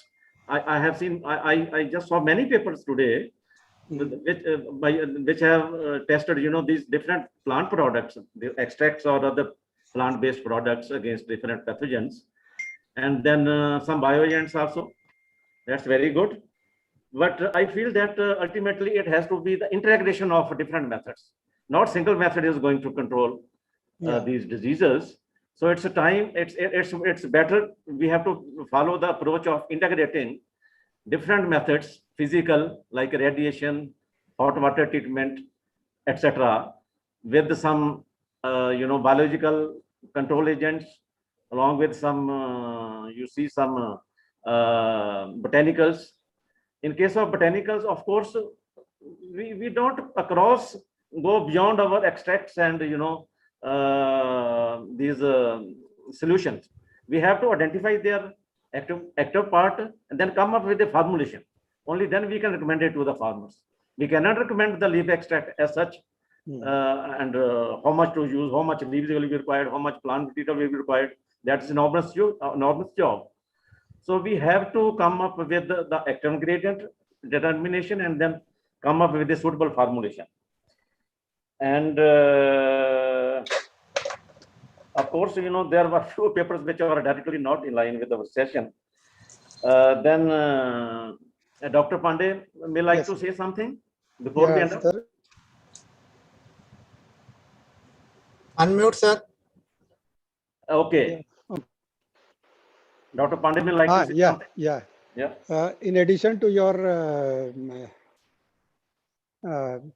suggestions, whatever you have given, is now the time that whatever the papers, good papers are there, that should go as a recommendation to the users also. And in this integrated approaches with the fungicides and botanicals, as well as the different type of genotypes, etc., should be combined, and it should go for the farmers' use. As we have found in our case in trichoderma, that some fungicides, they are accelerating the growth of trichoderma or other biocontrol agents. So, and they are antagonistic to the other type of the pathogens also. So such type of the chemicals or the fungicides should be tried in integrated way. And a nutshell, whatever is a combined approach should be given for the management, and that should go to the end users as a recommendation. Thank you, sir. And certainly, because post-harvest produce is ready to be consumed, and we should use minimum chemicals, in this. We should depend more on non-chemical methods. I mean, physical, other, botanicals, bioagents, etc. And refrigerator storage, of course, it's a very long method. Refrigerator storage under controlled environment, that's already there. So chemicals has to be used at minimum. And one general suggestion, general comment I would like to make, Dr. Pandey, as you know that you have also attended many conferences abroad. Yes. We in India, don't change ourselves. We don't take it personally. We spend a lot of time on the introduction. Whenever we present a paper, we take a lot of time on the introduction, on the background, and when the main theme of the paper comes, we try to rush up then, because time is very limited. Presenter. If you go to some European conference or in USA, I have attended so many. They are very specific in the timing. When they say 8 or 10 minutes, for them it is 8 or 10 minutes, not more than 10, not more than 8. I mean, so and they just they are very specific in their approach, in their presentation, and what a point they want to emphasize.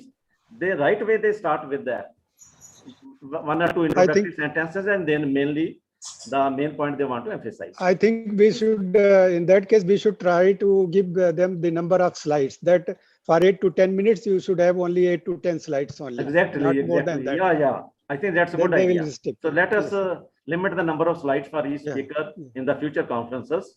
Yeah. And with this, I thank all the speakers for their wonderful presentations and also the participants for some good interaction. I thank Dr. Gogoi and Dr. Dinesh Singh, both my friends, and they have spent a lot of time in preparing the program for this session and giving me this opportunity to chair the session. And also I thank the rapporteurs, Dr. Prakash, and I don't know Dr. Bete is there today or not, but they are also doing a wonderful job. I hope Dr. Prakash will prepare the recommendations and pass on to Dr. Gogoi. And Sure, with sir. this, thanks one and all. Thank you, sir. On behalf of the organizing committee, I sincerely thank the chairman of this session for enlightening all of us with his thought-provoking words. I take this opportunity to thank the convener, the rapporteurs, all the speakers and participants for successful completion of this technical session. Thank you, sir. The link for the tomorrow's session is uploaded in the chat box. Kindly follow the link and please do attend the third day of the conference, sir. Yeah. What about the poster presentation? That will be taken care of by other. I think that's by separate team. I think. That is Okay. separate. That's by Link separate is team. separate, and the committee is also different. Yeah. So I want to say something that this conference was organized on post-harvest disease management and value addition. That is really a topic itself is very nice and is a timely that a lot of work has been done, and that should need with the presentation to a group, and so that it can go to farmers, because a lot of agriculture produce is spoiled. So in that case, there were 10 technical sessions, and poster sessions were 6, and each sessions were having 1 or 2 lead papers plus oral presentation and poster presentation and all this. So nicely, a number of papers I have seen in the abstract book, that very good presentation from all over the country as well as abroad. There was a good presentation in this conference. So the organizers, Dr. Dinesh Singh, Dr. Devappa, Dr. Gogoi, and along with others who have done very good work for arranging this conference, they need a very, they deserve the very good commendation. So all of you, lot of congratulations and greeting from me, especially. Thank you. And my thanks to Dr. Devappa also. Sorry, I forgot. Dr. Devappa has done a good job. Too. Yeah. Personally, I thank both of you, sir, and also requested tomorrow you should also join all the sessions and give Sure. that. Definitely. So much. Thank you very much. Thank you, sir. Namaste. Namaste. Good meeting. Thank you. Good meeting. Yeah. Okay. Thank you. Okay.